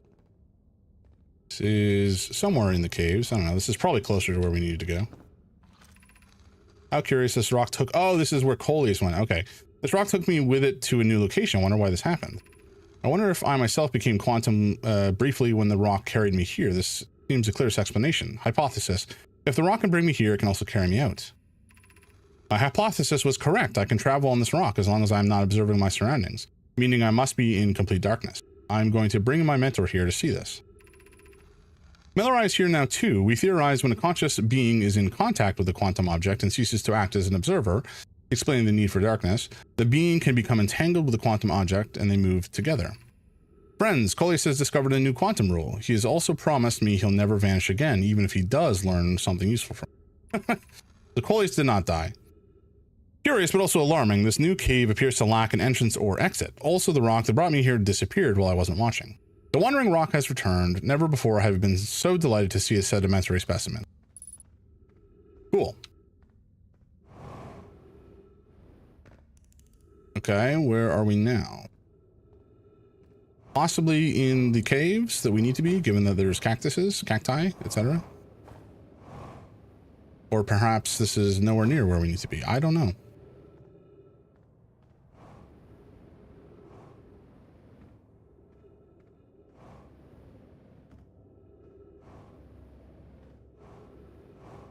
I think that there is a cave with a rock, where the Wandering Rock goes, one of the Quantum Shard, that is closer to the Sunless City. So I'm gonna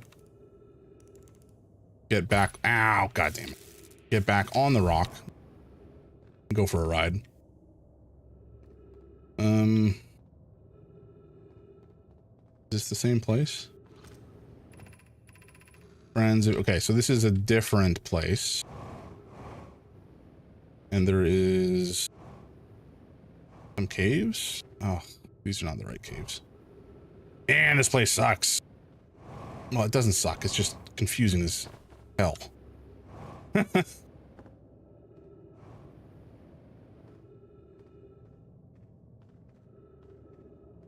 Yeah.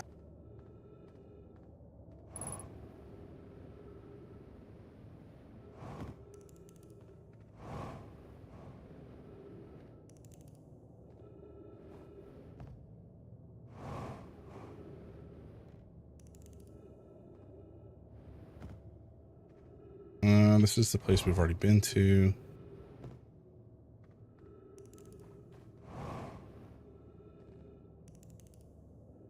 Have we been here yet? Is this the cave that Coley's got stuck in? I think it is. Yeah, it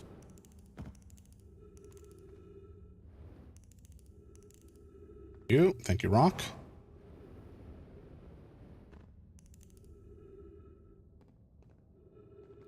Okay, maybe it is through here. I don't know.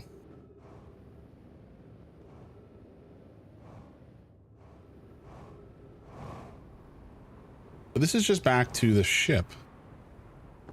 Oh, unless maybe it was inside the escape hatch that we had to go. Yeah.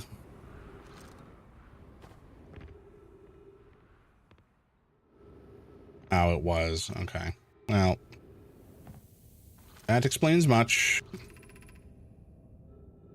Oh, so this, okay, you know what? While we're here, let's go this way, because I think this is to the anglerfish.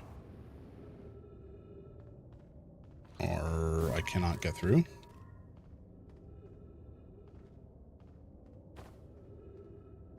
Okay, maybe there's got to be another way through. I just really is not this path, I guess. Annoying. Annoying. Okay, it is this way. And we've got a fair amount of time because the sand has not gotten that high up yet. But still, we don't have infinite time. Oh, and we have low fuel.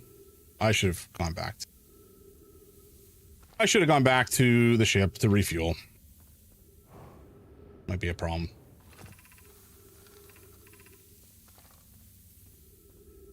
Okay, so I think we have to go... Is it through here? Oh boy, we're gonna get lost. Because last time there was a bunch of sand, which was keeping us from... Oh, I think it's over there. Maybe. Oh, bollocks. I think we're in trouble. I think we might be in trouble.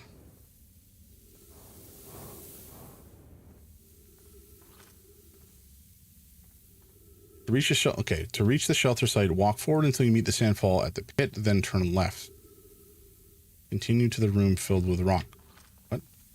Continue to the room filled with rock column formations and climb upward through the opening above them. Oh, okay.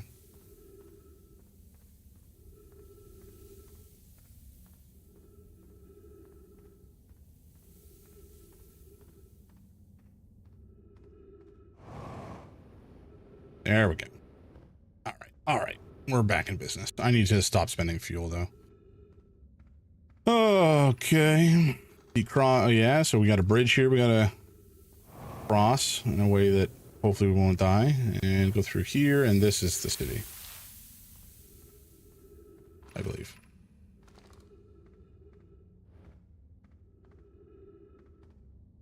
Oh, shoot. Can we make it? We can. Nice. Okay. Very good. Get into the city, and then hopefully we can do some material learning before we get all drowned in sand. Oh, and we need oxygen. Oh my god.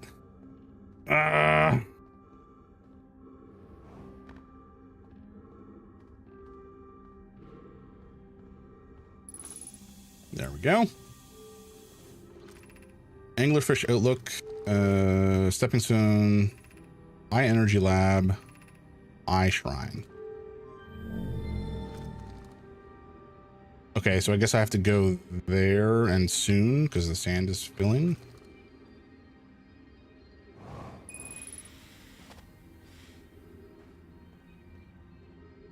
Man, how do they survive in here if this place filled with sand constantly? Maybe it didn't. You know, maybe it didn't, and this is a result of the ash twin nonsense. I don't know.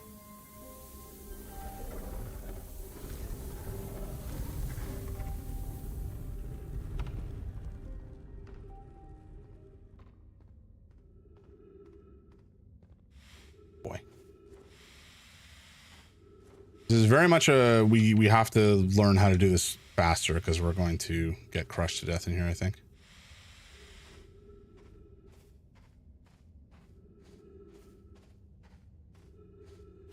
Oh yeah. Oh yeah, big time.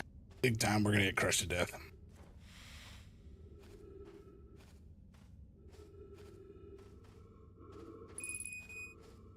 Yes, yes, I know my fuel is low, I get it.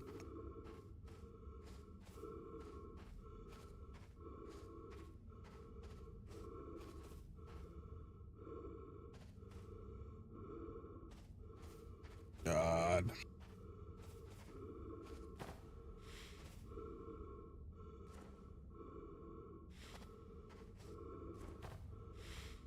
Okay. Where is this taking me? Is this outside? Is this inside? What is happening? What is this? Taggart, are we playing the fossil fish game tonight? I fed the fossil fish a new I fed the fossil fish a new lantern. If you go to the Stepping Stone Cave, the entrance to the fossil fish cave is easy to see now. Gratitude, Solanum. It's good you're small enough to climb in through the hole of the anglerfish overlook. I'm still small enough. You won't be for long. Mom and Dad are tall, so you and I will be too. This is the writing of children, which is why it's all scrappy and messy. It's kind of a bummer. But we're about to die. There we go. There we go.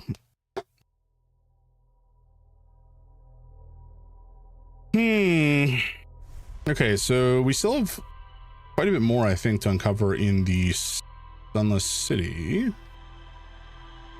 The Sunless City and the other one, the Hanging City. Those are the two major Nomai cities, it seems. And both of them are kind of a pain in the ass to navigate. And we have a limited time to do both. One, because the Hanging City is literally falling apart. And the other because it's being drowned in sand. It's very annoying. Entrance from Stepping Stone Cave is hard to see unless the anglerfish is fed a light first. Okay, so we gotta throw a scout into the anglerfish's mouth, and that should make it easier to find. No mind named Coleus was standing, blah blah blah. This is just talking about Coleus and Melerai figuring out the quantum rule.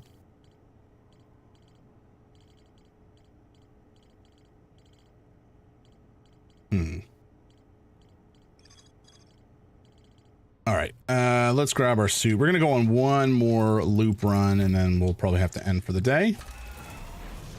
What is my goal? I want to get into the Sunless City. The high energy lab is something we need to deal with at some point. We're gonna go straight to Ash Twin, or well, actually, we kind of want to go to Ember Twin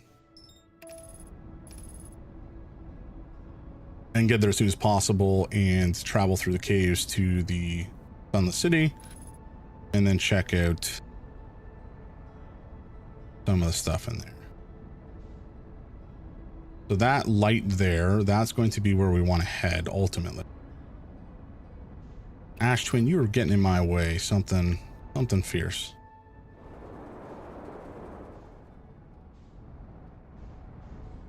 Oh boy. Bumpy landing time. Okay.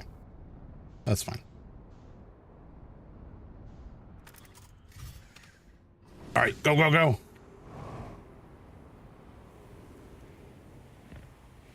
Okay. So we're really gonna run as fast as we can to get to get down to where we need to go, because otherwise I don't think we're gonna make it. I think it was this way.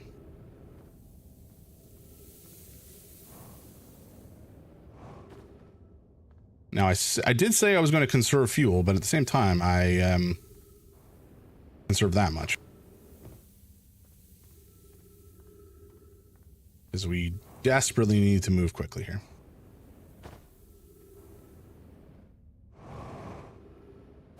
I think our pace is pretty good though. I think we've made it here almost as fast as could be expected. Fingers crossed.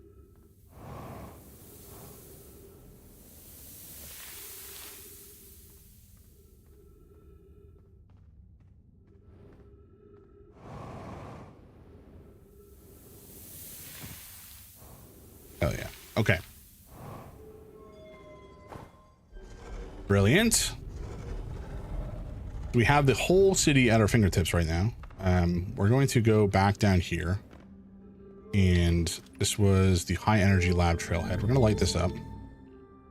But I don't know if we have to go all the way down to the bottom for this one or what? Ow. Ah, bollocks. Okay, you know what? Let's get this ball rolling first, and then what does this say? High energy lab. Hell yeah. Okay, this is where we wanted to go. Love it.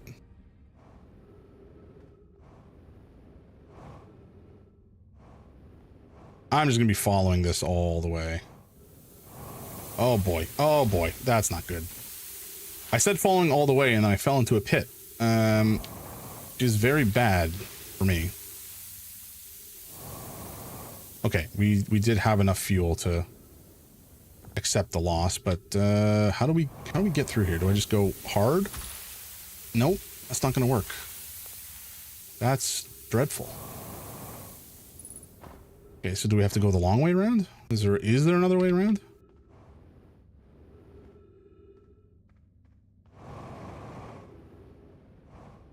Maybe?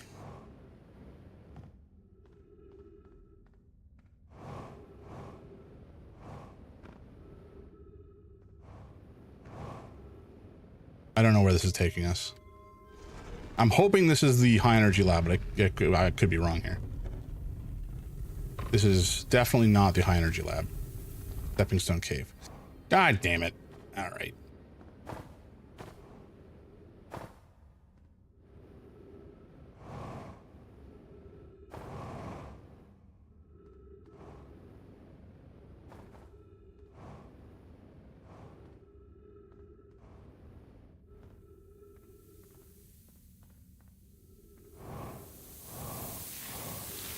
No, okay, so we can't get past this friggin' sand here. At least not from this angle. So okay, let's try going this way again and see if we can, you know, make some progress here. Boy. I really don't know what our option is to get through there then.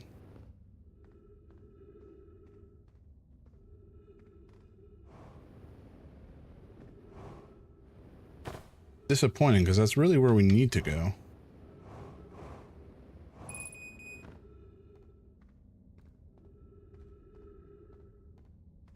We also do need to get to the anglerfish, so it's just there's like a whole bunch of nonsense that we're trying to do all at the same time. This is suboptimal.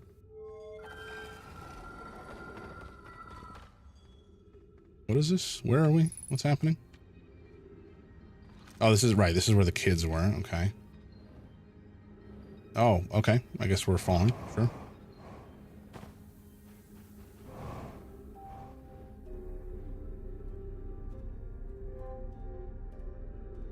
Okay. Is there anything of use in here?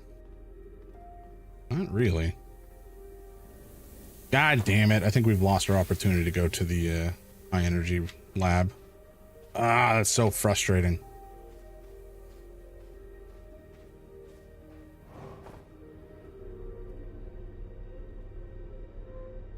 I don't know. Okay, there must be either a way around a way around the sand or a way to get through the sand. I don't know which. But it's very obnoxious.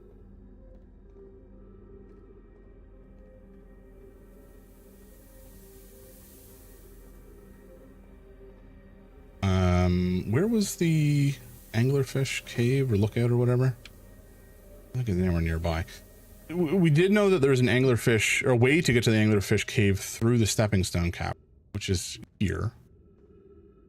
But I don't know if we're going to be able to find it easily without the light. I mean, it'll definitely potentially be findable. It just will be a little bit more obnoxious to find, perhaps. Although it may not be possible to find anymore. Oh boy. Well, we're just gonna die. It's fine. It's fine. We had a run. It didn't go well. Oh boy. Okay. I think that's gonna be the last run for this weekend. We will pick this up next Saturday. Because I'm still loving this game. This part is kind of frustrating. Just the time limit is prohibitive. It's not prohibitive. It's just clearly there's a way to handle it. I'm just not handling it in the appropriate way right now, it seems. Okay. Well, that's going to be it for us today. Thank you all for hanging out. This has been a lot of fun. For folks out there, Rich, thank you so much for subscribing. That was completely unnecessary, but I do appreciate it. Although I acknowledge the ads are very obnoxious, so getting around that is always nice. Killer Ducky, thank you for reminding me to change the scene. That would have been disastrous had I not remembered to change it back, or had I not changed it back. The recording would be totally shot. And I'll see you next time. I'll be back on Tuesday night. We'll continue playing Resident Evil Requiem. I think we're either just over halfway or maybe 2/3 of the way done with the game. I think. Maybe. I don't really know. But the Leon part is full on action, so we're rocking it now. And we'll keep playing that until we're done, I think, and then we'll switch back to Esoteric Ebb. So I'll see you all Tuesday night. Have a great weekend. Have a great Easter dinner if you're having that with family. If you're just kind of hanging out, then have a great weekend anyway, and I'll catch you next time. Kick and YouTube, I'll see you around, and Twitch, hang out.